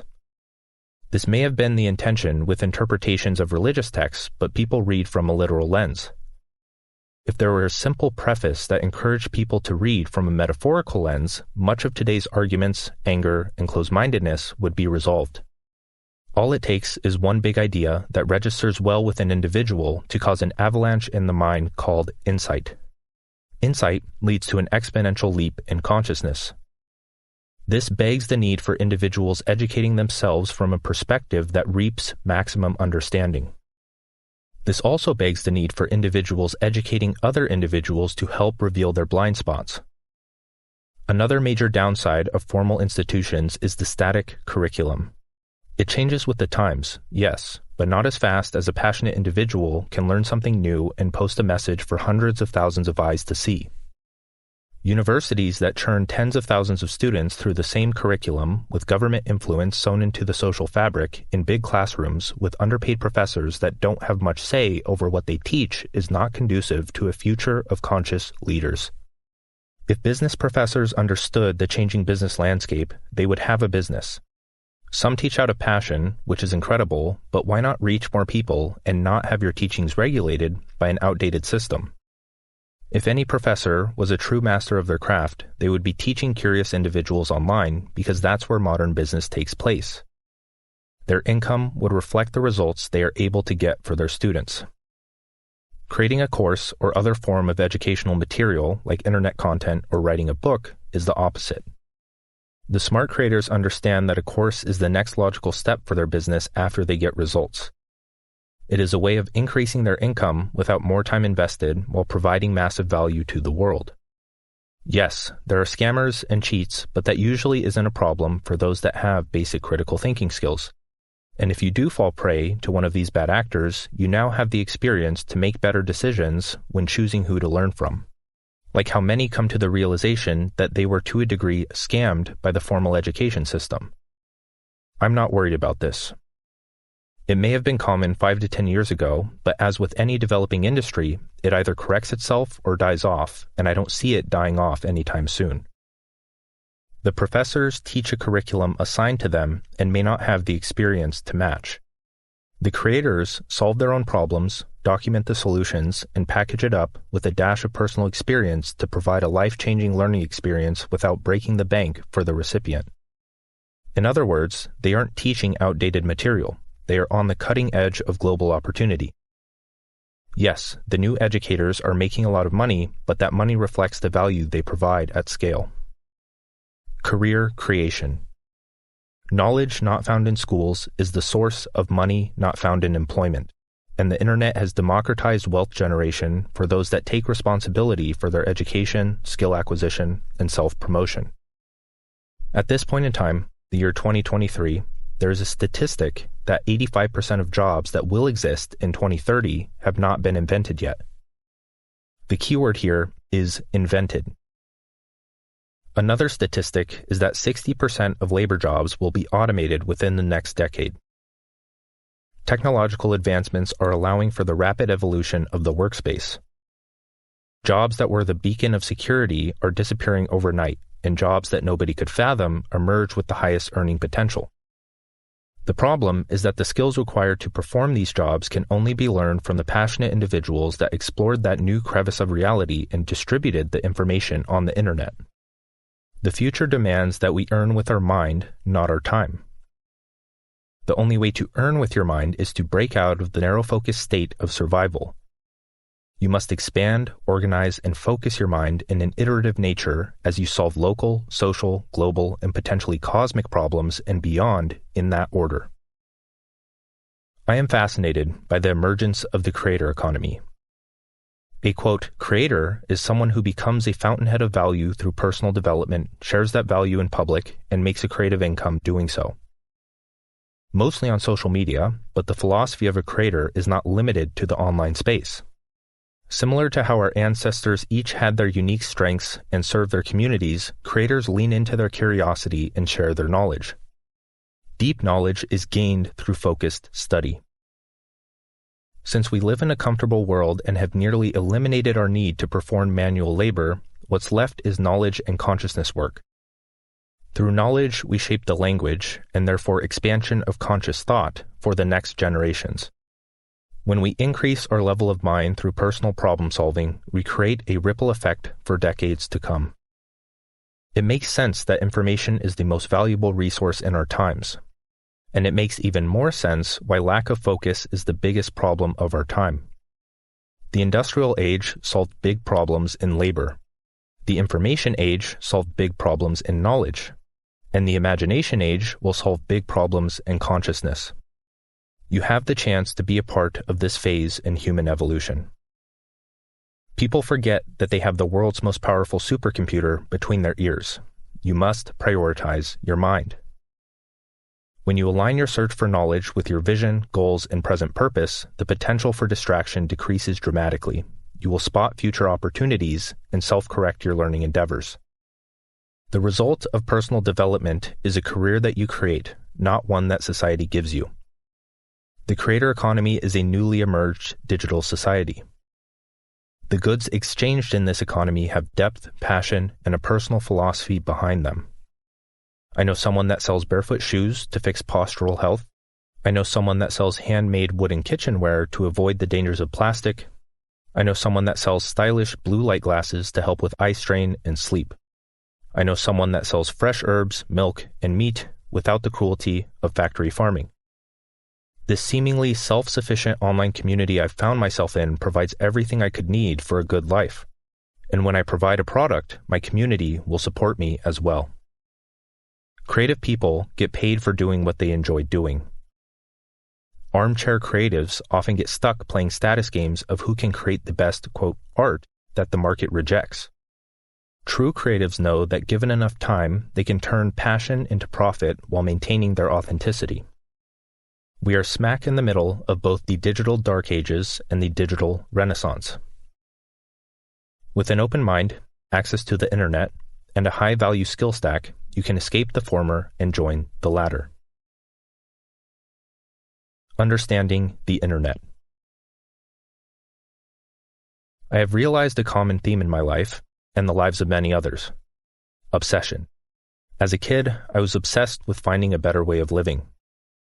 I don't know what sparked this. All I know is that I was a silent observer. Everywhere I went, I paid close attention to people's actions, not in a judgmental way, but in a discerning way. How did that person get to that point in life? Why did they look that way? Was it because they were going through the closest fast food drive-thru for breakfast each morning? Extra this, extra that, or was it because they could only view the world from their conditioned lens? Many things didn't sit well with me. One of them was the conventional career path. Go to school, think you know what you want to do at 18 years old, possibly get a job the first time around, possibly enjoy life while having zero control over 70% of your day, finally have the freedom to do whatever you want with your time at 65 years old. Sign me up. Nope, didn't like that. A quote, secure future didn't sound so secure when I pierced through the veil. So I spent my time in the gym, learning from people I aspired to be like on social media, learning whatever skill could help me with new opportunities, and failing at 7+ business models. To many, this sounds like a hellish existence. To me, it was the only thing I could find true satisfaction in. Two sides of the same coin with a difference in perception. I found solace in the creator economy early. Individuals that took advantage of the social media boom had my dedicated attention. They gave me a foundational understanding of the things that mattered. With a consistent self-education habit with matching execution, I took control of my mental, physical, and financial health. Through direct experience, I was able to solve my own problems, systemize the solution, and use my mental energy on creative endeavors that spread passion to others. The future of work will not be work. It will be play. The human psyche is wired for survival. Entrepreneurship is modern-day survival. But most people have a twisted view of entrepreneurship. It's not about starting the next billion-dollar company. It's about leveraging your stack of skills, unique story, and finite focus to create a life of meaning. Everyone is an entrepreneur. Some just get paid for the value they cultivate outside of the conditioned path. We don't have as much control over human evolution as we think, but we do have control over the novelty we seek, gather, create, and trade. The path is already laid out, and it is unfolding rapidly before our eyes. Those that hop on the train will thrive, and others will experience neurobiological decay. Meaningless dopamine sources have people in chains, while meaningful dopamine is reserved for those that hunt and evolve. That is, pursuing your curiosity in alignment with self-generated goals, making novel discoveries in the unknown, and being able to maintain an impactful lifestyle in a world that is shifting from corporation to individual. The goal is to tap into your creative genius, create solutions to true problems, condense valuable information, and raise the well-being of the collective through your efforts. The internet is the hunting ground, so let's begin to dissect it for big-picture understanding. There are billions of people that have access to the internet, while only a fraction don't or choose not to. If you want to reach almost anybody, there are two things you need to understand. The back end of the internet is code. Unless you plan on becoming a programmer, we don't need to get technical here. Code is the series of commands, functions, and systems that delivers interactive information to your screen. The front end of the internet is content. Every single person should have a foundational understanding of content because it is a microcosm of life itself. Content is composed of writing, speaking, and visuals that distribute a valuable message. In essence, content is an extension of the personal and collective mind. We put out our ideas, beliefs, and opinions that form a digital society, cultures, and world. Content on the internet is content in the collective consciousness. The valuable message you distribute is subjective. What we perceive as valuable fluctuates on a daily, monthly, and yearly basis. At night, you may find value in watching a good movie. During the day, you may find value in learning a new skill. The principles of a valuable message are less subjective. The goal with content is to leverage human psychology to capture attention, hold attention, and deliver value on that attention through problems, stories or games, and solutions. Content is but another song frozen in time, floating around in intangible code. Impactful content mimics the ebb and flow of the universe itself. Purposes, paths, and priority problems that spark curiosity, discovery, and behavior change. The internet is a public resume, school, job board, note-taking system, and podium if you perceive it as such. There are brands, creators, students, consumers, and those that are transitioning from one phase to another, from distracted to focused, or vice versa. Brands and creators host content that educates, entertains, and inspires their audience. If they don't have a product, their self-promotion doesn't go to waste. Employers are online, and they are very active in hiring those that distribute the most value. In other words, even if you aren't sold on becoming a, quote, creator, you won't escape digital survival. You either create and distribute value or drastically limit the opportunities available to you. Those that have realized the mindful power of the internet would be considered students. They learn from brands and creators until their time inevitably comes to join them. Then there are consumers. For the sake of distinction, quote, consumers will be defined as those without a vision, influence, perspective that are consuming surface-level information that is not conducive to their non-existent ideal future. Everyone is a consumer, yes, but as the dualistic nature of life goes, one must also become a creator so that extreme consumerism doesn't overtake their potential. Creation and consumption are two sides of the same coin. We will discuss this in depth in the coming sections, but understand this. Observation, awareness, and correcting your focus through self-reflection is the greatest teacher for understanding human nature. By understanding how you interact with the world, both physical and digital, you understand others and can apply that knowledge to increase the impact of anything you create. Chapter 9. The New Rich. Happiness is a skill. It is not given, but created. As with all skills, it must be practiced, refined, and adopted as a part of your life. When isolated, happiness loses its meaning as it cannot exist with an unhappy reference point of prior experience. This is the problem with New Age positivity. You can think positive thoughts all day long, but people fail to realize that every positive thought holds a negative seed.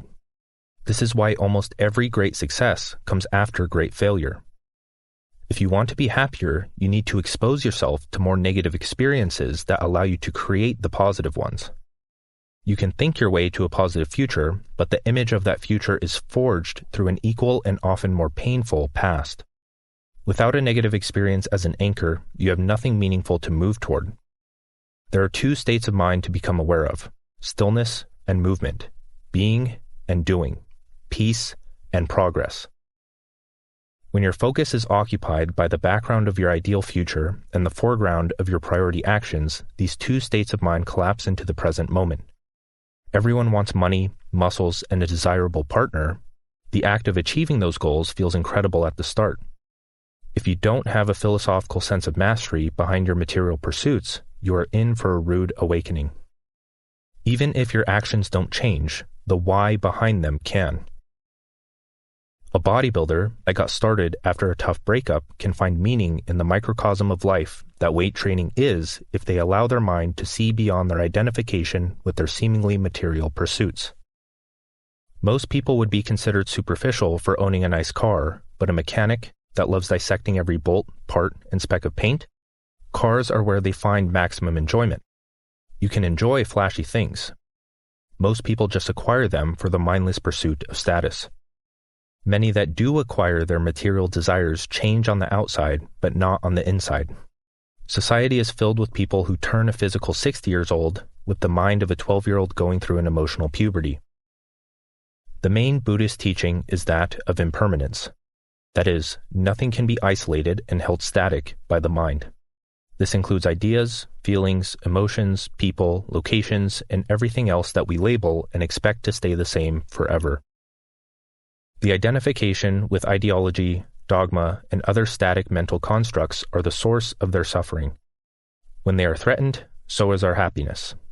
However, realize that this still holds true for your purpose. The goals you pursue are the inception point of your suffering. Choose your suffering wisely, as fulfillment would not hold meaning without painful experiences as a reference point. Thinking is not bad and often necessary when critical. But when gone unchecked, compulsive thoughts can create a personal reality of inescapable turmoil. When one is still, their mind wants to move. When one is moving, their mind wants to be still. Without deliberate practice, the mind will latch on to the past or future in an attempt to make the impermanent permanent. This is the cause of unhappiness, but is not to be demonized, as that is against the point. When you feel unhappy, observe that feeling, lean into it, let it point a finger at the moon, and present the lesson that life is trying to teach you. From that low, lean into the coming high. The new rich are those that can refine their lifestyle to sustain a schedule filled with stillness, movement, and a lack of mindless chatter in the skull. The activities that create this blissful state of mind are personal. You must observe, hypothesize, experiment, fail, learn, and repeat this never-ending process even once you have reached conscious success, because even that isn't permanent. Your life's work. Work. Does that spark any stressful thoughts about tomorrow? If so, that's a problem. Work consumes a vast amount of the finite mental energy you have in this lifetime. If the majority of your days are filled with something you hate, how do you think your life will turn out? In a world where most people see overwork as a badge of honor and rest as an inconvenience, it's no wonder so many people are unfulfilled and bitter.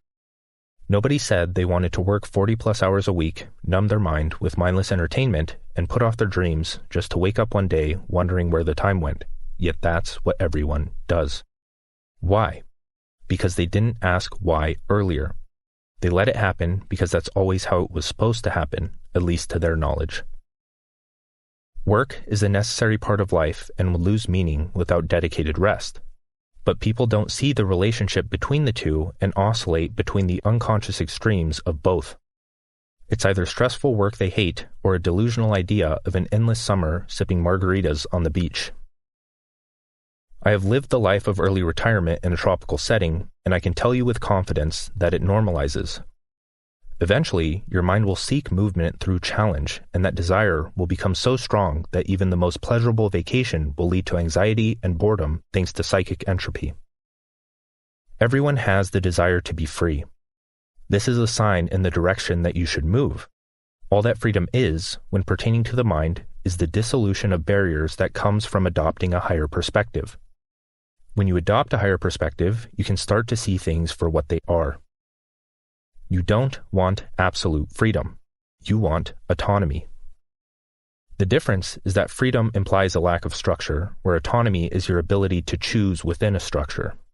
Hopefully one that is composed of a strong vision, evolving purpose, and meaningful problems worth solving.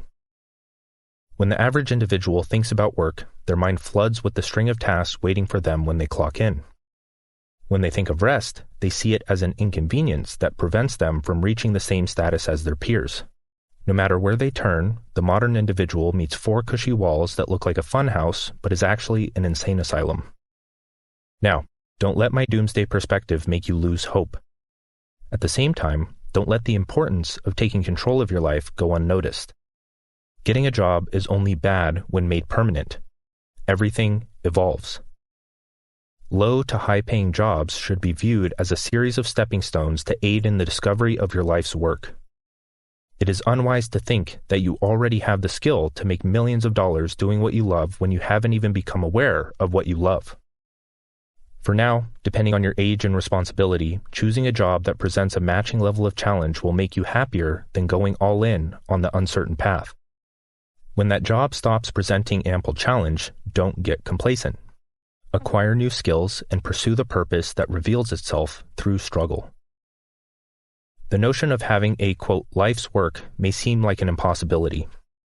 If you're drowning in tasks, responsibilities, and escapism through momentary pleasure, I don't blame you, and you're not alone. Keep your mind open a bit longer for me. Everyone has the ability to do work that brings meaning to their lives. Some find it early, others within a few decades, and the rest don't find it at all. The key is to find the one thing that makes all the sacrifices worth it after extended periods of experimentation. That's the kicker. It will demand sacrifice. Pursuing your life's work won't be all dandelions and roses.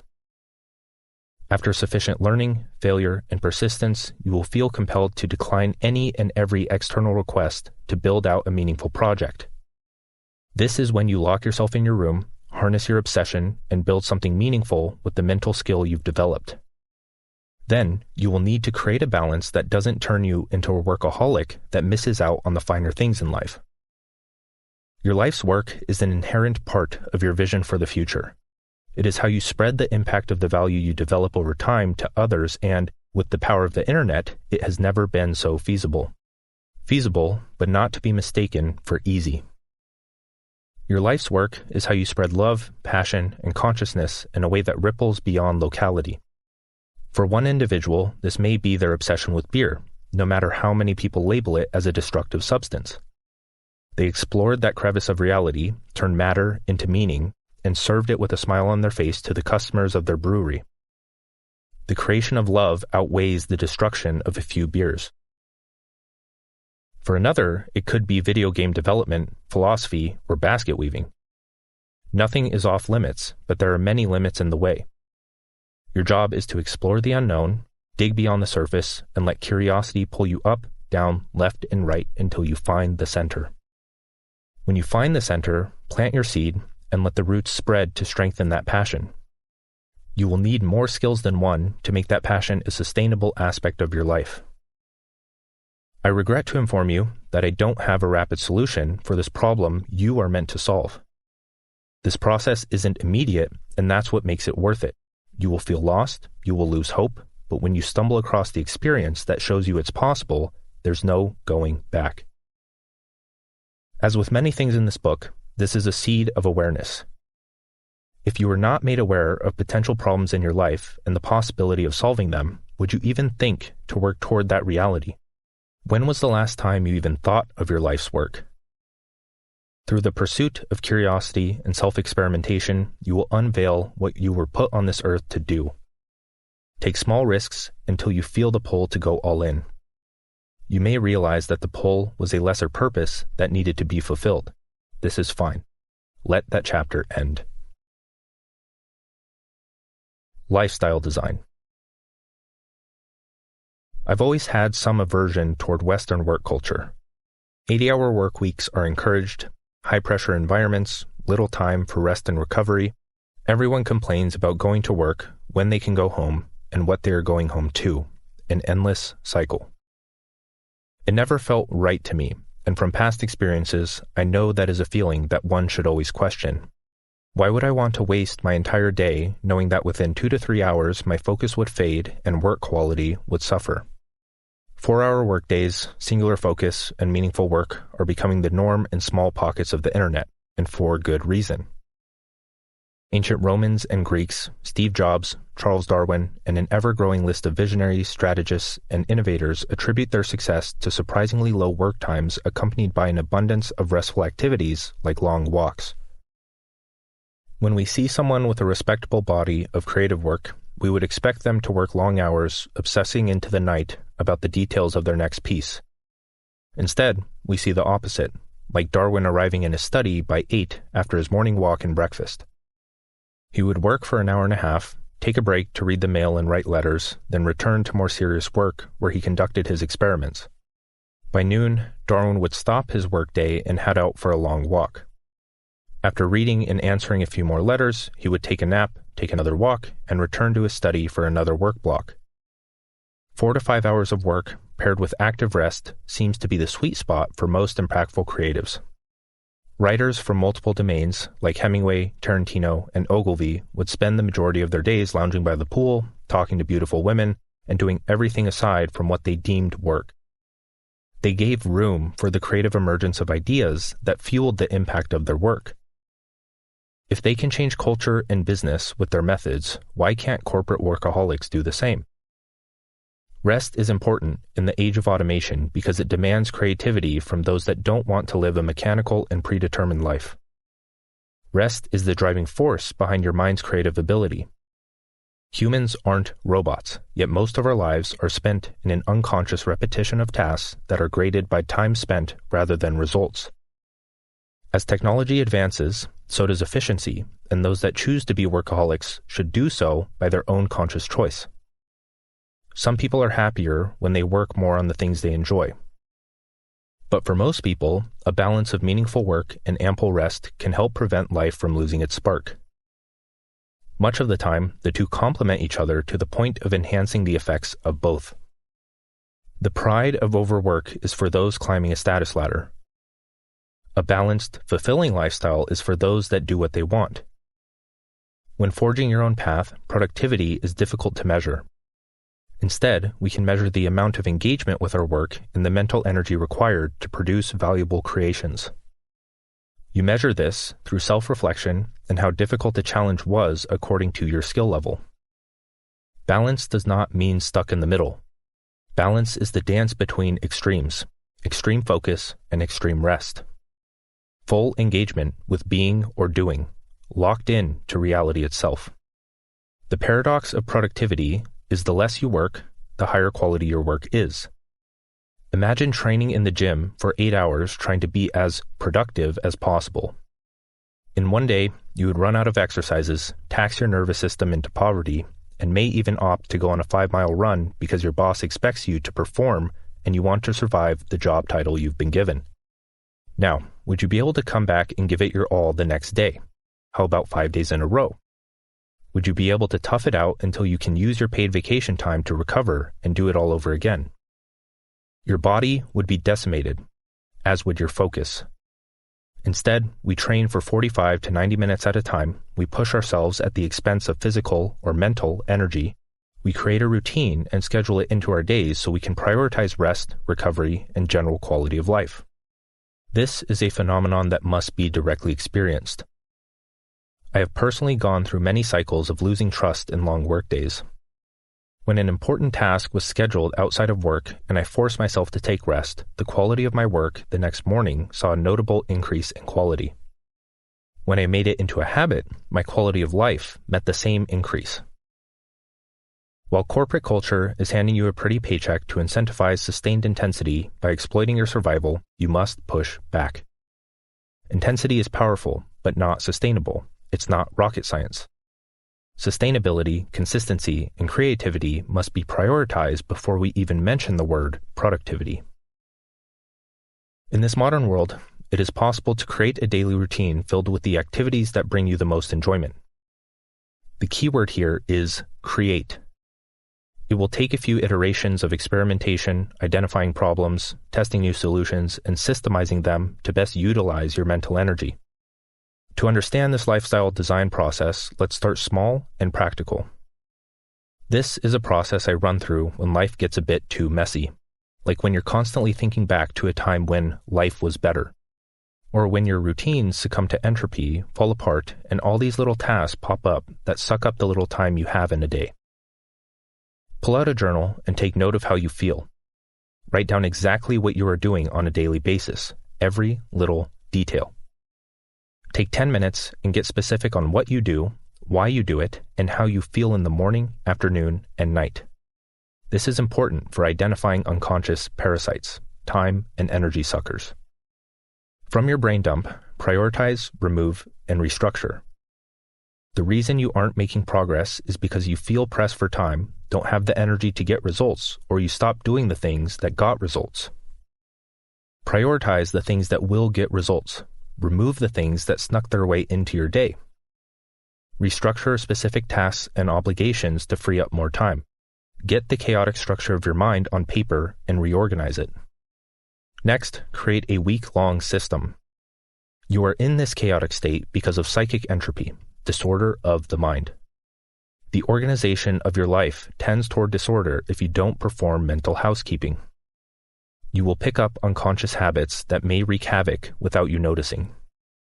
Habits are difficult to break, but you can make the process easier with a conscious clarity practice. Write out every single thing you are going to do for the next week. Keep this simple and don't overthink. Just jot it down. This is how you reduce the friction of making better decisions. Plan out your morning routine, focused work routine, other tasks and meetings, and your nightly routine. You will have to experiment as you go. If the routine doesn't flow, go back to your notebook and refine the system. With this mental housekeeping process, you gain as much control as you can over your day. You will unveil aspects that prevent you from filling your routine with enjoyable activities. Treat these as problems in your system that will be solved through focused education, experimentation, and effort. Fill, empty, use. To ensure maximum mental output, creativity, and life enjoyment, there are 3 things to consider: how you fill your mind, how you empty your mind, and how you use your mind. It is up to you to create a daily system with time and practice. If your energy is highest in the morning, schedule your work around that. The same goes for night owls. Gain awareness of when your natural energy is highest and use that time for narrow focused output. Remember that we are attempting to create our ideal lifestyle. This isn't a one-and-done type deal. This is a lifelong series of experiments that may never reach perfection, but will always reach a higher level of enjoyment. We set the scene in the afternoon, not the morning. Why? First, personal preference. Second, because this approach is holistic. Deep work hacks that only mention the time, usually morning, to be productive will always fail. Productivity and creativity are not one-time things. They are states of mind on the spectrum of focus. It is not a matter of deep work. It is a matter of the balance and degree that you engage in deep play, deep rest, and deep work. Living fully is a lost art in a world that overvalues the surface. For value creators, those that intend to put good out into the world, you must adopt the habit of conscious study and education. Without expanding your worldview, mind, and knowledge through exposing yourself to novel perspectives in the unknown, how do you plan to create? Creativity, in most practical aspects, is about pulling from multiple sources and mashing them together. To be creative from one source, you must deconstruct a topic, learn about its parts through study, and piece together your own creation from those parts like mental Legos. Idea generation is a pillar for the creative worker. You cannot create if the idea does not come first. Novel ideas emerge from conflict of the multiple ideas you hold in your mind from study. As you begin to fill your mind, it would be wise to have a place, physical or digital, to note down ideas. You will struggle to comprehend, make sense of, and piece together ideas from different sources. This is a good sign. When the time is right, the perfect idea will spring into your field of awareness. When aligned with your vision, you can consume information with the intention to understand and apply. This can begin to act as a vessel for raising your consciousness. Don't study to learn the material. Instead, study through the lens of the vision, goal, or problem that is most prevalent in your life. This is how you read a book 3 times in different phases of your life and gain entirely new insights each time around. You start to gain clarity on your life's work through exposure to the novel information that sparks excitement in you. This excitement signals that you've found a new potential for your life in the unknown. If you don't know where to start, reread the book that changed the way you move in the world. It will do it again. From there, pick a topic or idea that you did not entirely understand from the book. Research recommendations for information on that topic. Then, repeat the process until you have 5 to 10 sources that begin to form your life philosophy. You fill your mind through self-education in alignment with the purpose you are trying to fulfill or the burning problem you are trying to solve. You cannot create if you don't consume. My recommended way to retain the information you are consuming is to initiate intellectual conversation with anyone and everyone. Talk about your discoveries, let your passion show, and identify your knowledge gaps so you know what to study next. In psychology, there's a concept called the default mode network, or DMN. From Alex Sujung Kimpong, the author of Rest, the DMN is a series of interconnected sections that activate as soon as people stop concentrating on external tasks and shift from outward focus to inward focus cognition. This is how you empty your mind. When the DMN is activated through restful, meditative, or open-focused activities, the brain isn't any less active than it would be when engaged in something like focused work or something that demands narrow focus and concentrated attention. This is incredible. Your brain is as active, if not more, when you are at rest than when you are at work.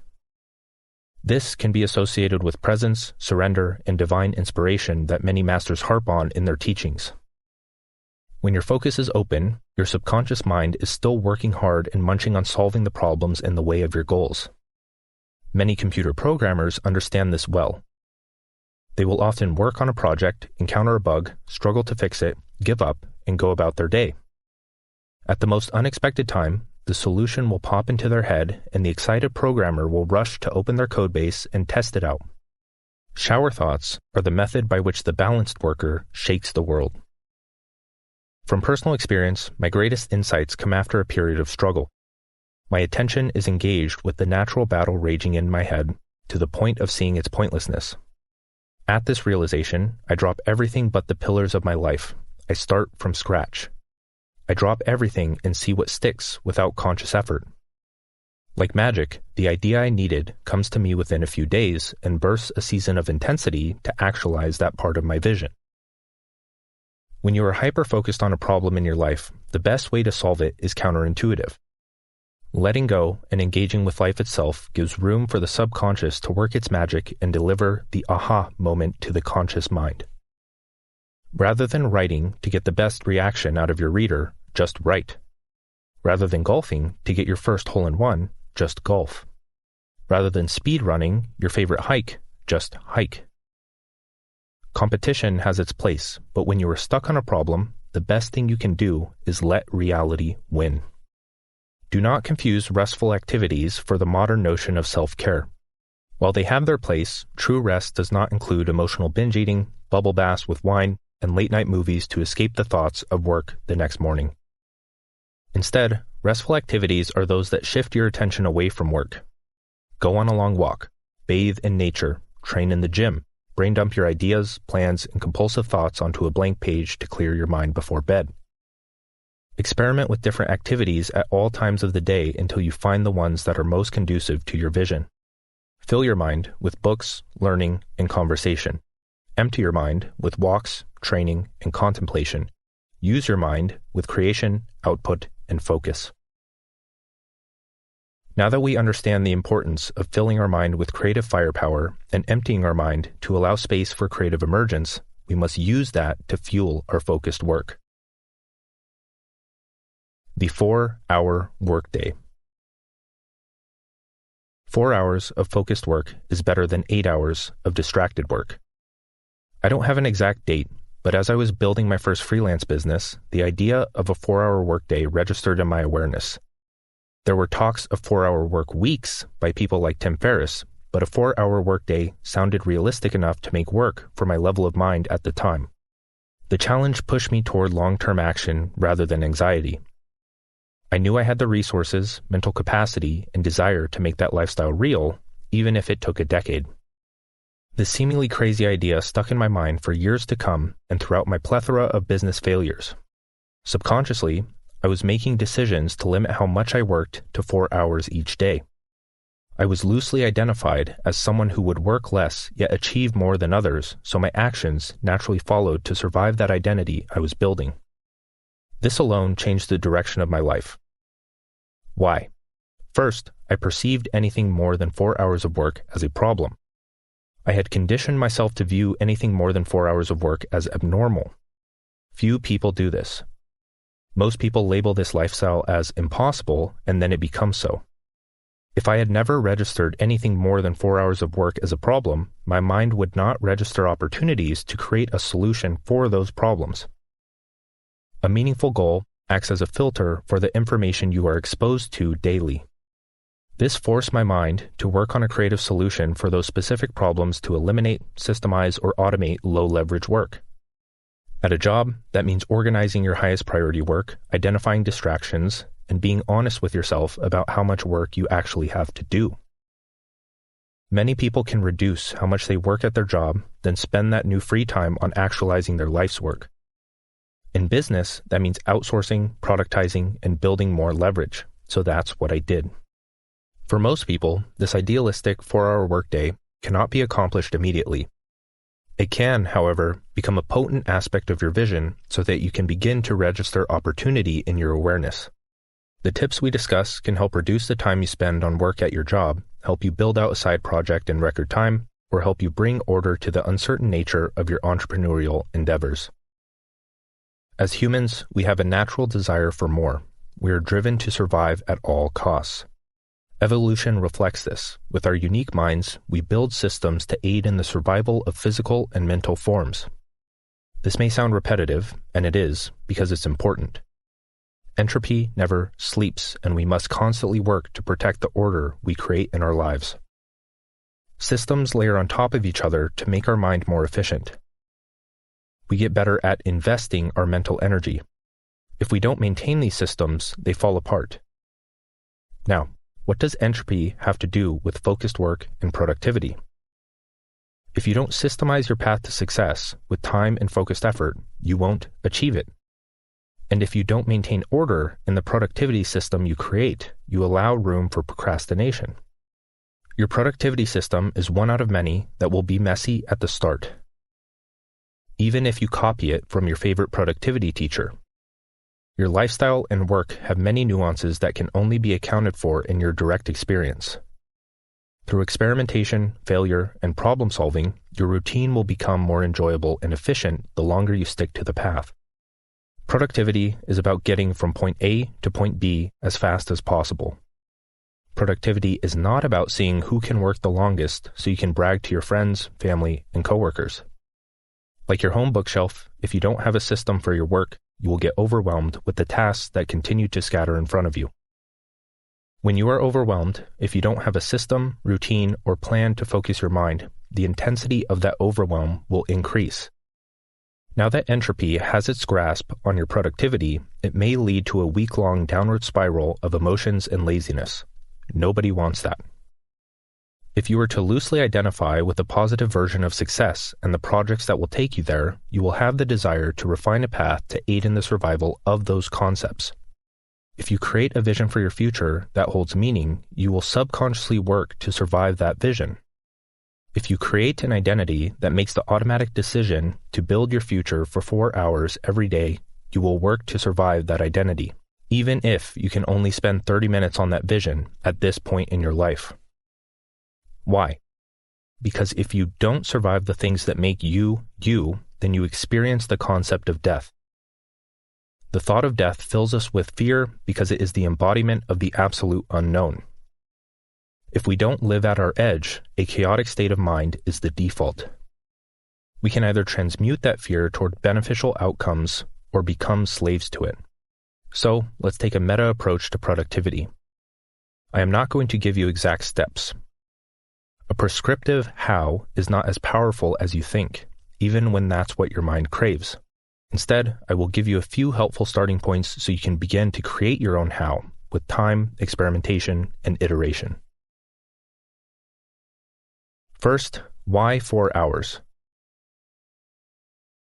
Conceptual systems need mental energy to thrive. From personal experience, scientific studies, and anecdotes from the world's most respected creatives, 3 to 5 hours is the sweet spot for mental energy expenditure. Focus is a muscle that fatigues with time.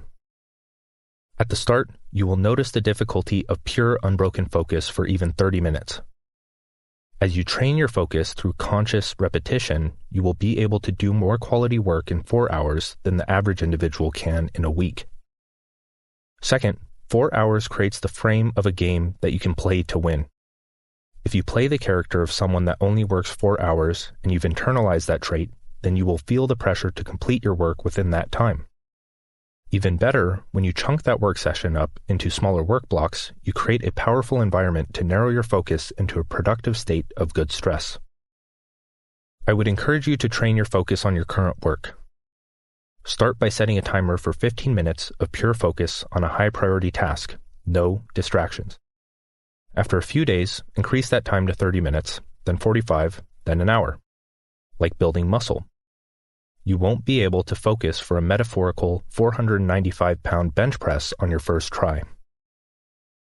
Most people don't have 4 hours to work on their own thing, so don't feel like you have to work this long if you have other responsibilities right now. Don't let the expectations I set in this book prevent you from facing the reality of your situation. Do what you can, start small, and work your way up the challenge ladder in all areas of life. Anybody can set aside 30 to 60 minutes every morning to build out their dreams. Sure, it may take a week to get used to waking up earlier, and you may need to sacrifice nightly bad habits that you don't want to break to get out of bed on time, but the fact remains that anybody can do it. If you can spend 8 hours building someone else's dreams, you can spend 1 hour building your own. Every individual that wants more out of life needs a dedicated vision building session.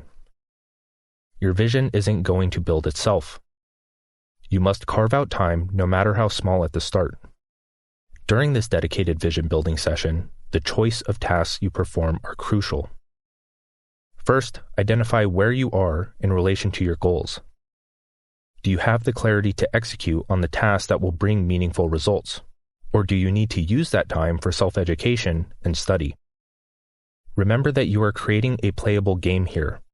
Nobody starts out as an expert. They graduate from novice to intermediate to advanced with a balance of education and practice to match that progression. Every morning, be sure that you are performing tasks that move levers. Lever-moving tasks are the actions that generate results. If you aren't getting results, that is feedback to change what you are doing. Without positive feedback, there is a growing potential for rogue thoughts, emotions, and external stimuli to grab at your attention. Distractions are the catalyst of entropy in your productivity system. The more distractions you give the chance to penetrate your awareness, the more likely you will be to go into a downward spiral of procrastination. The most effective advice I can give is to condition your internal and external environment to be distraction-free. Set your alarm an hour earlier to wake up before the distractions. Stick to a routine that makes work sessions seamless and efficient with practice. Hold the idea of your holistic, ideal lifestyle in your mind as you go about your creative endeavors. None of this is immediate, but with a vision-aligned intent to build, you will surprise yourself on even a 6-month timescale. Focused work is how you change your life in record time. Chapter 10. The Skill Stack. The state of work is changing. Specialists are out, but so are generalists. We live in a time of specialized generalism. You must pursue your curiosity, become obsessed with one crevice of reality, stack skills to solve burning problems within that domain, and let the base of your skill tree spread its roots into other connected domains. Learning one skill isn't enough, especially if that skill is compartmentalized, predictable, and lacks the need for creativity. If you can be trained into it, so can everyone else, and so can a robot. The difference between a human and a robot is consciousness. Consciousness is the clay of reality in which we create through order, routine, and minimizing states of chaos. The Renaissance era came after the famine, pandemics, and ignorance of the Dark Ages. It was a cultural, political, and economic rebirth that housed many of the thinkers, artists, and scientists we know today. One could say it was the creative emergence that went on to transcend and include the lessons from a period of struggle. During these times, there was what we know as a Renaissance man, a person who had a range of skills across multiple domains like art, science, literature, music, and politics. Their critical thinking and creativity only helped with the application of their knowledge. In this digital renaissance of the third millennium, we can notice similar patterns. Technological advancements have made it possible to learn new skills that were previously reserved for specialists, usually the ones that have the cash to afford specialized education. As an example, anyone with a few hours to spare can watch a tutorial on web design, purchase website software for less than a nice dinner, and build a what looks to be professionally designed site. Or you can just talk to an artificial intelligence engine and have it build one for you. That way, you can focus your education on creating, selling, and iterating on a product or service that actually gets you paid.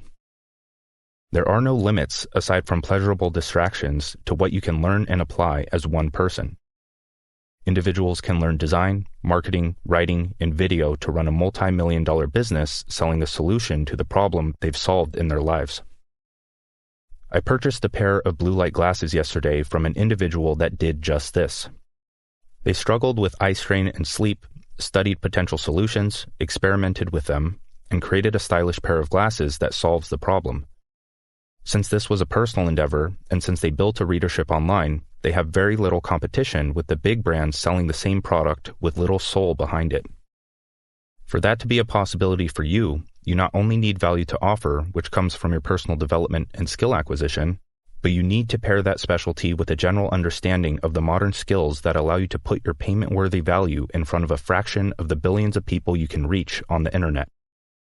Now that you have the awareness of this, try to notice it when you're exploring the digital world. View brands, content, and products from the lens of a researcher, not consumer, and you will pick up lessons that can aid in the actualization of your goals. In my teens and early 20s, I had a general obsession for learning and building. I have always had a potentially monetizable side project to work on to shine a light on the skills I needed to acquire through self-education. In the course of 10 years, I obsessed over fitness, nutrition, search engine optimization, web design and development, graphic design, digital art, social media, content writing, marketing and sales, copywriting, neuroscience, philosophy, spirituality, self-development, and a few more, but I'll spare you my self-aggrandizing list of polymathic study. What were the results after a decade? The one thing that people tell you is impossible, doing what I love for a living. And even if they don't verbally say it's impossible, they imply it through their attempts to impregnate your mind with their limiting worldview. So let's take a big picture approach to modern skill acquisition. I will not give you exact steps, as this isn't a course or classroom, but I will give you the principles. From those, you must start, encounter a real-world problem, and self-educate in a manner that teaches you the subjective technical details of any domain through experience. You may not understand the teachings below for months or years depending on your current experience level. Lessons you pick up along the way will compound into one big aha moment. From there, you can make your dreams real. I'm assuming you want to acquire skills so that you can create an independent income source. Even if you only want to learn skills for the sake of advancing your career, you are doing it because your psyche craves challenge. Eventually, that challenge will cease to exist in a corporate hierarchy. It would make sense to cut to the chase and go straight into building your own thing. To do that, you will be exchanging value with other humans for value in the form of time, money, leverage, information, and expertise. Every single skill you learn should be approached from the perspective of human nature and psychology. That's all modern skills are, a modality for capturing attention, holding attention, and delivering value on attention. Business is about transferring consciousness into your customer and framing focus toward a shared desired outcome for mutual benefit. So, we need three things: a valuable message, a medium for distribution, and a results-oriented skill for delivering a transformation. Then, we can eliminate competition through individuality and compound results with our increasing ability to solve creative problems. The message. A valuable message is a way to communicate with others that is relatable, understandable, or actionable. If it isn't perceived as valuable, it won't capture attention. If it doesn't capture attention, how are they going to see the true value you provide? This is the first limiting belief that many must dissolve. You have to learn how to capture attention if you want anything, including money, from someone else. Attention capture techniques are neutral until put into evil hands. Value is determined by perception, and as we've learned, perception is influenced by an individual's worldview. A young person may see the value in riches, while an old person may see the value in peace. To understand this, learn marketing and sales. These skills pull from psychological principles and apply them to the transactional nature of business. Marketing and sales give you a practical approach to learning about the human psyche in the real world. Now, some may have certain beliefs and ideas that come to mind at the talk of these potentially unethical skills. Used car salesmen and experiences with pushy scammers stick out to you more than how 100% of the population unconsciously manipulates one another with the same methods. The world's most successful people are those that use unethical skills in an ethical manner. Everyone has a dark side, and if you don't integrate that dark side through skills like marketing and sales, you will go on to manipulate others in a way that contributes to collective regress. Rid yourself of your illusory beliefs and channel the skills you acquire toward your ideal future. Marketing is how you craft a message that is attention-grabbing, relevant, and valuable for a specific person or identity. Identity houses their goal-centric perspective, their perspective houses the perception of their problems. Sales is a process for making people aware of their problems, showing them how that problem is impacting their lives, and presenting a solution to achieve their goals. The best way to understand these evergreen skills is through a transformation. That's what people want. Humans have a desire for more, and to accomplish that, they must evolve. On the universal scale, a story is a transformation. Music is an audible story. A sculpture is frozen music. Humans find meaning in transformations, and if you want to gather people that find value in what you have to offer, base the message you put out around an implied before and after with a clear path in between. All good stories start with a problem that opens a curiosity loop to capture attention. Once they've hooked the reader, they agitate the problem, relate with them through personal experience, and provide a potential solution that proves it can help them achieve the transformation they desire. You can notice this pattern by observing any form of content with a conscious mind. Look for implied problems, pains, solutions, and benefits that form a soft story structure. Look beyond the literal. Now, we don't want people to see your valuable message and not change their behavior in a positive manner. If your message does not influence another's actions, it falls short of impact. But don't think that you must push them toward action. Your ideas can help form their worldview in a way that influences their positive decision-making over weeks, months, and years. This is where gamification comes into play, as games are just guided stories. You don't push your worldview, you illustrate it with a well-articulated message and let people make their own decisions. When we dissect the concept of a game, we uncover the structure of a valuable message. Every player is at their own experience level. They each have their unique strengths, weaknesses, likes, and dislikes, and they oscillate between unawareness and awareness of the problems and solutions available to them for their current situation. There are other aspects of games, like incentives to progress, but the point is that people want to win the game. If you can position your value in a way that helps them do that, They will help you win the game you are playing in return. Now, understand there is more than one player at any given level of the game. A majority of them are in the beginner stage, less in the intermediate, and few in the advanced, a natural hierarchy. Not only that, but you must consider the hierarchy of goals that you are guiding people through. Your message will need to be carefully crafted depending on where people can view it. If more people can find your message, like on social media, it will start broad and at a beginner level. Then, it is your job to guide those that want to be guided toward the intermediate and advanced levels. Your job is to understand a specific group of people, study their problems, reflect on your experience from solving your own, and create a solution in the form of a product to help them reach the next stage. As you create and execute the purpose, path, and priority framework from earlier, you will have the perfect marketing strategy laid out for you. The purpose is the specific result you are marketing toward people. Your path is the solution for getting there, which took trial, error, and experience to create. The priority is the burning problem your potential customer must solve in their life. When you build, market, and sell to yourself, you create a niche of one that others struggle to compete with. With a shared goal, clarity on how to reach it, and guided action, you create a frame that both you and your potential customer can operate within. You have already experienced the lows and highs, now you must guide others through them. The valuable message you craft should educate, entertain, and inspire others to solve their problems and actualize their potential. But you need a way to get this message in front of people. The medium. In life, discipline equals freedom. In business, distribution equals freedom. Distribution is the process of sending and receiving value, free or paid.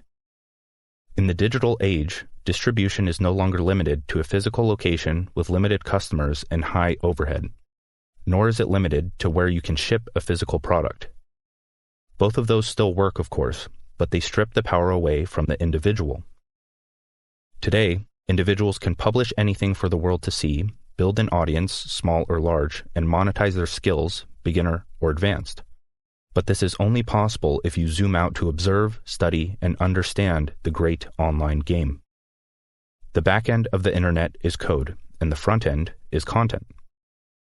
Coding is a great high-value skill to learn, especially when paired with marketing know-how, but we will be focusing on the creative aspect of business.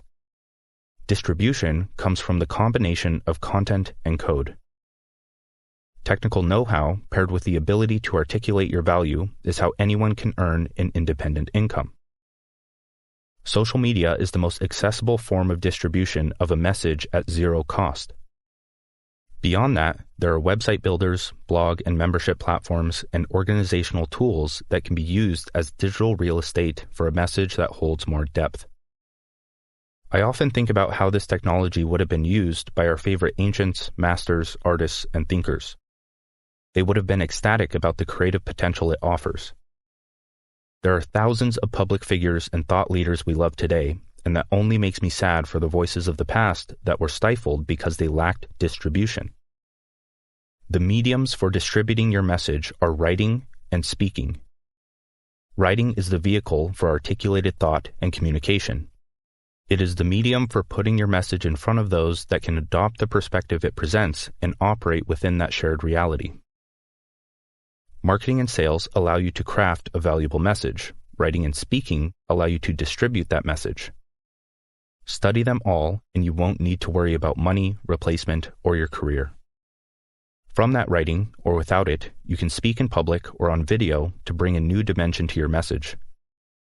Speaking brings a new dimension to writing, but I will spare you the technical details. Start with writing, as it will only enhance your ability to speak in the future.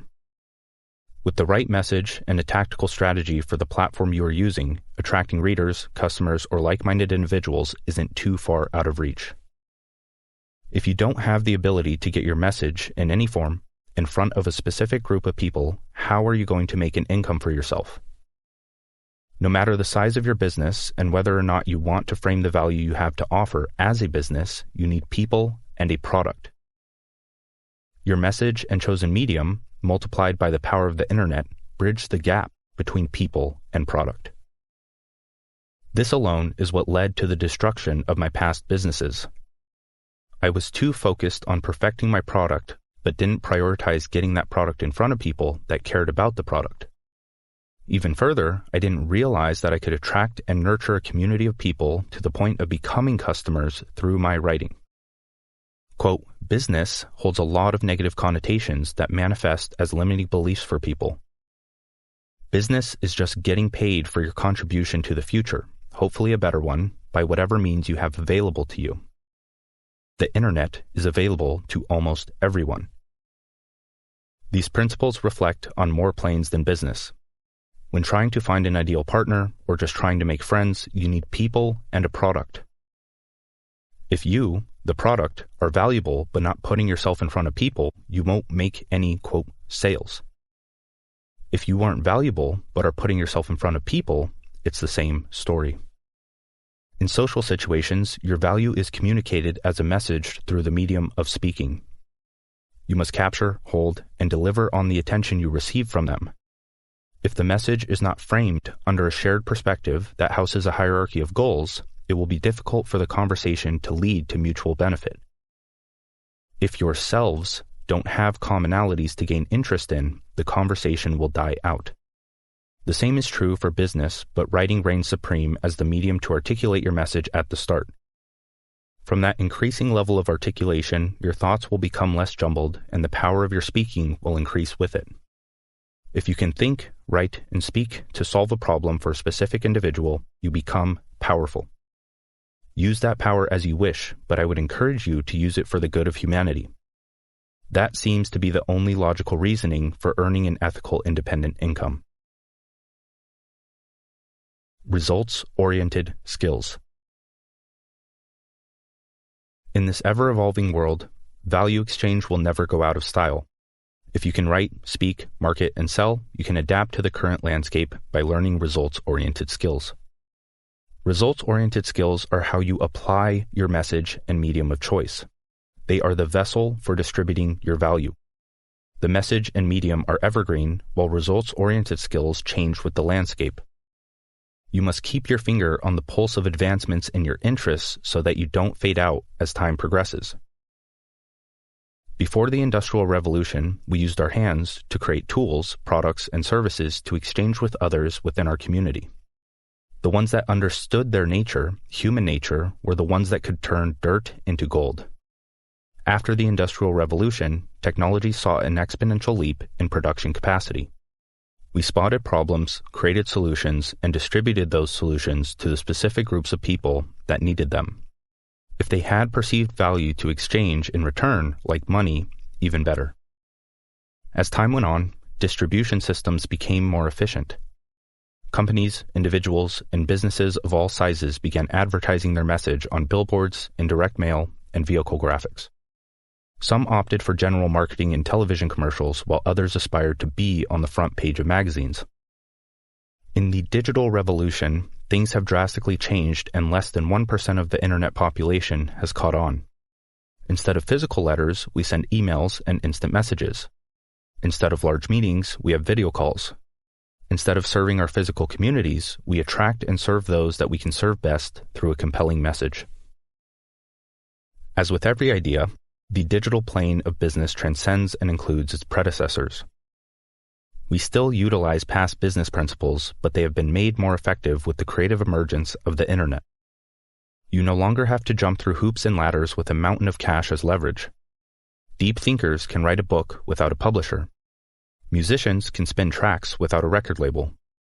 Fitness specialists can market their coaching packages without being one of a few hundred people that have made the cover of Sports Illustrated. Instead, you stack skills, build digital leverage, and adopt the mindset of radical self-reliance. Business principles, marketing, sales, writing, and speaking should be mandatory education for every individual because in the future of work, they will determine your success.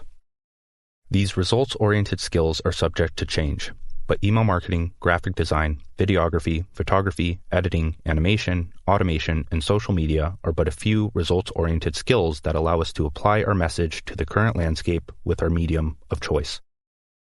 These not only apply to your own business or life's work, but to others. All brands, creators, and students have problems that they want solved in their personal and professional lives. When you stack results-oriented skills with the evergreen skills, you can practice on your own business and create a product or service for another. If you invest the time it would take to get a degree in building an email list of 50,000 like-minded readers, that's twice the capacity of what a professional football stadium can hold. Now, if you craft a persuasive message, write a few emails, and promote a product that you've created as a solution to your own problems, I would not be surprised if you made the average United States salary in a month, minimum. Of course, this does not prevent you from generating a creative income from the start. You don't need a massive readership, but I would encourage you to prioritize building one that can sustain your lifestyle without time-consuming labor. You will need to start small and manual. Get your name, message, and products in front of as many eyes as possible. I can give you tactics all day long, or you can learn the lessons through experience. Trial and error will teach you the same lesson as the masters because that is how they learned it. If you have value to offer, you can use your knowledge to craft a persuasive message and send it directly to anybody on the internet, even celebrities. I wouldn't recommend targeting celebrities because there has to be an equal exchange of perceived value for them to even consider responding to you. But it may be worthwhile targeting someone whose business presents a challenging problem that matches your skill. Luck is a percentage that increases with the amount of people that know your value. Your value reflects the level of challenge you can take on. The level of challenge determines your profitability. Start small. Help the few people that you can, and with a far enough time horizon, you can impact more people than you thought was possible. Creative problem solving. 1% of 50 years is 6 months, and most people can't commit to the uncertain path for more than 2 weeks. All of this takes time, a lot of time, and anyone that says otherwise isn't looking out for your best interest. Only you can do that. As you are pushing the boundaries of the known, finding fulfillment in the challenging problems that present themselves, and shining the light of awareness in the unknown, you increase the volume of your domain of mastery. Here's a thought experiment. There are 4 small circles that form the outline of a square, each of them in 4 corners. These circles represent health, wealth, relationships, and happiness, the 4 eternal markets. These are where all burning and profitable problems exist. As you develop yourself within these domains, the circles increase in diameter until they begin to overlap like a Venn diagram. Each of these circles can be considered a field of awareness. You are knowledgeable of each domain and are able to piece together a creative solution to common problems. Let's set those aside for a minute and create a new set of circles. This time, they represent the evergreen skills: writing, speaking, marketing, and sales. The same thing happens. As you cultivate these skills, awareness overlaps and you can solve problems at the intersections while specialists are focused on one small circle. Next, apply the same thing to results-oriented skills. As you learn 1, 2, 3, 4 applicable skills, because improvement never ends since entropy never sleeps, you begin to compound your creative problem-solving abilities. The last piece of this puzzle is personal interests. Most people never have the thought of making a living doing what they love because they are missing awareness of the eternal markets, evergreen skills, and results-oriented skills that allow them to navigate the business landscape. Now, any of the above can be considered personal interests of yours. Curiosity is powerful, and I would be disappointed if those skills did not excite you for a potential future. But we can create one last square of growing circles that represent your personal interests. In my case, I gravitated towards spirituality, philosophy, metaphysics, and human potential. When I connect this last piece to the other 3 sets of squares we've created, it forms 4 walls in the shape of a cube. We can place a problem in the middle of that cube, navigate the outer edges for creative firepower, and piece together a unique solution that may one day be worth millions of dollars. Money, of course, is a byproduct of your life's work. Money matters, especially in this day and age, but there is a way to find meaning in this fabricated resource. Your personal interests can be anything. Do not outsource your curiosity to me. The interests you choose will begin to form a philosophy behind your work as you trek on the path of mastery. Nothing happens, then everything happens. When the outer edges of your multidimensional fields of awareness touch, it's like the missing piece of an infinite puzzle. At first, you can't tell what the image is, but once the right piece clicks into place, you solidify a leap in understanding. Too many people quit before this phenomenon occurs. They believe that understanding is linear when it's exponential. One day, you have $0 clients or confidence, and the next, you have an abundance of them all. When the image of the puzzle is clear, you can observe the story of others, identify their missing piece, and help them fill the gap. All of this sounds great, I'm sure, but let's make it even more practical. You need a real-world project to act as a vessel for your exploration of the unknown. A project helps you narrow your focus on one achievable goal, brings clarity to your actions, and encourages true learning through struggle. Chapter 11. The Project. One pattern I've noticed in my life is that I've always carved out time to build something of my own. Things like schoolwork, client work, and even projects assigned to me on a job were necessary, but they didn't bring me the fulfillment I was looking for. Having a perpetual stream of evolving personal projects to work on first thing in the morning brought novelty to my days. The discoveries, insight, and progress that I made across multiple domains was the source of my zest for life. To find the fulfillment that assigned projects can't provide, you must go inward because someone can't give you what is meant to be a conscious, personal creation. You need to know what you want because if you don't, someone will tell you what you want and you will believe it. From a meaningful goal, we can perceive our problems from a higher perspective. This is where most people go wrong. They want the problem to go away in an instant. So, they fail to gain clarity on the path to achievement, become overwhelmed, and get stuck in a negative thought loop. Instead, we want to approach our hierarchy of goals like we would a grade school science project. The essence of the scientific method is to form a hypothesis, identify a problem, research how to solve it, document your discoveries, refine your system, and publish the solution. The solutions that you create for any area of your life can be used in two useful ways. The first is to free up mental energy in your life so you can build something deeper. The second is to pass along your solutions to those that want to be helped, either to raise the collective consciousness, make an income, or both. Through structured self-experimentation, your dreams become inevitable, and you create more serendipity in your life. Now, we don't have to stop at one-off projects. A project is an idea, and we can layer them for even more impact. You are the infinite project. You are your life's work. You improve yourself by pursuing a hierarchy of goals, each of those goals being a project in and of itself that can be used, shared, or monetized. If you are the project and each subsequent project presents a certain level of challenge that can be met with lifelong learning, your life is structured for maximum and sustained enjoyment. You will be forced to step into the unknown where your nervous system signals that you are experiencing a meaningful event.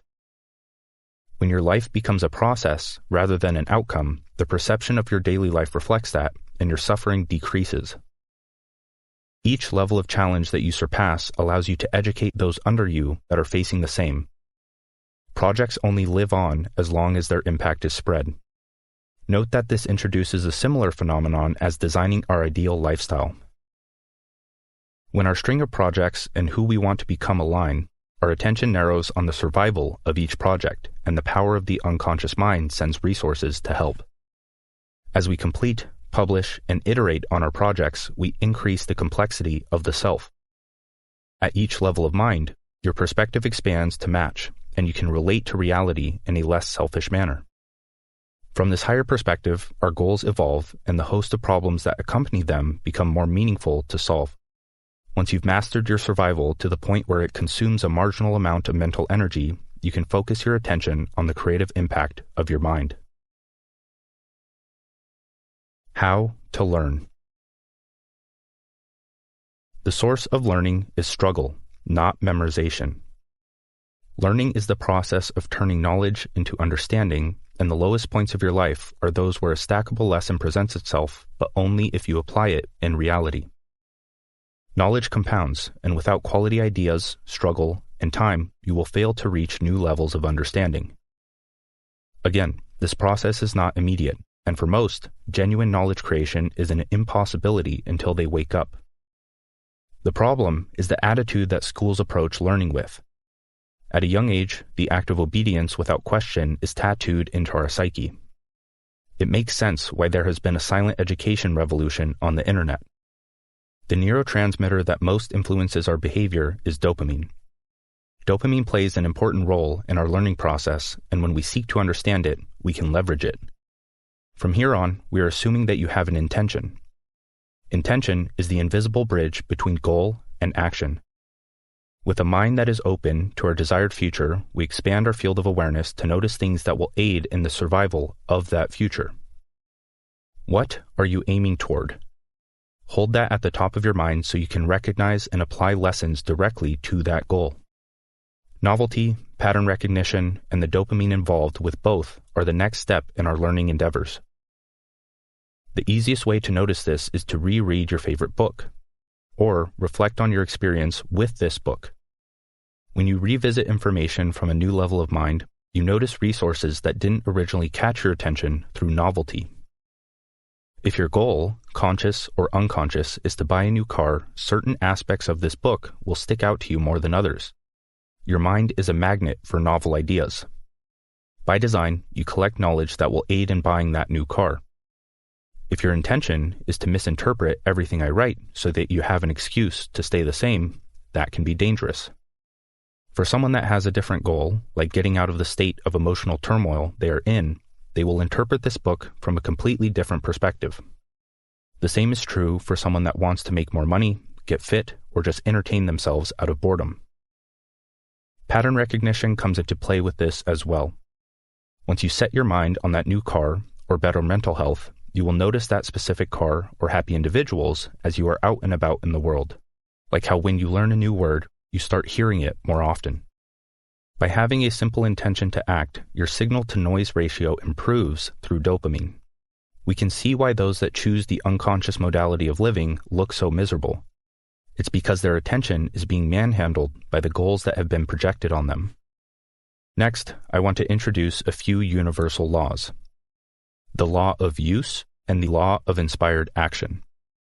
These play together in unison and synthesize well with novelty and pattern recognition. The law of use is simple. If you don't use it, you lose it. Meaning, if you do not apply the information you process with your conscious mind, especially if not on a consistent basis, then it has less of a chance of becoming a habitual thought process.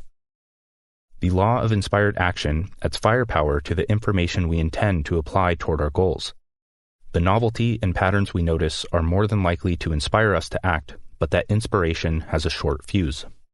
So, it makes absolute sense to have some form of idea capture system for your projects, like the notebook you took out to strategize your lifestyle or a dedicated app on your phone. You won't be able to execute on any and all ideas right away. The next best thing is to write it down so you don't waste that potential. And no, you won't remember it without writing it down. To round out our ability to learn, the protege effect is our final piece. In short, it's learning by teaching. When you teach what you know and struggle to articulate certain concepts, you reveal gaps in your knowledge. Your awareness registers those gaps as a problem. With a new subconscious goal that the problem creates, you begin to notice important information that fills that gap to survive your identity as a teacher. Those knowledge gaps are filled through intentional education, novelty, and pattern recognition. Not only will you spot information that aids in the pursuit of your goals, but also for the missing pieces you've identified in the pursuit of helping others reach theirs. Teaching what you know, regardless of how much an imposter you think you are, is how you supercharge your understanding of ideas. By the way, the internet is a great place to teach with writing, speaking, marketing, and sales as the vessel for your ideas. Humans learn best when they pursue a goal, encounter a problem, remain conscious of that problem, notice information that can solve that problem, rapidly act on information, and go on to teach what they learn to others. Whether this was an intentional design by a higher power or not, we can see how self-development, paired with a sense of mastery, is the path to a life of meaning, money, and impact. Become a builder. Overabundance of information is like pouring a gallon of murky water down a small drain. We love to hoard theory, orthodoxy, and conceptual understanding of things without direct experience, because that means we would have to do something we perceive as uncomfortable when we've been conditioned into perceived comfort. Life doesn't work that way, and nobody wants to be that guy. You know, the one that gives a book's worth of advice without understanding your goals and not having done it themselves. What you'll find in most domains is that true experts rarely need guidance. They use science, theory, and advice to get to the intermediate stage, but they learn that intuition and direct experience trump all once you get into the advanced stage. The reason that people don't realize this is that they are too attached to the identity they built along the way. The helpful concepts they gathered with time gain a shred of sentience and become their puppet master. You balance practice and theory by becoming a builder. That is, always having a project to build in alignment with the theory you are learning about. When I was learning design, I started by watching endless tutorials on how to use a specific software instead of any of the other options available. This only led to getting stuck in tutorial hell. Learning the principles of design would have been the traditional route, but even that may leave you with an endless thirst for information collection without application. When it came time to put my skills to the test in the real world, I knew nothing. I was forced to supplement what I was building with specific tutorials if I wanted to see any meaningful progress. I had wasted weeks of time learning just to end up at ground zero. Once I realized how much I retained from learning in accordance with a real-world project, I switched to this method exclusively. If I wanted to learn how to build a website, I wouldn't start learning first. I would outline a project, pull inspiration from a project that I admire, and seek deep knowledge from beginner to advanced in a way that allowed me to apply the information immediately. That way, I was forced to encounter struggle from the very start. I prime my brain to receive an immediate lesson through my specific research. Once I find the solution to the problem, I get a quick win and start to build momentum into the rest of the project. Most people learn and learn and learn just to start over when it comes time to build because they realize that everything they've learned has no direct use in the project they began. They don't have a goal-specific lens to interpret their learnings from. Success is a game of intelligent imitation, and that's exactly what this process allows us to do. If you want to truly learn, theory must brush up against reality. Start, then learn. Self-experimentation. The only way to solve your own problems for good is through self-experimentation. People forget that their minds are infinitely unique. Yes, our genetic code is rather similar, but the billions of bits of information you've processed in your lifetime are radically different from others. Every bit was processed in a microscopic crevice of reality at a different time and with prior bits processed that influence how the next situation will be perceived. Most people can't leverage this fact because they aren't conscious of the often prolonged cause and effect of their choices. Instead, they mimic the latest haircut because it may help them attract a tasteful mate. Or they chase after what's hot, flashy, or new because everyone else is. In business, relationships, career development, and anywhere else you need to stand out, the minor distinctions are what give you an advantage. Solving problems in your own way is how you stand out in a world of copycats. Self-experimentation is the opposite of blind trust in a theory, guru, or belief system. It is the only way to discover what truly works for you and your infinitely unique needs. For any given problem, there are dozens of options available to you to solve it. Internalize this because people are naturally indecisive. They have difficulty opening their focus beyond their problems to find a solution that when they do, they get overwhelmed to the point of doing nothing. If you have relationship problems, you can go on a retreat to contemplate, hire a therapist, or try to work it out directly with your partner. No single option is the best until you piece together a solution that works, but even that can't be preached as law to others with a similar problem. Most of the time, you won't choose just one of the techniques, but a combination of parts from trying them all. That is how you create a novel solution to your own problems that advances progress within that industry. If you have money problems, you can try creating a budget, starting a side business, or improving your skill set to get a higher paying job. As you explore different options, you may find that all of them help. Rather than seeing your money problems as something that can be solved in one go, you realize that the solution is in changing minor facets of your lifestyle. If you have health issues, you can try fad diets like veganism, carnivore, or keto just to learn that the big picture principles of nutrition are all the same. From that enlightened state, you can create the perfectly unique diet plan that you can adhere to for life, while most regain their weight immediately after stopping the diet. If you have self-esteem issues, you can start running, bicycling, or lifting weights. The danger is in getting trapped in one ideology rather than pulling truth from them all. With self-experimentation, you are aiming to create a sustainable system that is conducive to your vision for the future. As your system becomes more efficient with time and mental energy, that problem ceases to bother you, and you can invest your focus in problems that require a higher degree of creativity. To understand this process of systemization, let's look at a bodybuilder. Their goal is to build and retain the most muscle mass possible. To do so, they go through bulking and cutting cycles. When they bulk, they slightly overconsume calories to put the body in a muscle-building environment. They will inevitably gain some unwanted body fat. We can think of this as the self-experimentation process. During the bulk, they reach a threshold. They gain enough body fat to the point of not liking how they look, feeling slow and sluggish, and having trouble eating the right amount of food. When they cut, they slightly underconsume calories to put the body in a fat loss environment, hopefully one that retains the muscle they've built underneath. They may lose some muscle, but they should achieve a new peak physique by the time the cut is over. We can think of this as systemization. When you pursue a new goal and a problem presents itself, you try multiple options to find a solution. You may not find the exact solution immediately, but you will pick up a lot of useful information. At some point, you bite off more than you can chew. You start to feel overwhelmed because of the mental fat you've gained. Many are familiar with the cyclical period in their lives where they feel lost or anxious. Soon enough, you will need to cut back and rid your life of the things that aren't working to solve your problems. Try everything, see what sticks, and give yourself permission to drop the things that don't. We want muscle, not fat, and that muscle is there to stay without much additional effort. This pattern reflects across all domains. When I was pushing for business growth and hitting new monthly highs in revenue, I would work longer hours, try new tactics, create new products, and move as many levers as I could.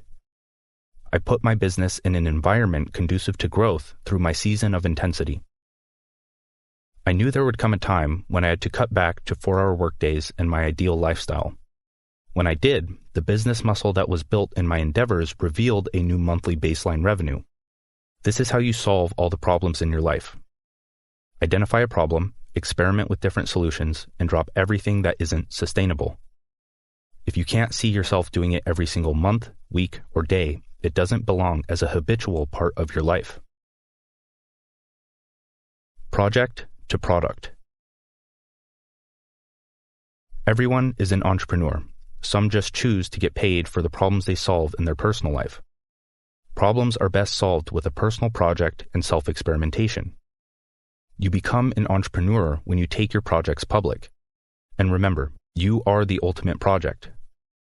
The exchange of goods is the foundation of human connection regardless of generation, gender, race, or type of good being exchanged. In modern times, money is an important resource for the proper function of our everyday lives. It is the lifeblood of society, and it is your job to earn and spend in areas you want to bring to life. Money is a valuable resource for everyone who does not have it, and those that want it only need the skills to exchange for it. Unless you want to disconnect from any social interaction and attempt to survive in the woods, you need money. No amount of self-righteous preaching about how money is evil is going to change that. If you want to participate in the incredible advancements of our times, you will have to contribute to humanity through business and value exchange. All profitable products start as a project, whether the intention to sell is there or not. If you want to generate a creative income, you will need to sell a valuable product. And what's a better starting point than a personal project that solves a burning problem that all living beings encounter? Now, I want to make it clear that I am using, quote, product as a blanket term for what you sell. This can be a physical or digital product or service. It makes sense to start off as a freelancer, consultant, or tutor with the systems you've developed.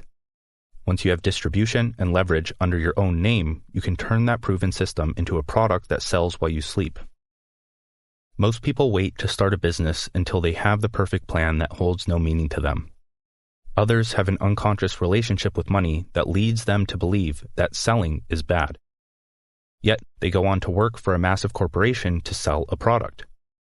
Or they don't realize that they are selling their ideas, beliefs, and worldview during every single interaction. If you don't sell your own product, you will be forced to sell someone else's. Success is counterintuitive, and if you want out of the societal dominator hierarchies, you will have to create a product. There isn't any other way. This method of turning your personal projects into a product is one method of many, but is an incredible starting point for those that want to discover, pursue, and evolve their life's work without venture capital or investing their life savings. Not to mention, people get wrapped up in worrying about saturation, competition, and product market fit. This method bypasses all of them by leveraging the most unique thing on this planet, you. After a plethora of freelancing and e-commerce business failures, wasting tens of thousands of dollars on sample products, paid advertisements, and business courses with an ever-growing student debt, I saw my first success in web design. I'll spare you the details of the journey. The notable aspect was that I started out of curiosity. I had always wanted to do something creative, and my field of awareness at the time allowed me to register and research web design. I built projects for my previous business attempts like freelance photography and offered to build projects for my family and friends. Of course, if I could go back, I would change the way I did things, but that's why I'm writing this book, to pass on my lessons. The logical transition for those web design projects was to become a freelance web designer, so that's what I did, and I solved the problems that presented themselves until I made a sustainable full-time income. First, I had no idea how to land clients, so I studied and experimented with multiple techniques I could find on the internet. Second, I realized that a single skill wasn't enough to get the results that would allow me to charge higher prices, so I started learning marketing, sales, and writing. Third, I knew that I couldn't increase my income beyond a certain point with manual client acquisition, so I started building distribution by posting content in public to attract a following. By solving those three problems over the course of a year, I gained more deep knowledge and made more money than my 4 years at college would ever allow me to. If I had known at the time, I could have gone straight into consulting or tutoring. Specific people prefer to do things themselves. Others prefer to have it done for them. I prefer to teach, so my business endeavors evolved to reflect that. I gained experience by solving my own problems and eventually went on to teach what I'd learned in my freelance web design business. Notice how I didn't close my mind off to something less limited than a singular skill like web design. Many new entrepreneurs identify with a skill or interest rather than the problem they are solving. A skill is a tool that solves a problem that births passion. Be open to improving your skill stack or accept that the path is going to be more difficult than it needs to be.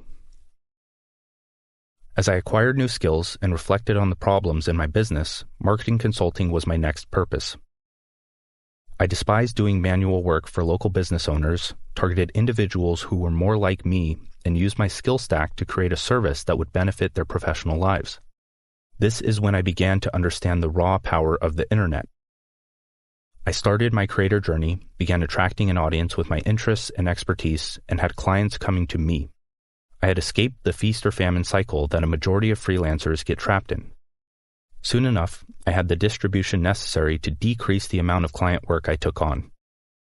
I was solving the problem of productivity in my life and decided to create my own planner. Through self-experimentation, I purchased 3 different planners, obsessed over the latest productivity advice, and tested them all in my daily routine. Some things worked well, some didn't. The things that did, I added to the planner design. I had no idea what stood ahead in the unknown domain of print manufacturing, but I figured it out one step at a time. Weeks later, I had the first sample planner in my hand. The feeling of building your own thing is incredible. I hope you experience it one day. After 3 years of evolution, I had built multiple digital products, trashed them, created new ones, trashed them again, and before I knew it, I had a multi-million follower distribution network and a hyper-profitable product stack that would sustain creative endeavors like writing this book and building a software company. The first lesson of this brief story is that there is always a better problem to solve. Most people solve a grueling problem in their life, settle for the solution that was created, and remain isolated in that bubble of grueling effort. More is better, but only when backed by a sense of mastery. The second lesson is that my products started as projects in my life. I wanted to improve my productivity, so I experimented with different solutions, created my own, and distributed it with my marketing, sales, writing, and speaking skills. The path to the good life is simple. Actively pursue your ideal lifestyle, create solutions to problems along the way, and get paid for sharing that solution with others. Chapter 12. The Vessel. In an ideal world, everyone would be able to sustain their desired lifestyle doing what they enjoy. But we do not live in that world yet, and human nature favors the distribution of power through evolving hierarchies. Some people have to occupy the lower levels until they create their own to evolve within. You can rest assured that a majority of the population has not been exposed to this information, and information is the primary resource of modern success. If you wish to do so, you can leverage this opportunity into a fulfilling life before it becomes the only way of life. That is, everyone leaning into their entrepreneurial nature to both earn a living and contribute to the world, from local to universal. Human nature reflects that many will choose to stay at the bottom of any given power hierarchy just because they were conditioned to. But we know that destiny can be influenced through our daily choices. With the desire to change, anyone reading this book can leverage modern technology to not only create an independent income source, but have an abundance of money, time, and control of attention to focus on the other important aspects of life. Everyone should have an understanding of business principles for a few reasons. 1, so that they are not limited in the amount of money they make. 2, so that they can experience the microcosm of life that business is. As with all pursuits that seem shallow on the surface, there is a depth of wisdom waiting to be discovered. It is a deeply spiritual endeavor. Money is the barrier to improvement in many areas of life. The cliché advice that money doesn't buy happiness is a half-truth that influences people to neglect the modern resource that they go on to become a slave to.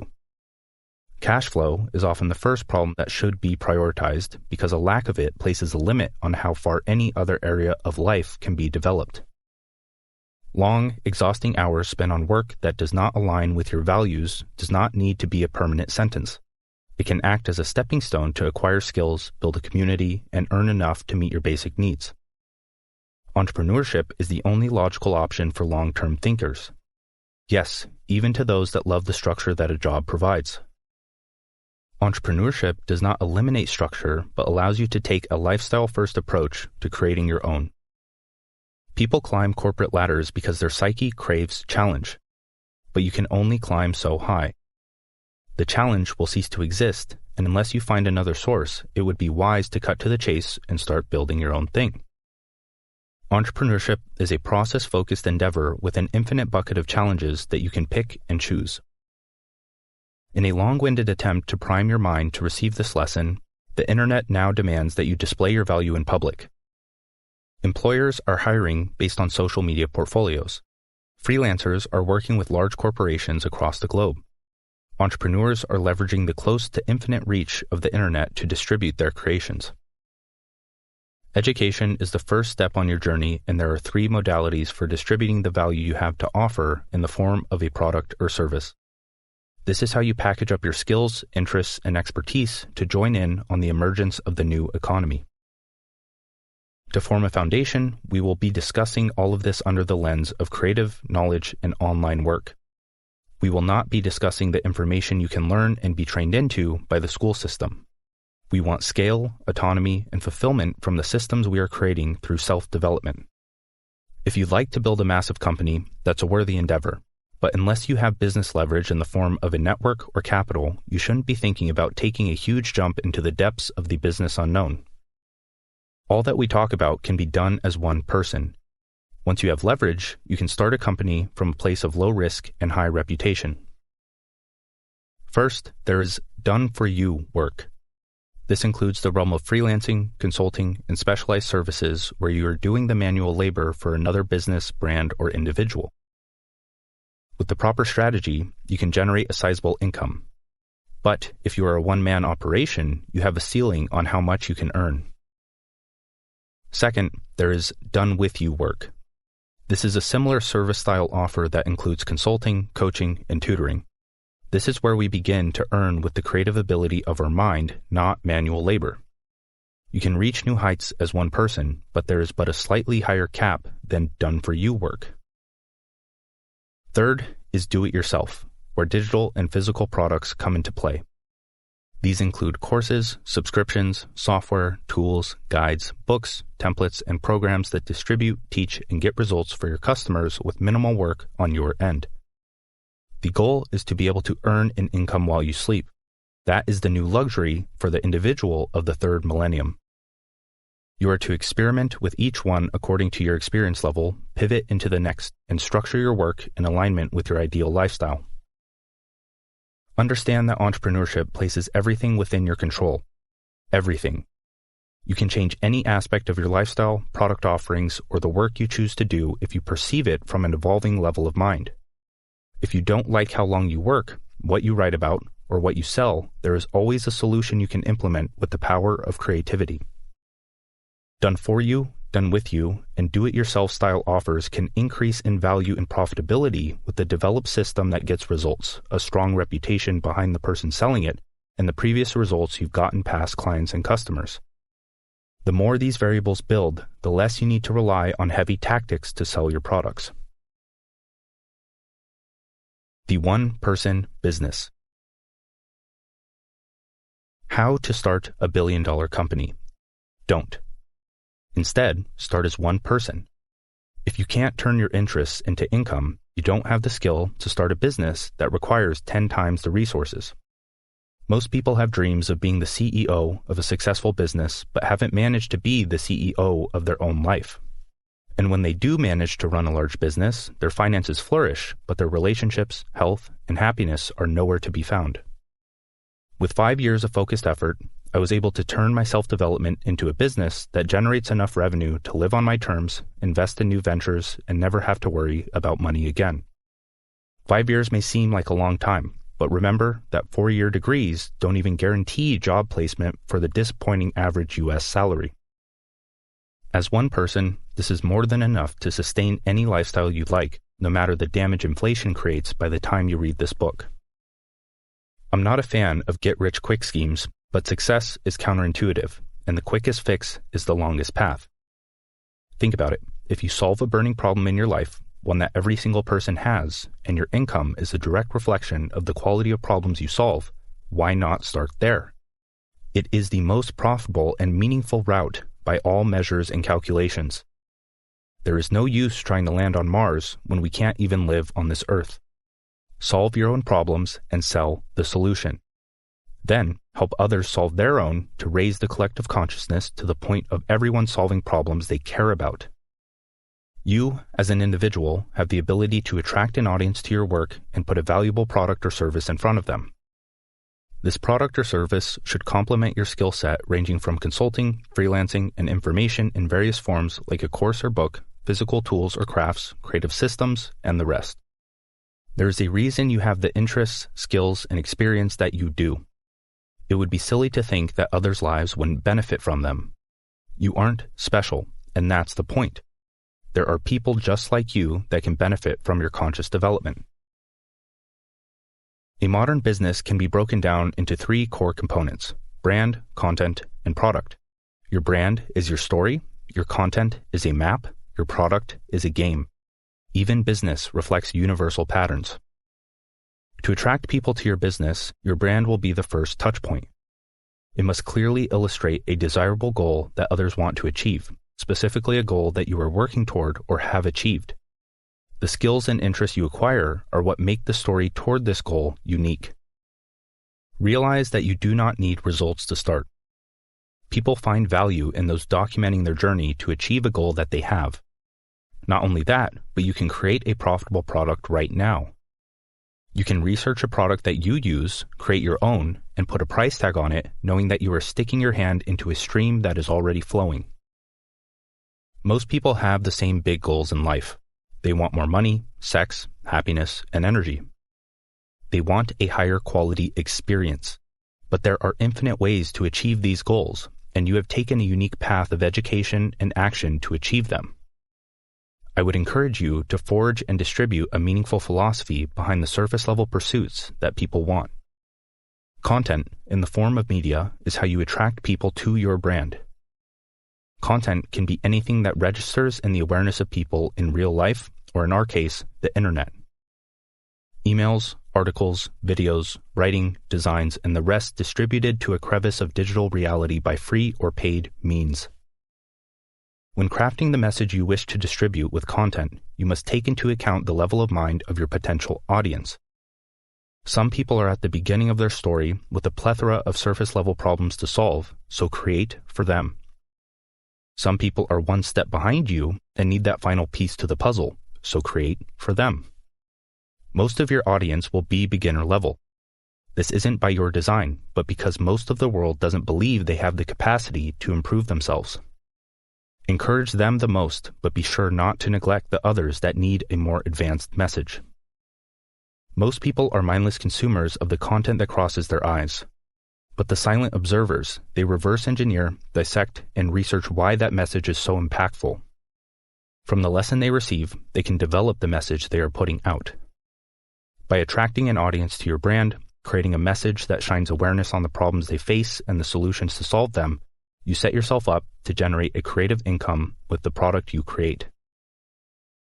Using what we learned about done for you, done with you, and do-it-yourself products and services in the last section, let's walk through a business path that allows your life's work to bloom.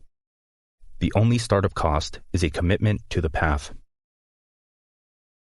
The easiest way to generate an income is to help people increase their own.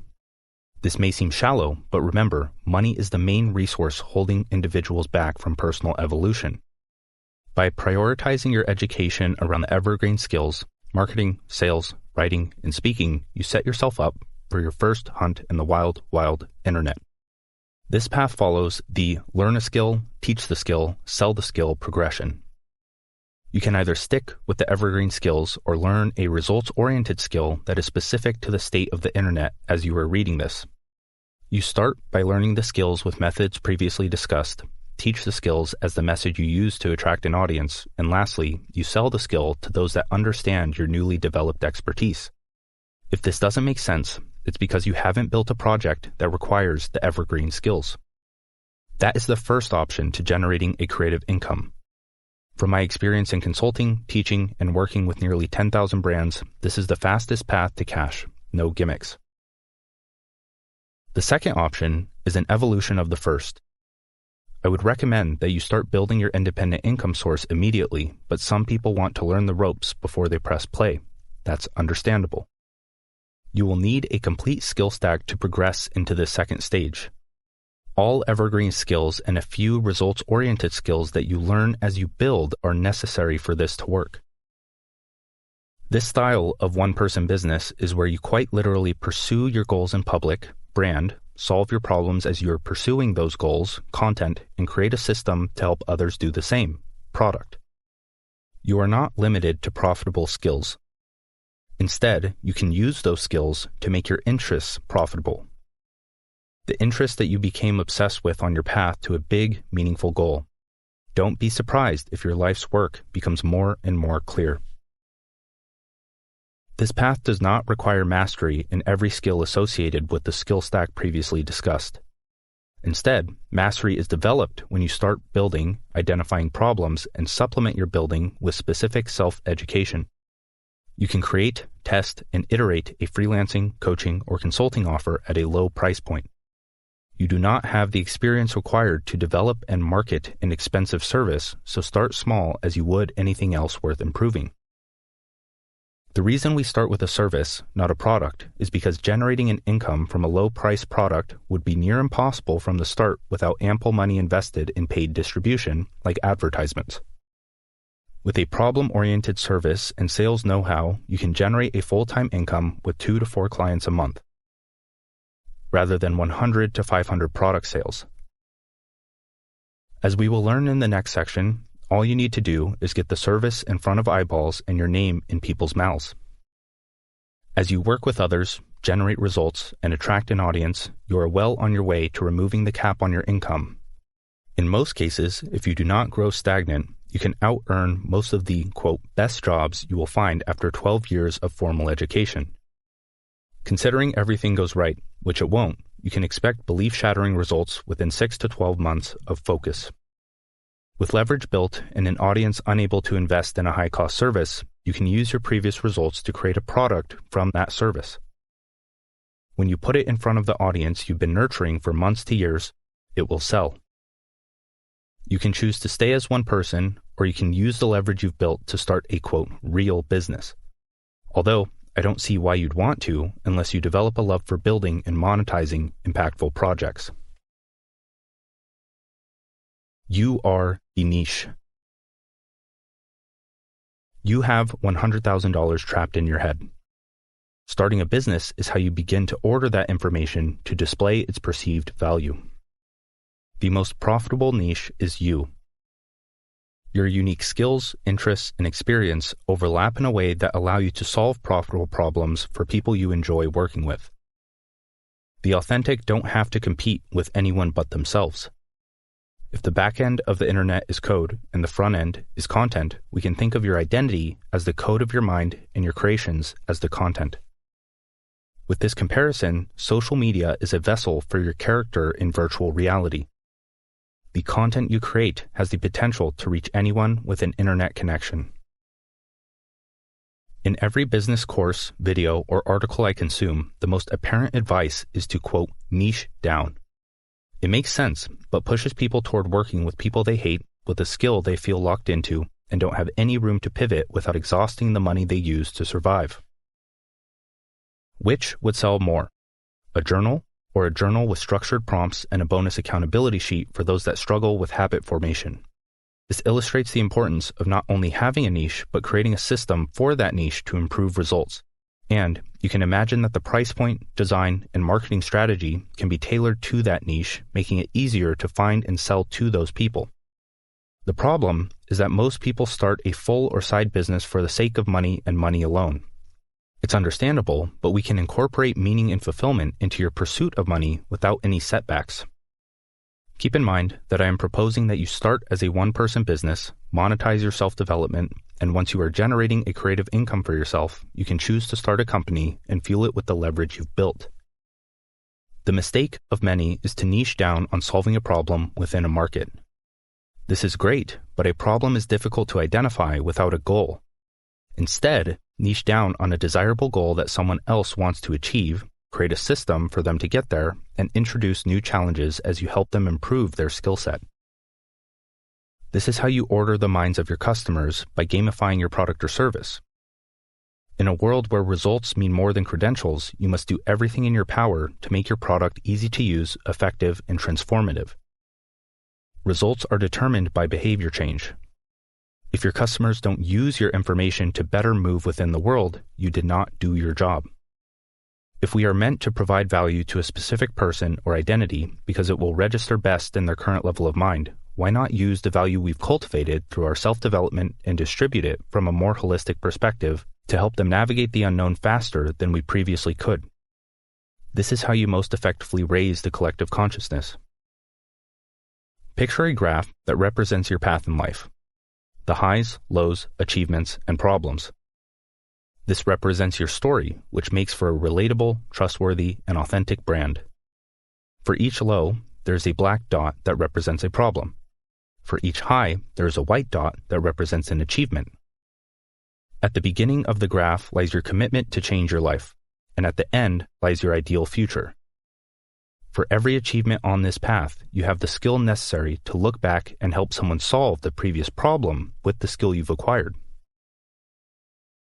If 5 people were standing at the bottom of a mountain and asked to draw a path to get to the top, they would all draw different routes. They will struggle to get to the first peak, but once they do, they can look down and create a more efficient path for someone else to reach the peak faster. Understand that you do not have to wait until you reach your ideal future to help someone that is a few steps behind you. In fact, this is the optimal position to help someone. A professional tennis player will have difficulty teaching an absolute beginner if they have not already created, tested, and refined a system that would get them results. You are the most profitable niche because what is more specific than this? Set a goal, acquire the specific skills that will help you face that challenge, systemize the solution to the problem, and use that project turned product to help a specific person solve that problem. As much as we like to think we are the center of the universe, there are many others like us. They have a similar ideal future, goals along the way, and interests that can help attract them to your solution. An objection I get often to this claim of you are the most profitable niche is that people won't be interested in your product or service if you attract them to your audience with a different interest. People can become interested in new things, just like you became interested in them. And if their main desire is an ideal future that is similar to yours, you can illustrate why specific interest is important for reaching that vision.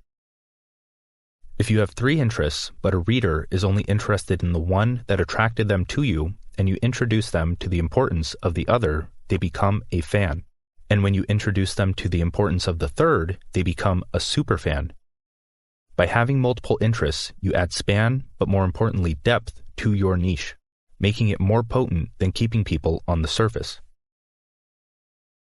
Most people have a similar vision for their future.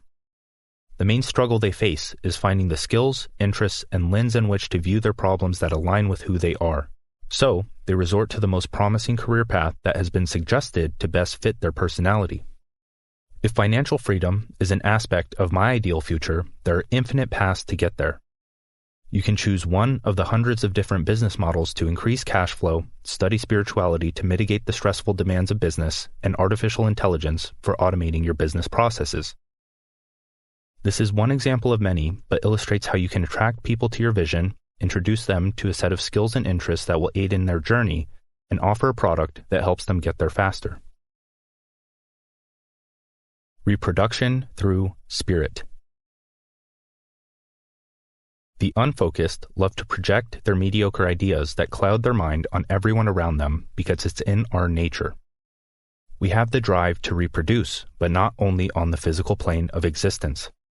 Survival and reproduction are consistent across all human beings. Like conceptual survival of ideology, concepts, and projects, we can leverage conceptual reproduction to bring more meaning to our lives. In other words, it feels good to spread ideas that bring positive change to the lives of people that invest in your message, products, and services. The positive behavior change you spark in others will encourage them to spread those ideas further. You will impact them, they will impact their circle, and that circle will impact their own circles until it sweeps throughout the globe and expands its focus far beyond where you thought possible. Think about the people that have had the greatest impact on your life. Is it because they performed manual work for you? Because they shook your hand and gave you a pat on the back? Or was it their ideas, the ones that lived in your head and influenced your behavior toward positive outcomes? That is the importance of meaningful ideas that prioritize big picture understanding. The technical details don't matter because the real-world techniques associated with them are individual. What works for them may not work for you, but the all-encompassing idea remains the same. Understand that ideas beget execution. You cannot have a better idea if its predecessor has not already been actualized. If our ancestors did not have the idea of a field plow and made it real through their ability to create, the idea of a tractor would be difficult to fabricate. In your life, if you do not have the idea to improve your health, business, or relationships, it will be difficult to reach the next stage of development in each. The problem is with those that lack the clarity to act with focus. We all know those people with the latest and greatest idea that will shake the world, but when you ask them about it years later, they have no idea what you're talking about. If you have followed the path I've laid out for you, that is to solve your own survival-based problems in the domains of health, wealth, and relationships, you will near the limits that material can take you. Your body and the manual labor associated with it to improve relevant skills has its limits. Yet nobody has reached the absolute limits of knowledge, consciousness, and intellectual capacity. Creativity is infinite. Productivity is finite. You can experience heightened states of creativity along this path, but realize that these are states. They are temporary. They are not your baseline operating state. When you master your survival, you unlock a stage of creativity that can carry your personal and professional life to new heights. Unfortunately, most people stop at this critical turning point in their development. This will take time, but I want to prepare you for what's to come. When you reach this turning point, you must prioritize intellectual development. That is how you maintain a sense of mastery behind your hard work. The cost of ideas is mental development, and the spread of ideas is mental reproduction. The combination of both creates mental mastery. That is, having a consistent flow of mental energy that impacts the quality of experience you seek to sustain. Reading, watching, and listening to information that challenges your current ideas, beliefs, and philosophies must become a cornerstone habit in your day, because you may grow attached to those ideas and yourself will cease to make progress. The challenge that this information presents will require a match in mental skill. This is how you develop your mind toward infinity. Before the internet, you would interact with at least 1,000 people in your lifetime. In each of those interactions, each person is attempting to survive the ideas they hold in their mind through communication. Each of those 1,000 people will know 1,000 more in their lifetime. Your ideas will pass on, even if the impact is insignificant or negative. With this logic, you are 2 network layers away from impacting 1 billion people with your ideas for good or evil. With the emergence of the internet, this is amplified. Information spreads between hundreds of thousands of people in the blink of an eye and spreads throughout the digital collective consciousness. Through self-development, you can accept the responsibility to spread ideas that are conducive to critical thinking, peace, and progress. Creation and growth are universal laws that balance out the story of death and decay. They encompass the process of self-preservation and self-replication. A panther will defend itself until its demise, but even then will attempt to replicate itself in the form of offspring. Animals only have the desire to reproduce the information in their genes, while humans have the desire to reproduce the information in their minds. Remember that these desires, or desires in general, are not bad. But if you desire to change something that you can't, it becomes the source of your suffering. Creation is the process of changing what you can, which becomes the source of meaning. Success of a life form is its ability to take energy from its environment and channel it toward a purposeful creation. For this to occur, you must develop an autonomous sense of self that generates its own rules. Those that only seek to reproduce the information in their genetic code or socially conditioned mind have little conscious input in the creation of their lives. The fate of humanity is not guaranteed. The evolution of the collective is only as powerful as the individuals that comprise it. It is for that reason that our evolution depends on the individuals you and I create through the reproduction of information born from conscious personal progress. If any given self is too comfortable and mindless, they will avoid the personal challenges that influence the fate of humanity. The information you pass on to your children, their children, and the other 1 billion plus people you interact with ripples throughout the universe. We're not adapted for absolute certainty.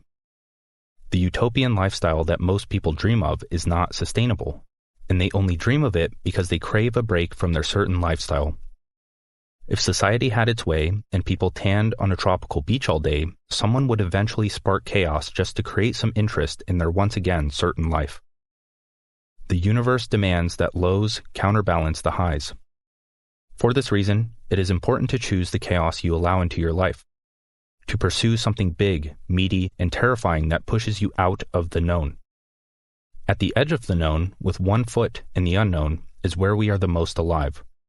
Not absolute order, nor absolute chaos, but a middle path where you are engaged with the conversations, education, work, rest, training, and other challenging situations on the path to your meaningful goals. Pursuing big, lofty goals with a clear plan of your creation is how you discover new potentials for your life. Those new potentials outweigh the pleasure you can reap from any instant source. Why? Because you can feel your nervous system signal that the discovery of new potential is worth your attention. When you are at your edge, you are at one with reality. This is where the flow of information is maximized. This is where you discover new insights, ideas, and perceptions that can be laid as bricks for others to walk on. The mind and body have the drive to move forward. That is, to know and discover who we are, where we are going, and why we are going that way. So we aim for the future, but if we launch too far into the unknown, the information we perceive is too chaotic. And if we don't launch far enough, we are never exposed to the potent information we can replicate. Be careful, because once you actualize a goal, it becomes known, and therefore loses the meaning it once held. From this, we realize that happiness is not found at the top of the mountain, but in getting better at climbing to new peaks of a mountain that is infinitely tall. A primary source of suffering is knowing that you are meant for more, that you have something to discover, build, and give, but have not started on your path. Many become victims of the roadblocks in the way of their self-defined goals, so they fill that time with destructive actions or the certain pursuit of someone else's goals. The way out is to slingshot in the opposite direction. You don't need permission to orient yourself with authentic living. To lean into uncertainty, confront your fear, become stronger, and realize that there is no limit except the ones that you accept. Be brutally honest with yourself about where you can be in 10 years if you take responsibility for how you move in the world. Sit with your source of suffering, the thought that you're not everything you could be, and the fact that you know it. Allow it to dig into your soul and set it on fire. Zoom out beyond your existence, paint a future you want to create, and focus your attention on authentic action. With a fire in the belly, invest energy into that future. So much so that a lack of action would feel like a waste of $1 million. As you press on, remind yourself that the game never ends. Value creation. I'd like to believe that the unconscious, evolution-aligned intent behind modern technology, specifically the new society forming in social media, was to allow us to gain access to information we wouldn't normally have, thus increasing our potential in life. Information leads to awareness of opportunity. Awareness of opportunity leads to valuable ideas. Valuable ideas lead to positive behavior change not only in yourself, but in others. Positive behavior change ripples from the individual to community to society and beyond. One can argue that the spread of valuable information is one of the greatest goods you can do. Now, manipulation of information can lead to death, destruction, and getting trapped in your own head. But we are here to focus on the positive implications of the information age we live in, thus breathing more life into it. I want you to understand one thing. Everything is information or information. Everything is form that arises in consciousness that is the eternal present moment. Our genetic code is information. Light is information that our eyes perceive in a way that aligns with our survival. The past, present, and future states of our lives are the result of information conditioned into our mind over time. Information is how humans form beliefs that shape our thoughts and go on to influence behavior. Information is what culminates as tension or resistance, and when released leads to discovery, innovation, and creative breakthrough that ripples throughout the universe when put to use. Everyone has the same big goal they are trying to achieve. That is to increase the quality of their human experience as much as possible. Our thoughts, emotions, and actions, which are all types of information, dictate our experience, which is information in the form of feedback. You see, the human mind needs ordered information to keep itself, well, ordered, like sports, religious doctrine, or morning routines. Once we have the information to play a game well through learning, and then play the game well that results in experience, that experience will be of higher quality than if we were fed chaotic information.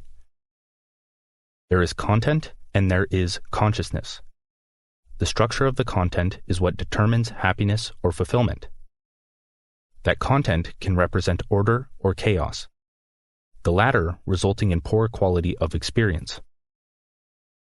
While most use information as a way to distract themselves from the problems in their life through argument, mainstream news, and flavor of the day drama, others realize this trap and let curiosity guide them in the opposite direction. There is a way to use information for good. That way is to control the content of your consciousness, guide the content of others' consciousness, and increase the quality of life that all parties experience. This is a journey of both self-actualization and self-monetization, which eventually results in self-transcendence, increasing your quality of life and passing down what you've learned to do the same for others. The future belongs to those who occupy the most mental real estate with their ideas. Manipulators know this and will stop at nothing to act as collective crabs in a bucket. That is, minds of low development will try to bring the world down to its level. Minds of high development will try to bring the world up. We are in the middle of a spiritual war of ideas. Creative work is the vessel for impacting the minds of others, but don't be mistaken, this is a spiritual battle. When you peel back the veil of labels, limits, and distinctions, everything we do is to transfer our quality of experience from one to another until we reach the collective experience of the universe. The emergence of the digital plane of reality has perpetuated this issue, and I hope you feel a sense of obligation to raise the collective consciousness through the spread of quality information through your medium of choice. From a high level, every entrepreneur, monk, and subjectively successful individual understands the importance of tending to the information that lives in their head rent-free. When you read a book, the best ideas are adopted into your worldview. When you consume social media content, the same thing happens. Over time, we cultivate a perspective and identity that influences and reinforces itself through our choices. Whether they be positive or negative, the ideas that occupy collective mental real estate will influence the progress we make as a species. The future belongs to those that can capture and hold attention with valuable information for the most amount of time possible. This is not limited to people physically looking at you, listening to what you say, or consuming a product or service they purchase from you. Like an impactful quote, people can hold information in their mind and give it attention when they need to make a life decision. To create is to meet the base desire of your psyche, and the experiences that manifest through focused creation are the ones of feeling lost, overwhelmed, focused, and fulfilled, often in that order. Creation is the process of hunting for an abundance of raw material, experimentation, making a giant mess, connecting the dots, and attempting to package up your findings in a way that is perceived as valuable for whom it was created. To become a value creator is not a business model, but a way of life. It is the simple yet often overcomplicated act of leaning into your nature of survival, reproduction, and exchange of goods between your community on the mental plane of existence. Value creators are obsessive reality explorers. They don't build to make money, they make money to build. They research their obsessions and distill their learnings with articulate writing or speaking that is persuasively distributed to the public. They get paid for aggregated knowledge and experience in their products, even if those products aren't information products. Lastly, they prioritize education of their attracted community to the point of positive behavior change. Value creators dedicate themselves to their interests found in exploring the unknown, not an interest that was projected on them, because that would eliminate the unique combination of interests learned, which would decrease profitability beyond money. Why does this matter? Because we need passionate individuals to become experts in their respective domains of mastery. Who else is going to do it? Will the government, that is intimately tied to the school system, nurture a curriculum as technology phases out an entire segment of work? Not a chance. At the time of me writing this, the value space in the new economy is sadly small. Everyone is focused on flashy gimmicks and cheap entertainment to hold a mindless audience. Few care about the depth behind the looks. The looks are important, don't get me wrong, but they are groundless without an attached intrinsic philosophy that gives meaning to what can quickly become a meaningless existence.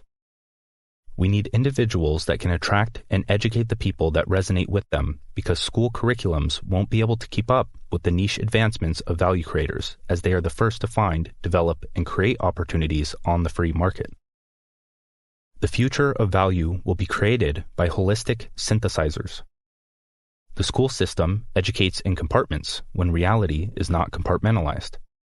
Each department, like science, humanities, mathematics, and art, each have their own biases in which they isolate and interpret information with a lack of regard for the whole. In this day and age, the problem isn't a lack of technical expertise, it's a lack of wisdom. Wisdom is nuanced and requires development over time. When you zoom out to adopt the perspective of the universe, you gain the understanding needed to piece together a creative solution that can hone in on a technical problem. If you accept this path, you will be criticized. You will contradict yourself because life requires change. You will feel lost quite often. Don't forget that it isn't supposed to be any other way. If you haven't yet created sustainability in your life, the only other way to achieve it is by someone else's creation. To reiterate the entirety of this path, there are a few things to keep in mind. First, seek to understand and experience the patterns of the universe. They can teach you more than any words, form, or interpretation. Notice how it ebbs and flows. Across all planes of reality, there is creation, destruction, give, take, birth, and death, with an invisible glue holding it all together that we call spirit. Second, and as you experience the full range of the human experience, align your decisions with the perspective of your ideal self. This is done through creating an actualization hierarchy of goals, moving forward, moving back, learning, and solving problems that reflect on a universal level. You are the universe, but there are many limitations you have accepted that prevent you from realizing who you are. You burst through these limitations by making progress and doing the inner work necessary to avoid getting lost in the game. Third, and from an elevated state of consciousness, harness the creative ability of your mind to build holistic projects that contribute to humanity, even if on a small scale. And build with your own two hands. Make the immaterial material. Turn dirt into gold. Become a massive value creator in a world that is desperate for depth. At the root of it all, leave your dent on the world through the art of focus. The meaning behind the symbol. The symbol, named the foci, is composed of 3 concentric circles, one large, one small, and one in between, like a bullseye or target. The foci is representative of focus, not the shallow interpretation that is only associated with deep work, but the foundation of life itself, as illustrated in the book. There are 3 potential meanings for the symbol, but they are all synonymous in most cases. 1. Purpose, path, and priority. The first interpretation is the most practical. It is the universal principle to order the mind of yourself and others. To set your mind on something beyond yourself, create clarity with a path, plan, or strategy, and prioritize the problem that must be solved. This can be used for visualizing your future, making an important decision, or crafting a product that will transform the lives of others. Use the symbol to remember this framework when you feel lost, overwhelmed, or in a chaotic state of mind. 2. You, the known, and the unknown. The second interpretation is to encourage you to push beyond your limits. To educate yourself, use what you know, and push into the unknown, the land of infinite potential. The symbol can help you avoid getting trapped in the known. If you stay there for too long, you don't need to wonder why life is boring, monotonous, and lacks purpose. 3. Your perspective, the perspective of your ideal self, and the perspective of the universe. The main difference between those perceived as successful and those perceived as failures are their life direction. The outcome of their lives, where they are now, is the product of the uncountable decisions they made at any given moment. When you zoom out to view situations from a more holistic perspective, good decisions become seamless. Use the symbol as a reminder to view situations from the perspective of both the universe and your ideal self. The end. Audible hopes you have enjoyed this program.